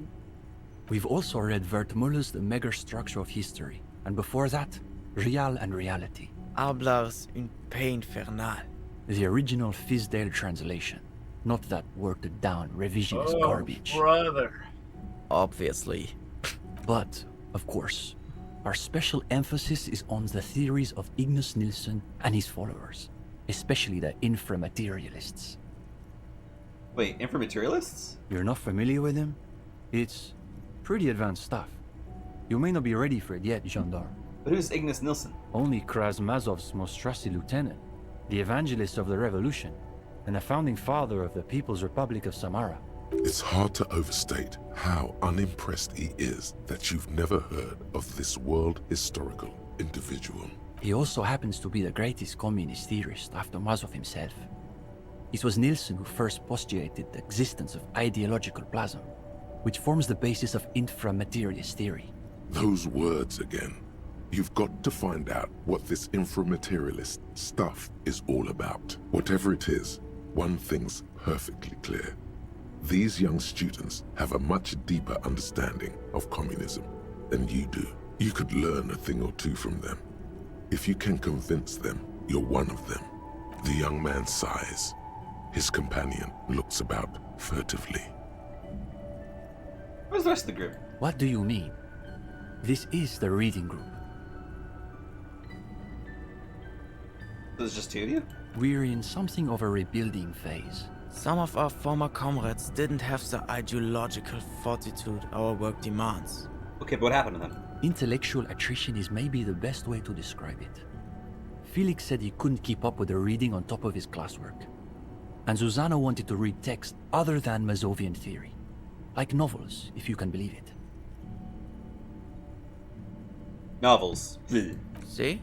Even the gendarme gets it. We've tried recruiting new members, but unfortunately the current intellectual climate is pretty hostile to inframaterialist thought. These days, if you're on the left, the Ascendant schools are the Godwaldians and their iconoclasts. Don't forget about Maurice and the turnips. Right. Then there was the whole turnip debacle. Turnips? It's an unfortunate story.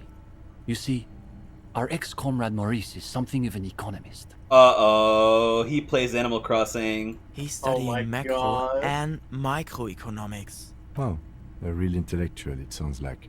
Right. So a few weeks ago we were discussing the extra physical capabilities of the revolutionary state. And Maurice said, what were his exact words, Ulex's? It was unbelievable. He said, turnips don't care if they are grown by communists, moralists, or Vulcan. They grow just the same. Basically, he was rejecting the whole foundation of inframaterialist theory. Simply that under suitably revolutionary conditions, crop yields naturally increase relative to non-revolutionary crops, which Morris somehow has the gall to deny. Susanna said that he has been hanging out with some non-communists lately. For us, the question boiled down to, if you don't even accept the basic ideas of Nielsen and inframaterialist theory, why are you in the reading group? So, communism has magic that makes crop growth better. Of course you do. It's pretty basic stuff. Oh no, they've gotten wrapped up into commie theorist nonsense chambers. Yeah, I'm realizing what kind of communists these guys are. I'm just like, alright, I see. So I'm just gonna play along for now and see what I get. So you've expelled Maurice in the reading group over an argument about turnips? Well, it wasn't so much that he was expelled. He just quit coming. We haven't seen him around for weeks. Always keep the doors open. What about Cindy? Cindy is... how to describe her role? Something of an ideological auxiliary, perhaps. Yes, that's exactly how I would put it.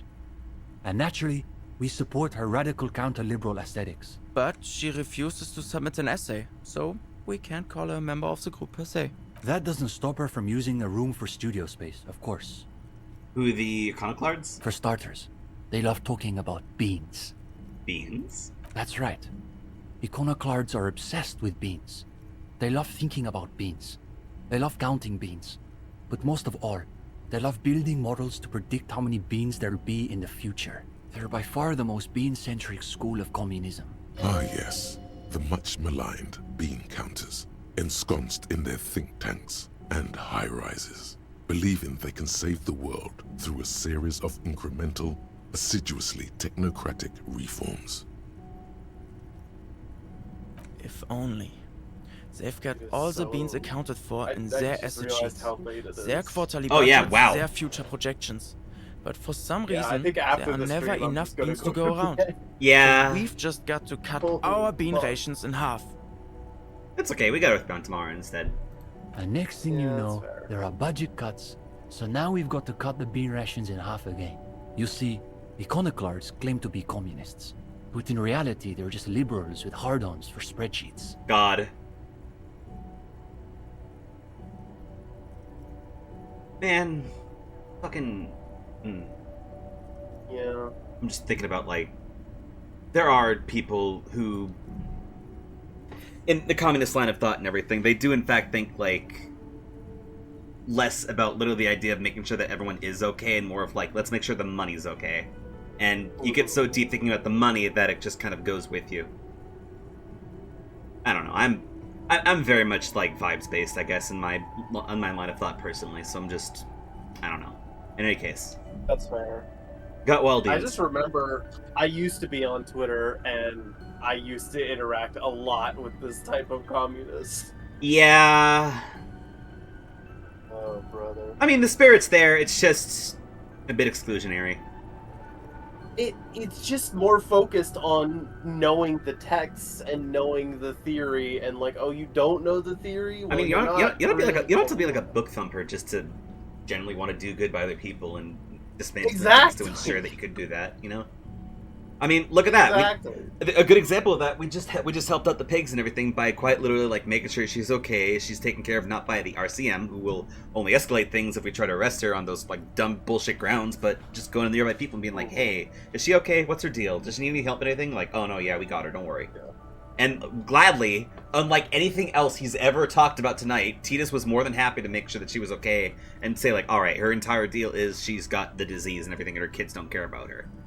Well, I think in most other cases outside of the murder case, I think Titus and the Hardy Boys do care about their community. Exactly. They are community leaders. Exactly. That's why I like this so much.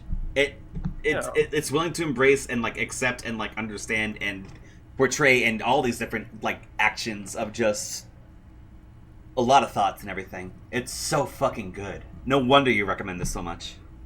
It's so good. Every single character like has their own positive and negative traits. Genuinely. Like fucking Kim, he's like anxious because he's like kind of brainwashed sort of, but he's like trying to be like steady about it still. He worries about you and he tries his best to make sure that you're like going along with the case. And he's a very nice dude. But Titus, when the game starts feeling like a fucking asshole, that's only because he's framed against you. Exactly. Pretty much, yeah. Gotwaldians, what's so bad about them? They're the most depressing school of communism. They love writing long books with a patina of Mazovian theory to cover up their cheap psychologizing. A gang of cheap psychologists and intellectual midgets. Hey! Bro. Typical Gotwalders, in other words. It's okay for Uli to say that, because his dad is from Gotwald. Oh, shut the fuck up! Holy fuck! Wow. Oh, these dudes are definitely on Twitter. What's so depressing about their theories? The Gotwald school believe that intellectuals as a class are incapable of sparking revolutionary change. So all they can do is critique capitalism from inside itself. That's why they spend all their time smoking cigarettes and writing long works of criticism that make you want to commit suicide. I mean, it sounds miserable. It is miserable. That's probably why they're always committing suicide. Oh, good God, man. You see, the Gotwald school look like communists. Oh my God! They talk like communists. But scratch the patina and you'll see beneath that they're just depressed liberals who've read too many books. I take a look over my shoulder out to the door and everything where Joyce Messier floats on her little shit boat, and I say, what about the liberals? Of course not. The only people who actually call themselves liberals are mouth-foaming reactionaries. Oh my God. Basically indistinguishable from fascists. You'd need an X-ray machine to tell the difference. I lean forward to Steban. Are the liberals in the room with us now? What are you doing with those matchboxes just now? The young man frowns at the little pile of boxes on the floor. Nothing, just messing around until the meeting started. They're watching those matchboxes awfully intently for two guys who are just messing around. It's almost as though they were trying to create the most unstable structure they could. Did you have anything to do with the lynching? Lynching? No. We're not an operational cell. We think of ourselves as more of an intellectual vanguard. Are you playing with the Union somehow? No, we're an independent organization. We acknowledge and respect the Union's efforts, but our interests are more theoretical than Mr. Clare's.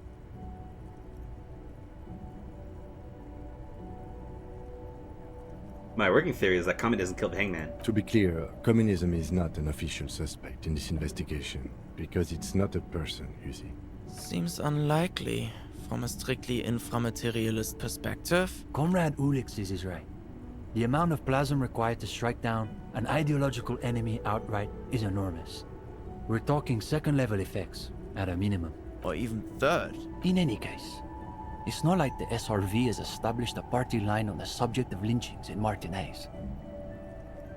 Though historically Sadly, we do not have a speaking, the second-level SRV commune has magi. supported action against right-wing paramilitary squads, especially when they are doing the Indo-Tribes' dirty work. We did not start entering in here by putting down the ritual circle to have our plasm influence increase so that they could, in fact, become the active revolutionaries that was were to be.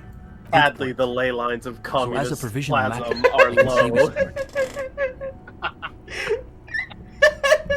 Oh man, Are they being I love sarcastic? this thought You quest. feel like you're caught in some elaborate joke labyrinth, but it's impossible to see your way through.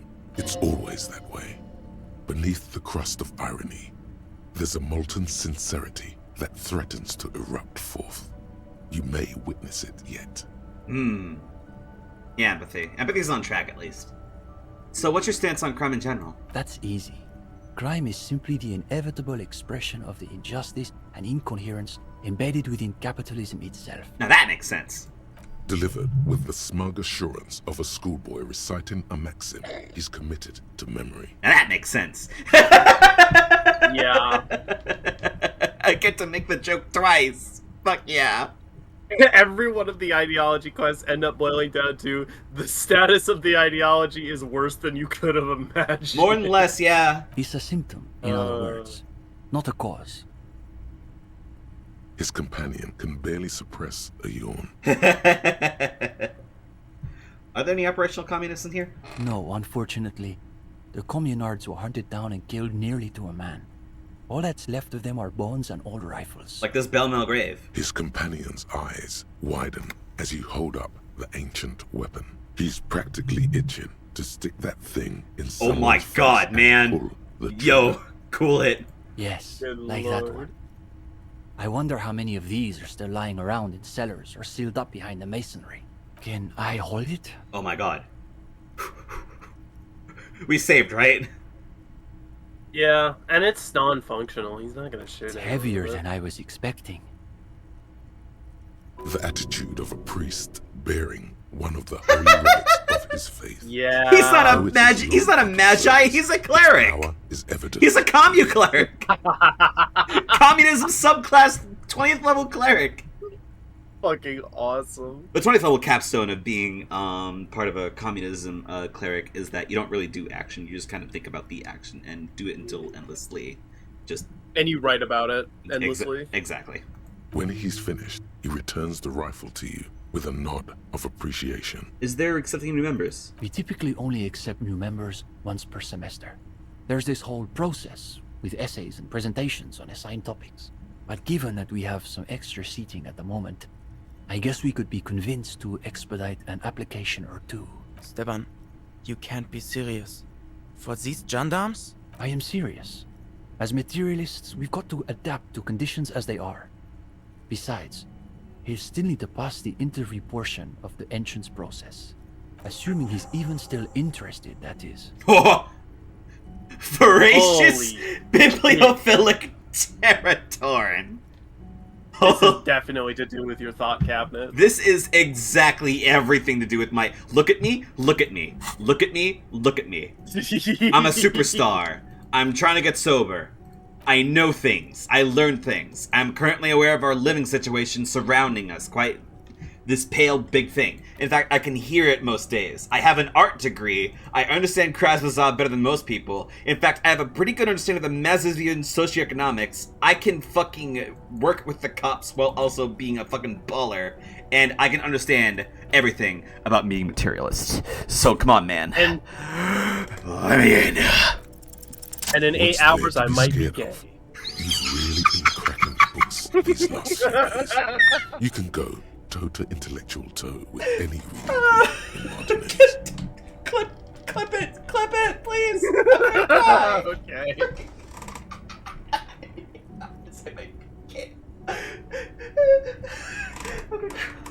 It's probably the late night getting me, but holy fucking shit. I fucking love your T-Jump, you know this? Holy shit. Oh my god. Jesus. I'm good. Impossible success. You've really been cracking the books these last few days. You can go toe to intellectual toe with any reading grip Martinez. Now, chin up. You've got this. It was an impossible check. Fucking yes.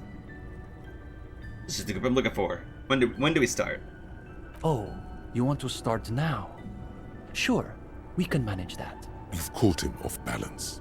The momentum is already in your favor. Go ahead and take a seat. Since we haven't had time to prepare an exhaustive questionnaire, I think we can keep this interview more freeform. Why don't you tell us a bit about the books you're interested in? And we'll just see where the conversation goes. Oh, do we get to actually be honest this time? I read them books doesn't mean I have stories. I'm more into practical books that let me understand the real world. For me, it's mostly about finding the right thing in the right moment. We prefer difficult books. Books that might destroy you if you don't destroy them first. Oh, I know about excellently destroying books, don't even worry. That's enough, Uli. It's the gendarme's opinions we are interested in. But to Comrade Ulix's point, isn't there value in reading really difficult books? Just for the sheer challenge of it. To be honest, I prefer escapist stuff like classic Commune. I'm sure as a gendarme, you have a very interesting take on the Mullen character. This is a good start. They're starting to loosen up. You feel relaxed and in control. This is your area of expertise after all. That's right. These two young men naturally defer to your aura of authority, which you nevertheless wear as lightly as your halogen watermarks. But then the whole book fell apart before I could solve the mystery. But really, I just like him because I'm a cop too, you know. But in the end, Mullen is a reflection of a politico-legal institution that's irreconcilably divided between protecting the people and defending material interests of capital. Oh my god. Oh my... You know what? Fuck it. We're going all in. Dick deep in it. Let's go. The lieutenant doesn't speak, but you believe he detected the slight widening of his eyes, as though he never expected such a cogent thought to emerge from your mouth. He didn't expect me to be understanding about it! Holy fucking shit! He's realizing he was on the wrong thought process about me. He's like, dear God, he's a communist. This is the most coherent I've ever heard this man speak in the past 4 days. You know that one fucking TikTok you saw with fucking, I think it was Virgil, when your friend says the most, like, crystal clear, understandable sentence you've ever heard in your life? Compelling point for sure. We'd probably be better off if more police officers learned to think so reflectively about their social function. These kids are eating out of your hand, practically. Another quarter of an hour disappears. The questions come rapid fire, but you have an answer for every one. Now you can sense things starting to slow down. The interview must be reaching an inflection point. But now I'm curious. Do you think there's value in reading so-called practical non-fiction? I can't say how reliable it is, but I did just read a book on pale-centric medicine.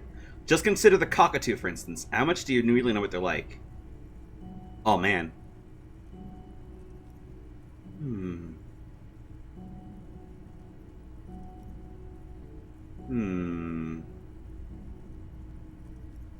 Can't say how reliable it is, but I did just read a book on pale-centric medicine. Interesting. I always thought that stuff was common folk superstitions, repackaged as bourgeois spiritualism. Maybe I've been overly dismissive. No, quite literally, there's like a little medical handbook that we have and everything. Now's your chance to end this interview on a high note. Soon, you're debating whether a decommodified spirituality is even possible under capitalism. Oh god, we're in the hard mode. Probably not, is the answer. Which isn't to say it isn't sometimes still useful. But in the end, I did learn how to make some restorative tea, and it seems most like a way to bilk desperate people for money when they don't have any access to real health care. Oh my god. Yeah. But then I still get really what this whole pale thing is about, so...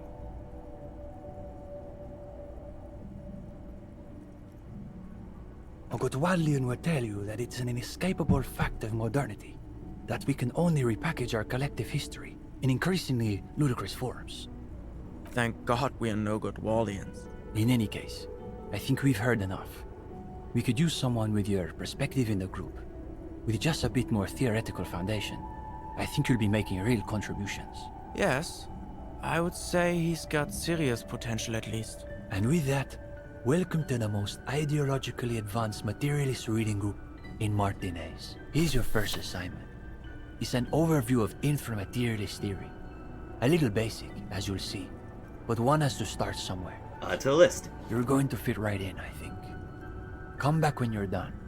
We'll be here pretty much every night after 10 p.m. That fucking rules. Do be sure to take your time with the reading. We'll be eager to hear your thoughts. Oh man, why did I get rid of that pale feature? Man. Yeah, I'm sorry. This is gonna take a number of days. Damn. Okay, so maybe we have like a stream or two more.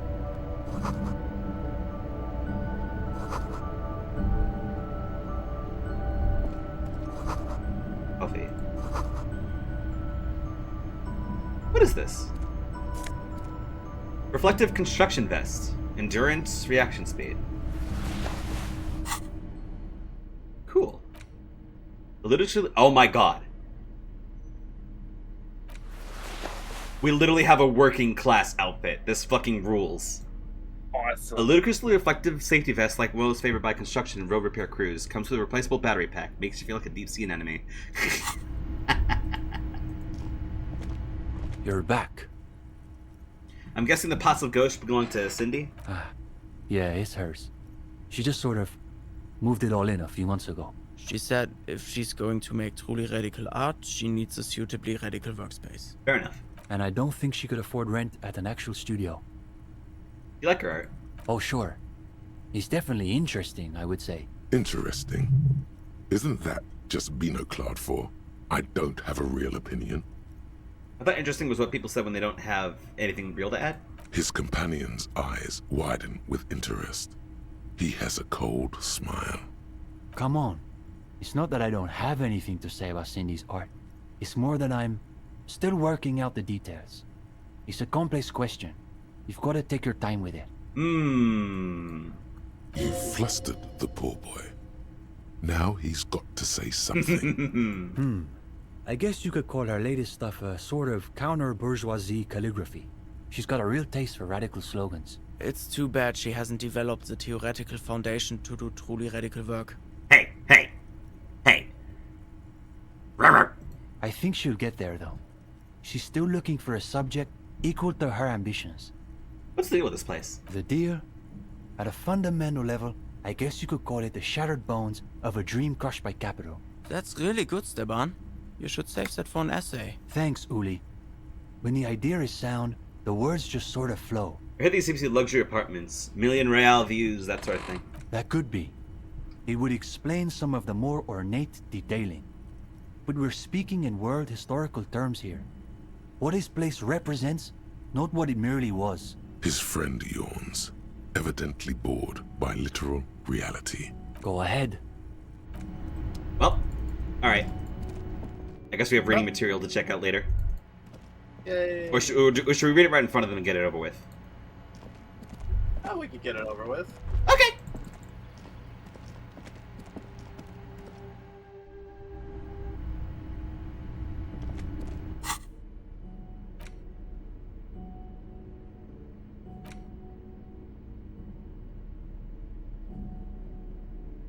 Wait, which one was the book they gave me? Oh god.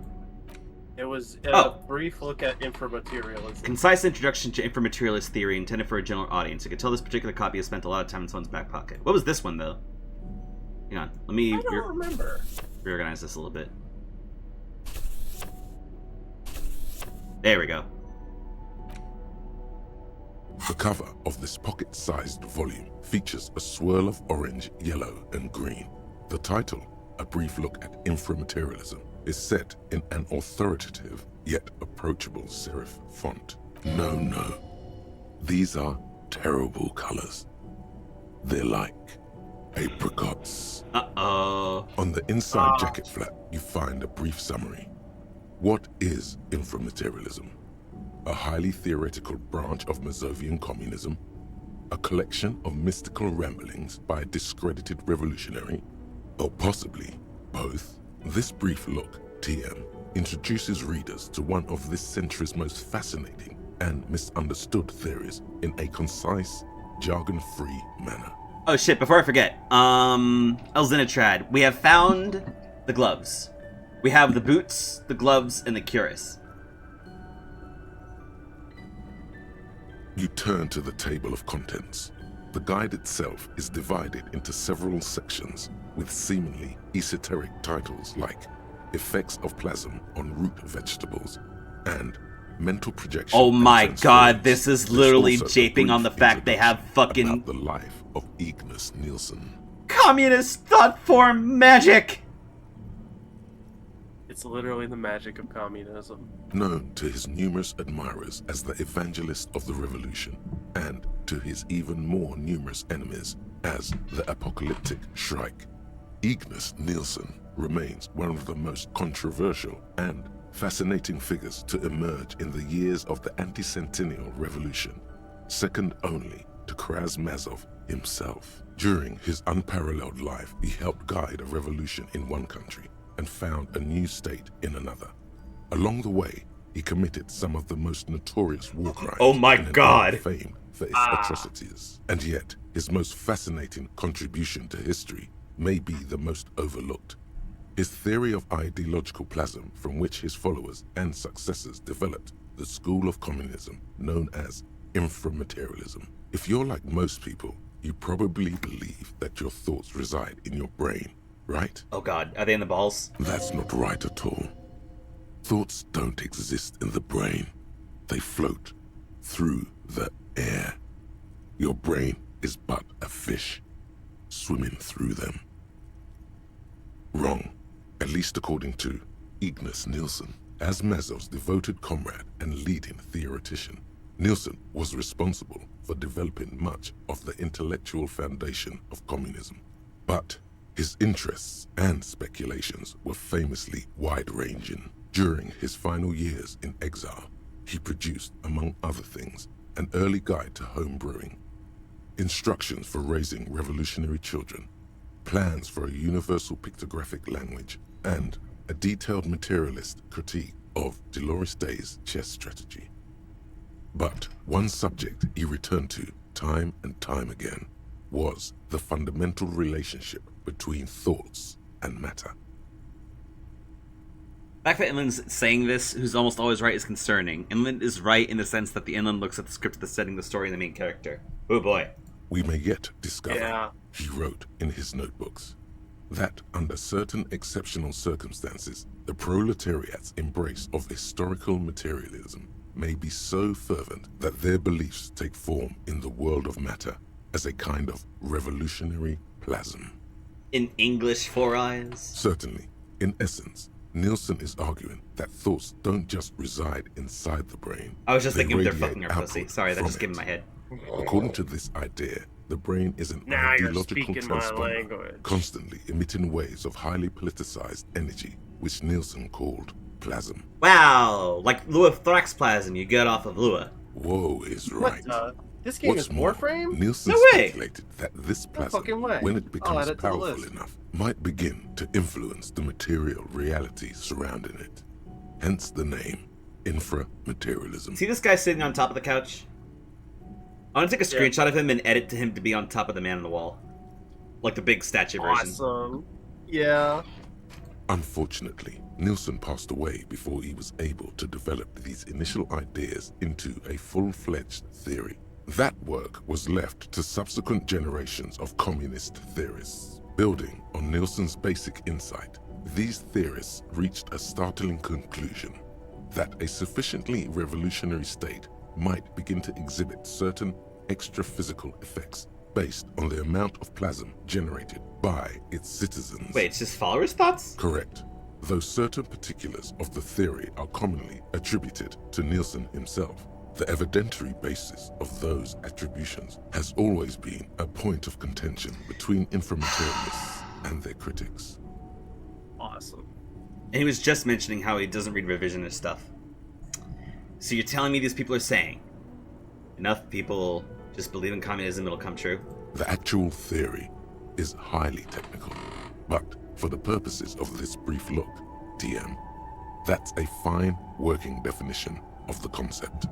That's because this is absolute idiocy, not even worth engaging with. No. There's something here. You can feel it. Inframaterialists divide the extra-physical effects of the revolutionary state by the level of plasm required to achieve them. At the lowest, or first level, revolutionary plasm is believed to stimulate or invigorate matter without altering its essential properties. Precisely, though plasm does more than increase vegetable yields. It may also influence the physiology of revolutionaries themselves. It's also been postulated that plasm may account for the remarkably full and manly facial hair observed on some communist males. Stroke your bare chin or don't, it's embarrassing. Stroking my shit. I'm stroking my shit. Your hand feels clammy against your bare chin. You wipe it along the back of the book and keep reading. Do you think we would have got... You think, hey, Teach, if we walked in here with the beard still on, we have a +5 to communism. Oh. Of course, I bet with these guys, absolutely. Argue that revolutionary plasm may stimulate human physiology in other ways as well. In fact, reports from the revolutionary period claim that the most radically devoted communards were able to engage in vigorous intercourse for up to 8 hours at a time. Fucking ridiculous. 8 hours? There's no way. Your equipment would be mashed to jelly. Thanks, Endurance. I haven't heard from you all game. How you doing? No wonder the communards couldn't shoot straight. They were too shagged out. And on that note, you feel like you've gotten the general idea of inframaterialism, enough to carry on a basic conversation at least. But if you'd like to go even deeper into some of the more speculative aspects of the theory, you could always read further. The book fits quite snugly into your palm. It would also fit comfortably into a jacket pocket. Keep reading. Let's do it. You flip forward Let's a go few wacky. pages until you come upon a chapter titled Mental Projection and Transference. God damn it. Transference! Oh my god, it literally is Warframe! Welcome to Warframe, everybody. Welcome to the Warframe stream. Welcome back to Warframe stream. Hey, look! Hey, look what quotes currently underneath our faces. Warframe. Warframe. Warframe. Warframe. When a community has achieved a sufficiently high degree of revolutionary second level effect. Oh my god. Believe that second level effects may be observed. At this second level, certain hyper-revolutionary individuals may even develop the ability to extend their thoughts into material space. Wait, does that mean communists can read minds? According to inframaterialist theory, yes. Under suitably revolutionary conditions, that is. Jesus. Of course, one doesn't need to be a communist to be attuned to the thoughts of your brothers and sisters. You are the only psychic skill I have in the game, and you scare me. It's become something That's of a not true. folk You have legend Inland Empire. that during their And final Shivers. meeting, Nielsen and And Mazov Shivers. didn't You're very speak psychic. a single word, preferring to sit in silence Harry with their is chamomile tea, reading one another's thoughts. Psychic. One of the minor tragedies of the late revolutionary period is that few reliable accounts survive. Yeah. Hang on.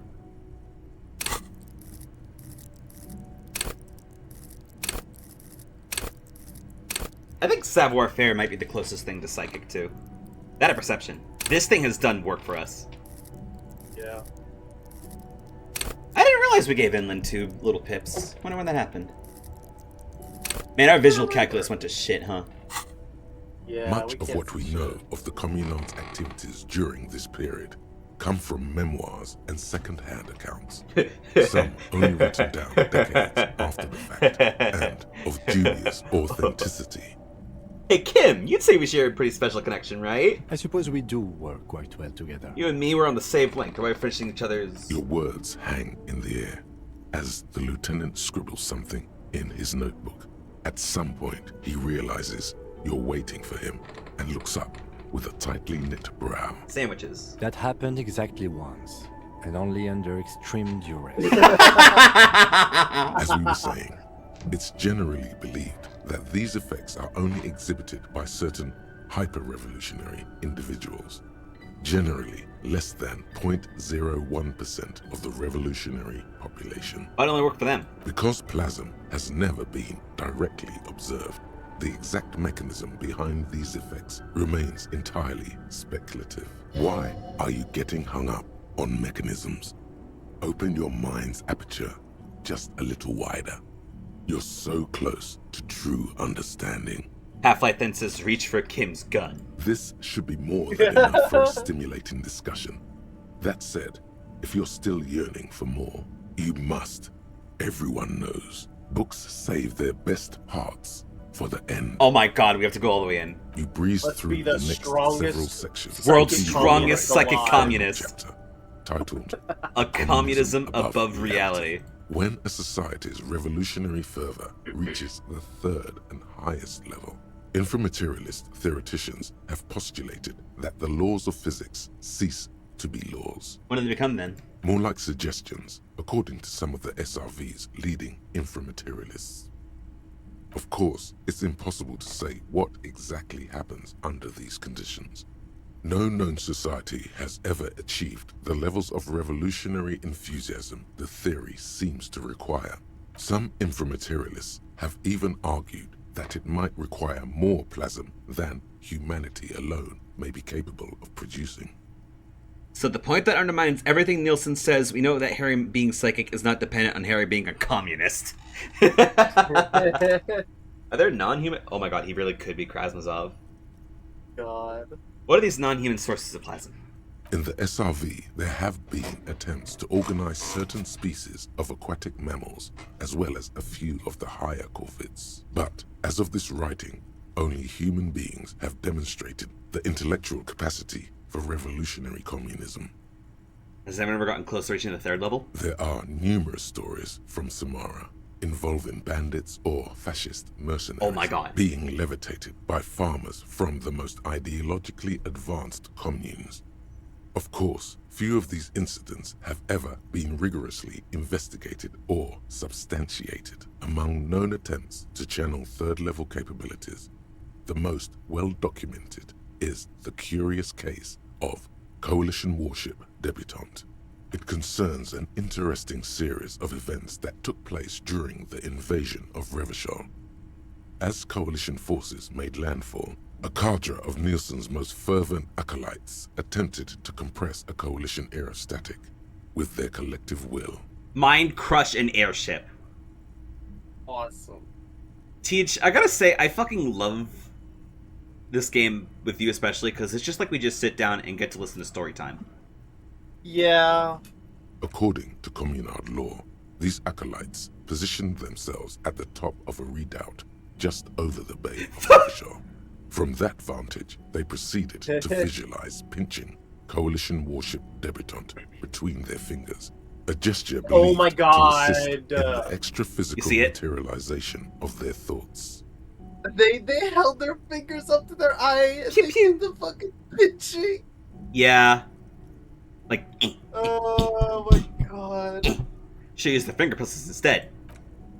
There's no evidence the communards were equipped with finger pistols, though it's unlikely they would have decisively altered the outcome. The acolytes, along with the redoubt, were vaporized in an artillery strike. Oh my before god. the process could be completed. Amazing. They went like and then they Picture died. a lot of them, all standing with their fingers in the air 1 minute, the next reduced to a bloody mist. So it's confirmed these people died because they wanted to like mind crush something, and they thought like, okay, let's not help them out, and they're like, no, let's not talk to them and help them figure out like, no, there's like shit going on. No, let's just kill them. Let's just kill them. It's been said, though, that in the weeks following the battle, the captain of the Debutante noted an increase in incidents of crewmen striking their heads on unexpectedly low bulkheads. Of course, colorful anecdotes only scratch the surface of what inframaterialists believe may be possible in a truly 3rd-level society. I hear 3rd-level society in my head, and I think of those like fucking society if fucking Fortnite was over, and it's just like super science, super future. Yeah. Rounded buildings and everything, pointing up like big fucking lava lamp structures. What would they even look like? Some have theorized that such a society would be fundamentally unrecognizable, lacking many of the institutions we typically take for granted in advanced societies, including organized governments, financial institutions, and law enforcement. Did that book just say there's no place for you in this future? Half-Life, come on, man. Others have argued that people living under 3rd-level conditions will be immune to such infirmities as hunger, disease, and mental illness. Society architecture looked like this. In some of his later writings, Nielsen himself speculated about the potential for an extra-physical architecture that disregards the laws of bourgeois physics and instead relies on the revolutionary faith of the people for structural integrity. Meaning the buildings step because we believe they will? Precisely.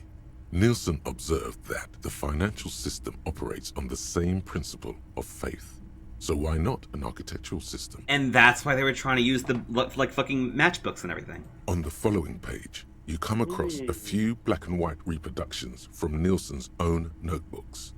One sketch depicts a government ministry shaped like a great inverted pyramid, a hectare in width at the top, balanced atop foundations the size of common apartments. Another depicts a leaning tower wrapped in a dramatic helix. The caption beneath it reads, "The Tower of History." Something about that tower looks awfully familiar. Could it be that's what the students were trying to recreate with the matchboxes?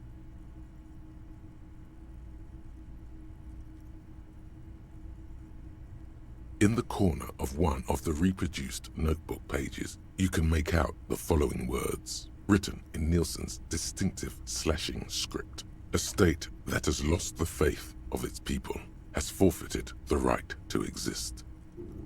That is fucking true, regardless of all this, I will say. Interesting. Is there any more? There is no more. You've reached the outer theoretical limits of communism, and in less than 200 pages. If you'd like to read further, may we recommend a brief look at Occidental architecture? Oh, we're all up to date on our comments. I'm not gonna lie. I just clicked around thinking I might have had it somewhere. Oh wait, what was that other book we just saw? Wait, which one? The red one with the antlers. Oh, that was an old. Yeah, I remember this. La Fumée. Yep. The face of King Freesell. It was a bit about King Freesell in like an old magazine and everything. I see. Spent 2 fucking hours reading here and you had to sit around and endure it. I'm ready. Let's talk about inframaterialism. Yes. Let's get right to it. His companion leans forward, ready to jump in. They're impressed that you dove right into the most advanced parts of the theory.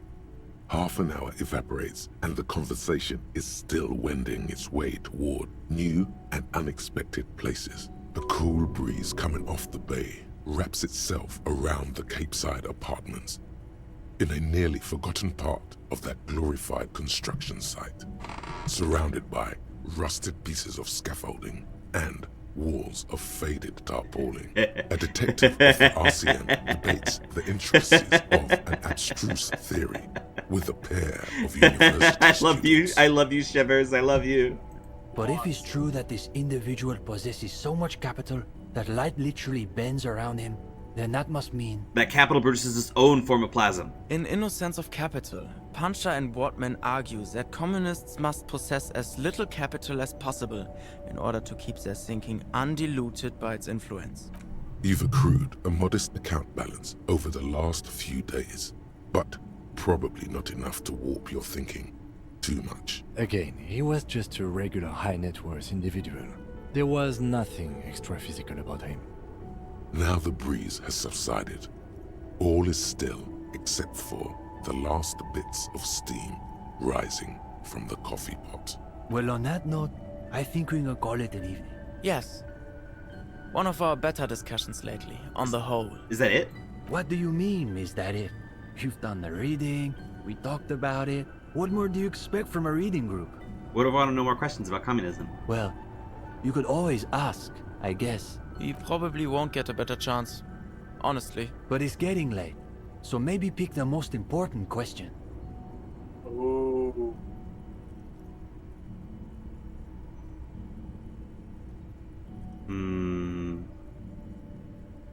You know, how is our rhetoric? Pretty up there. We want to bump it up?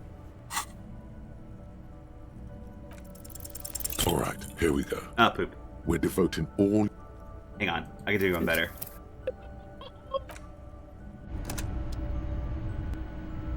I'm really glad you saved after reading all that. Where'd they go? Wait, they're gone! What the fuck?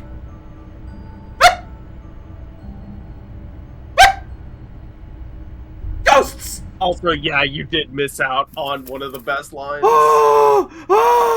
Oh no. Why did they disappear? Communism is a ghosts! You've got to go out and go back in?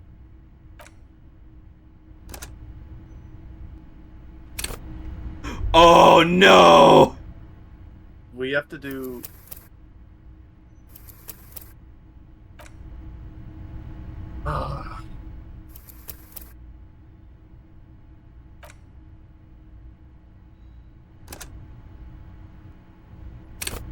The game ticked over! It's okay, you can spam click through the book. Well, okay, tell you what. I thought I did see for a splitting moment our women bourgeoisie. I am really upset you just exited out instead of going through I am that, so fucking sorry. I'm honest. sorry. I'm sorry. It's okay. I'm sorry. I did also want to see the success. My bad. I wanted to see both of them, but like either way, it's getting really fucking late, and we should explore this next stream.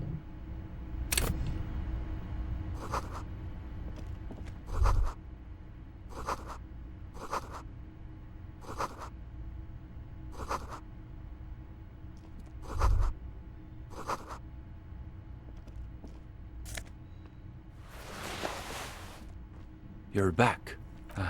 She said, oh sure. Interesting. Come on. It's, I think, oh sure. Interesting. Come on. It's too, I think she'll get there though. The deer, thanks Uli. His friend you. Go ahead.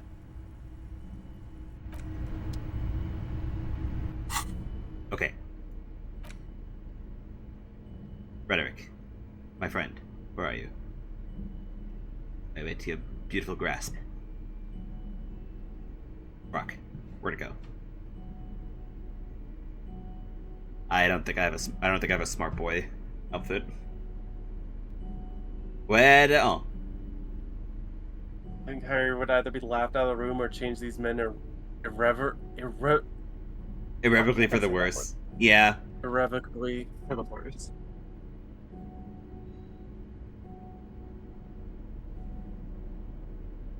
Oh my god, I have no rhetoric clothes.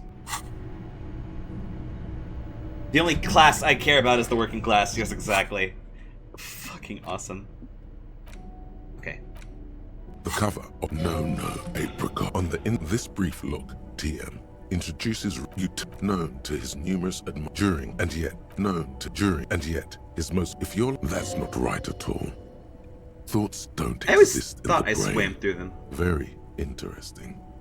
As meso during, but we may yet discover. Certainly, in unfortunate building on Nielsen's basic correct. Though certain particulars of the actual no. Infamous at the lowest. Or precise, it's also been put your hand of course. In fact, 8 at no one and on the book fits quite snugly into your palm. You flip when at this second level, certain according, of course, it's become something of a folk legend that during the one of much of what we know of the Communards Act, according, of course, it's become something of one of much of what we know. I suppose we do what your word. That happened exactly once. I had to pause for that one. Extreme duress. As we were saying, because why this you must. Everyone knows. Books you breeze when a society, more like of course some inframaterialist in the SR, but as of this writing, there are among known attempts to channel 3rd level according to Communard. Finger pistols? There's no evidence that I can picture the lot. It's been said that, of course, colourful anecdote. Some have to. Did that book just say there's no place? Others have argued in some of his later writings. Precisely on the follow another. Something about that tower looks awfully familiar. In the a state that has lost the faith of its people, has forfeited the right to exist. There is, if you'd like to read further. Okay. You're back. Yes.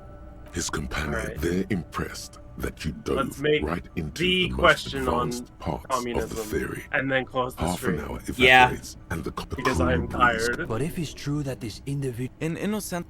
Again, now the breeze has subsided. Please, all is... Well, on let that me note, fail. I think we can call it an evening. So I can say that shit. Yes. One of our better discussions lately, on the whole. What do you mean, is that it? Well...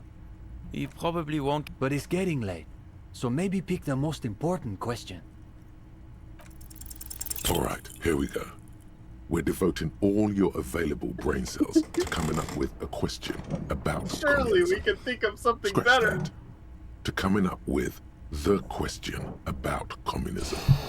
The alpha and omega of communism questions. And that question is... Are women bourgeoisie?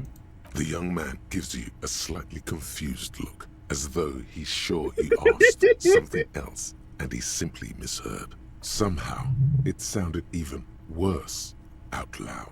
He wants to know if women are bourgeois, Esteban. Yes, I heard him. Give me a moment. What makes you ask that question above any other? Because they can't help me, I'm a goddamn superstar. Maybe your problem is that you think it's their job to handle you. You ask that question because you're still under the influence of ideology. That's natural. You're like a fish that's only now discovering that her whole life has been dictated by the movements of sea currents. That's what ideology is. It's like there are these invisible forces everywhere, pushing and tugging you this way and that, and you don't even know they're there. What does that do with communism? Everything, man. That is part of the communist project. To destroy the ideological structures that reduce men and women to these hollow shells of identity. Do you know the story of Dobrova and Abadanais? Who are they? The so-called revolutionary lovers. The dual commissars of revolution in Insulinda. Yulia Dobrova came from Grad. Jean Abadanais was born in Reversal. She was brilliant, charismatic, a revolutionary comet. He was her partner and stabilizer, the planet who kept her in orbit. What became of them, though? There seems to be a blank paragraph in the history books. It's from them we get the notion of dual leadership, the Decomptage, Reversol's truly great contribution to revolutionary thought. I believe it even persists in some form in the RCM, even to this day. What happened to them? They died on their own terms, like real revolutionaries. There's a lot to say for that. Is that true, Kim, about Decomptage? I had no idea its origins went all the way back to the revolution itself. But it makes sense, in a way. So you're saying women are only bourgeoisie because of ideology? There's more to it than that. People still make their own choices. It's a matter of being aware of what's influencing them. What's about me? Yes. That's the question you should be asking yourself. His companion nods, but offers no further solace. I need to think about this. The young man nods, but says nothing. He appears to be distracted by something. He's wrestling with some question of his own. He's lost in his own thoughts. You wonder what silt you've stirred in the bottom of his soul. Of course, the matchboxes. You'd very nearly forgotten to ask about them. Now may be your last chance. So you really did read all the way to the end. Yeah, Uli and I were trying to see whether there was enough plasm between the two of us to hold up a few matchboxes. Saying it out loud makes him realize how foolish it sounds. It was just a little informal experiment. No reason to take it too seriously. Let's try it again. All of us. The young man looks at you a moment, then at his companion. What could it hurt? All right, let's give it another go. Oh? Oh? You know what? I'll sit this one out. I don't think you want my skeptical materialism interfering. Before long, a modest tower begins to rise from the pile of matchboxes. You place every box with the utmost delicacy and precision. Easy, Uli. It's holding. It's holding. The higher the tower goes, the quieter the room seems to become. Aside from the occasional comment, the three of you are completely absorbed by the task. All right, you go next, Stepan. The young man pushes back his shirt sleeves, revealing the pale flesh of his forearms. Is it? He's holding. He's holding. Yes. This is the closest we've ever gotten. It's almost exactly as Nielsen's sketch imagined. A physical manifestation of the dialectical spiral of history. All right, gendarme. Your turn. You've got this. Theories aside, they're only matchboxes. Even the lieutenant is watching intently now. It's... My God. Is he really holding?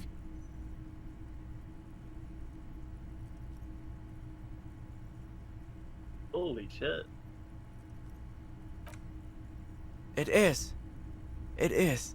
There, in the middle of the floor, the winding spire quivers with an improbable energy. This is impossible, right? There's no way it's really staying up like that. But it is. It is. For a long moment, no one says a word. Even the lieutenant is transfixed.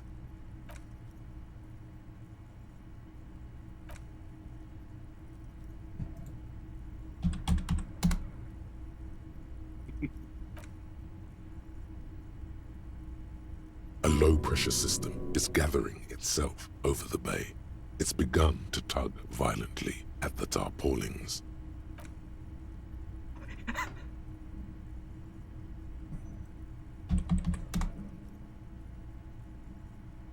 And there it goes.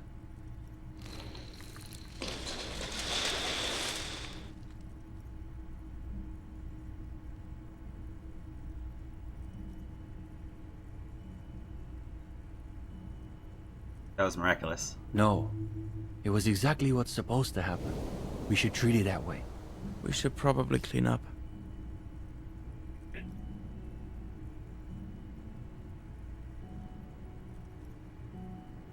Well, I think we're probably finished here, Detective. Wait a minute. If you don't mind, we wanted to get your opinion on something. A few little changes we've been thinking about. Like? Nothing too major, I think. We were talking potentially about relaxing some parts of our admissions process.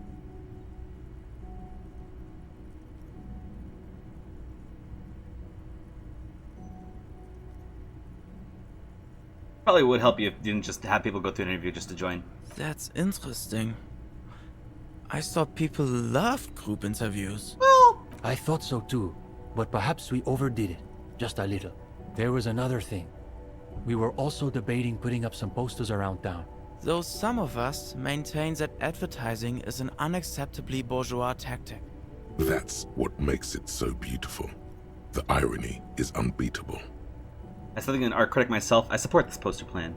Glad to hear it. I was thinking we might be able to get Cindy to design the posters. I guess no one could accuse Cindy of having a bourgeois aesthetic. Plus, I've got the perfect place in mind. Put some more coffee on, Uli. We've got a long night ahead of us. We should probably get Cindy in here too. Oh, and gendarme. One last thing. I've been thinking about what you asked before. About women, you know? Not that it's any of my business. But it sounds like this question is really tearing you up inside. It is tearing you up. It's like there's a tiny, hateful beast shredding your very soul. So, good luck with that, I guess.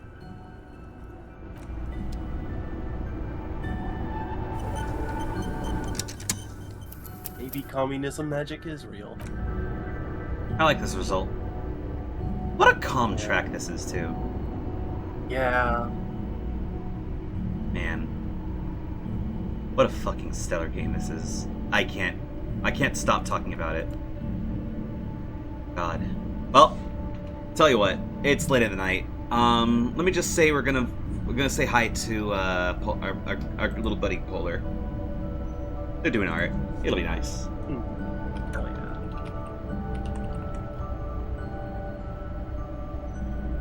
Alright. Thanks for sticking out for so long, Flotsam, but it's high time you head to bed. You should rest up. Oh, it's so bedtime for me. Yeah, I'm gonna take a nice shower and relax a bit myself. You know me, I'm a night owl. I gotta stay up until about like 2 or 3 or so before my body lets me.